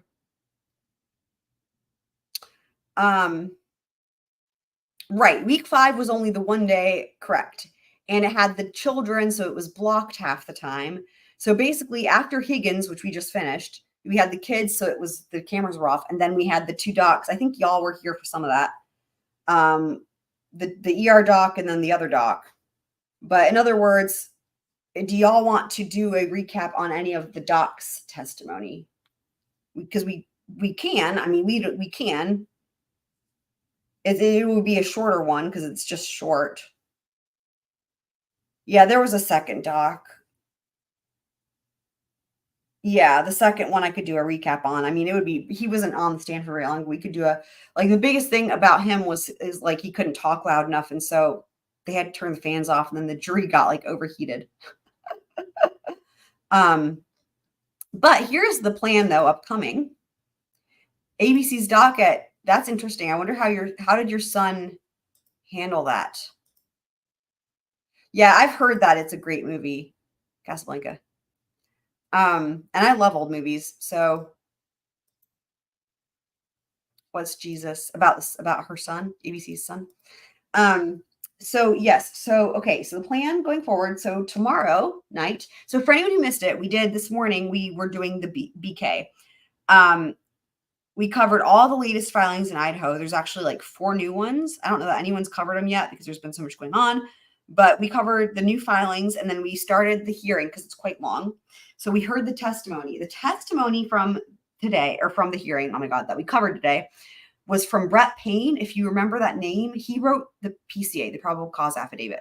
So it's actually a big deal that we're hearing him. It's the first time we're seeing him testify in a hearing. So he's on the stand from the, Brett Payne from the Moscow PD. After that, there's an expert witness who's an expert in cell tower forensics, and he basically invented all the shit that they use to do cell phones.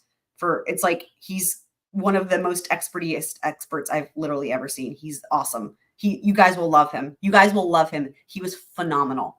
So we covered the testimony, and then we stopped at the argument because the argument is another more than an hour, like hour and a half or something. So we're going to do the argument portion tomorrow night. But I have the timestamps are already done for all that. So I've got some especially key points. Everything's timestamped.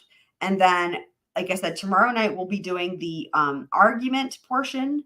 And then on Monday morning, I'm going to be streaming the trial live as long as I can. And we have no idea who's going to be called next on the witness stand. So that will be a surprise.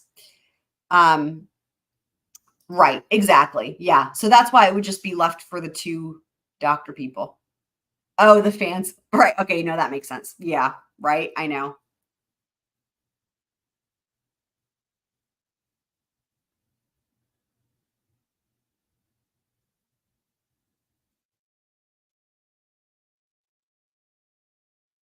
Yeah. From what we understand, they did talk about some like interactions between Karen and John. I think there's been some, I know Fender and DSN have shared some stuff in the Discord for people that were there that reported on, after the fact, were able to talk about kind of what the kids testified to. And that's, yeah, absolutely. Yeah. He didn't even try to talk louder. It was weird. It was weird. Oh, Titanic is my go-to crime movie. Wow. Yeah. I haven't seen it honestly since I was a kid, like when it came out. That's the last time I've seen it.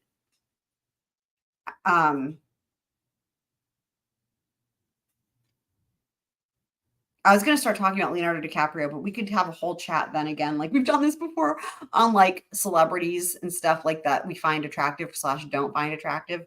Because a lot of people were like, back in the day, what are you barking at, Piglet?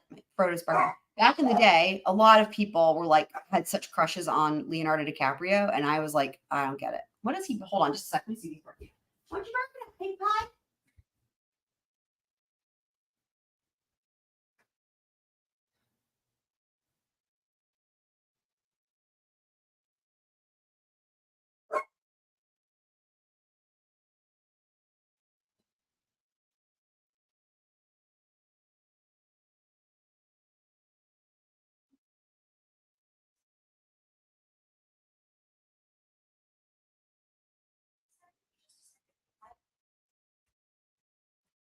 Okay, I think Frodo needs to go outside.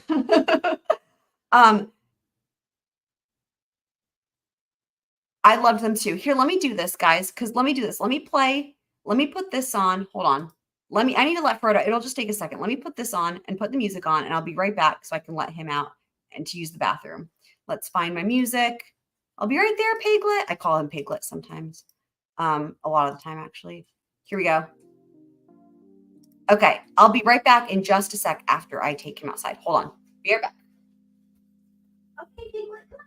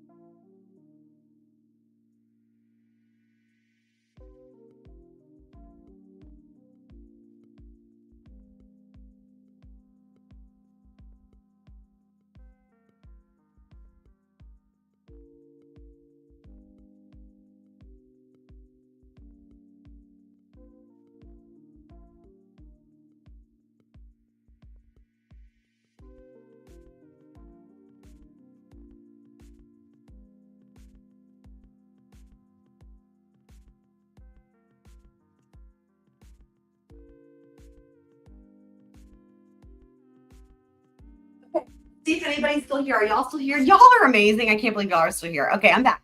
I just said Frodo had to go outside and use the bathroom. I guess I can leave music on. Okay. Thank you guys for being patient. I don't know. I feel like I have no idea how long that took, but he just had to use the bathroom. Yeah, so the kids, right, that's a good point. Half the witnesses, right, I know, right? Well, literally, yeah. I also loved them. Yes, did also love them.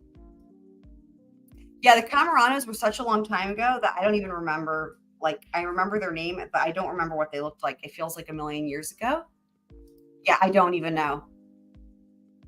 Fender probably saw it recently because she was getting caught up, so she might be able to say. That's funny. Oh, y'all are awesome. Oh, I wasn't peeing. It was Frodo, so he was out. We were. I took Frodo outside. If you guys ever hear me talking to the piglet or pig pie or something, that's him as well.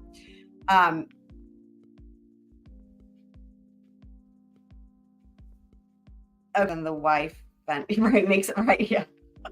No, I go potty outside. And he goes potty inside. Yeah, I don't remember that at all. My guess, if I had to try to guess what they testified to, did they talk about Karen having the glass in her coat? That would be my guess. Did they talk about the fact that it was a light dusting when they left the bar? Probably. Oh, sweet. Well done, Fender. Well done. I'm so happy that you're watching this with us. By the way, if you guys ever pop over to Iowa Backyard Cam, every time I've gone over there, which is quite a lot, because it's like a 24/7 stream, which is, I don't even know how you do it, but that's what they're doing. And that's incredible. So they have a night cam and everything. But every time I've gone over there, they have night driving playing. And I'm always like, yeah.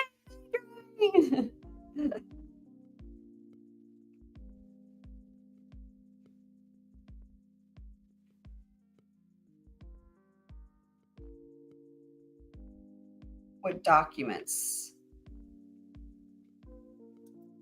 I'm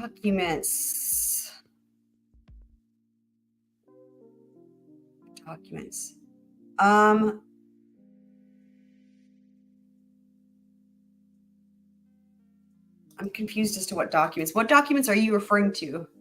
Are you saying the documents I was talking about earlier, or? I feel like that we use that word so much that I wasn't even paying attention. So, oh, doctors. Okay. I was like, documents? There's so many documents. Which ones? I don't even know. It could be anything, any documents.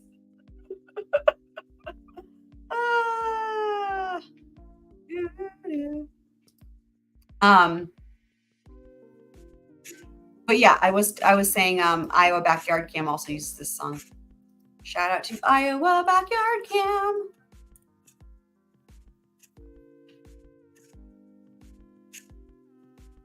I love Nightbot.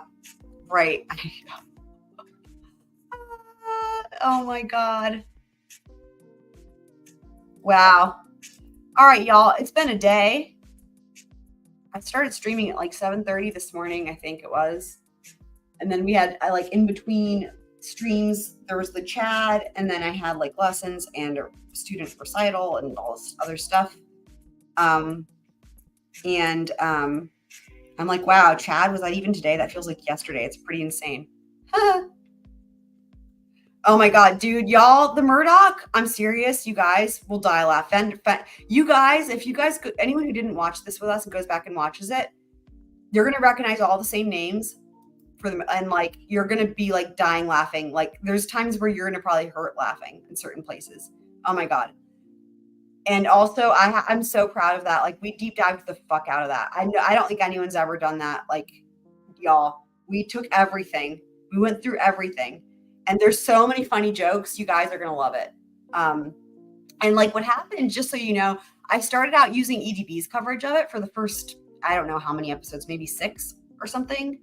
And then everybody was kind of suggesting, why don't you just do it from the regular court feed because everyone was saying like, we want to be able to hear your commentary. And I was like, what? I was like, I don't get it. Like, why would anyone want to hear me talk? And so, but like everybody voted and they put a lot of thought into it because everybody's awesome. And they voted and it was like unanimous. And so I was like, well, I'll try it and see. And so then I think like what I said, like sixth or seventh episode in, once they start getting into some of the more like heavier witnesses, like that's when I just started using the court footage or whatever. And like, that's when I was like, oh, wow, I have no problem doing this. And I was like, I actually realized I had so much to say because Murdoch is my favorite trial of all time. And I consider myself like, if there is such a thing as a Murdoch scholar, I would call myself that. And I didn't realize that until then, that with EDB's footage, I was not talking as much because she's talking, which is great. I love what she says, but I had a lot of other things too. So yeah. So anyway, but I hope you enjoy it and have fun with that.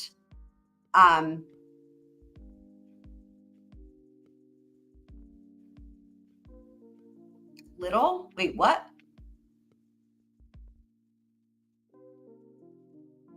The first doctor got a bit fresh with the defense attorney. Little?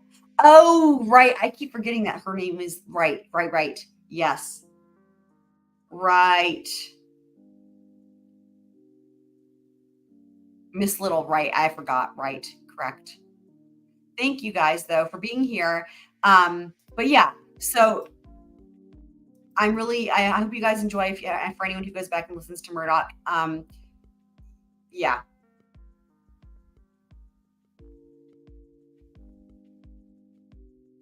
Yeah. So, all right. So other than that, hopefully you guys will be able to join tomorrow for the rest of the Koberger hearing. Let me get my music off. Hold on. Okay. All right. And thanks so much for being here, everybody. Thank you for being a squirrel. And I will see y'all on the next one.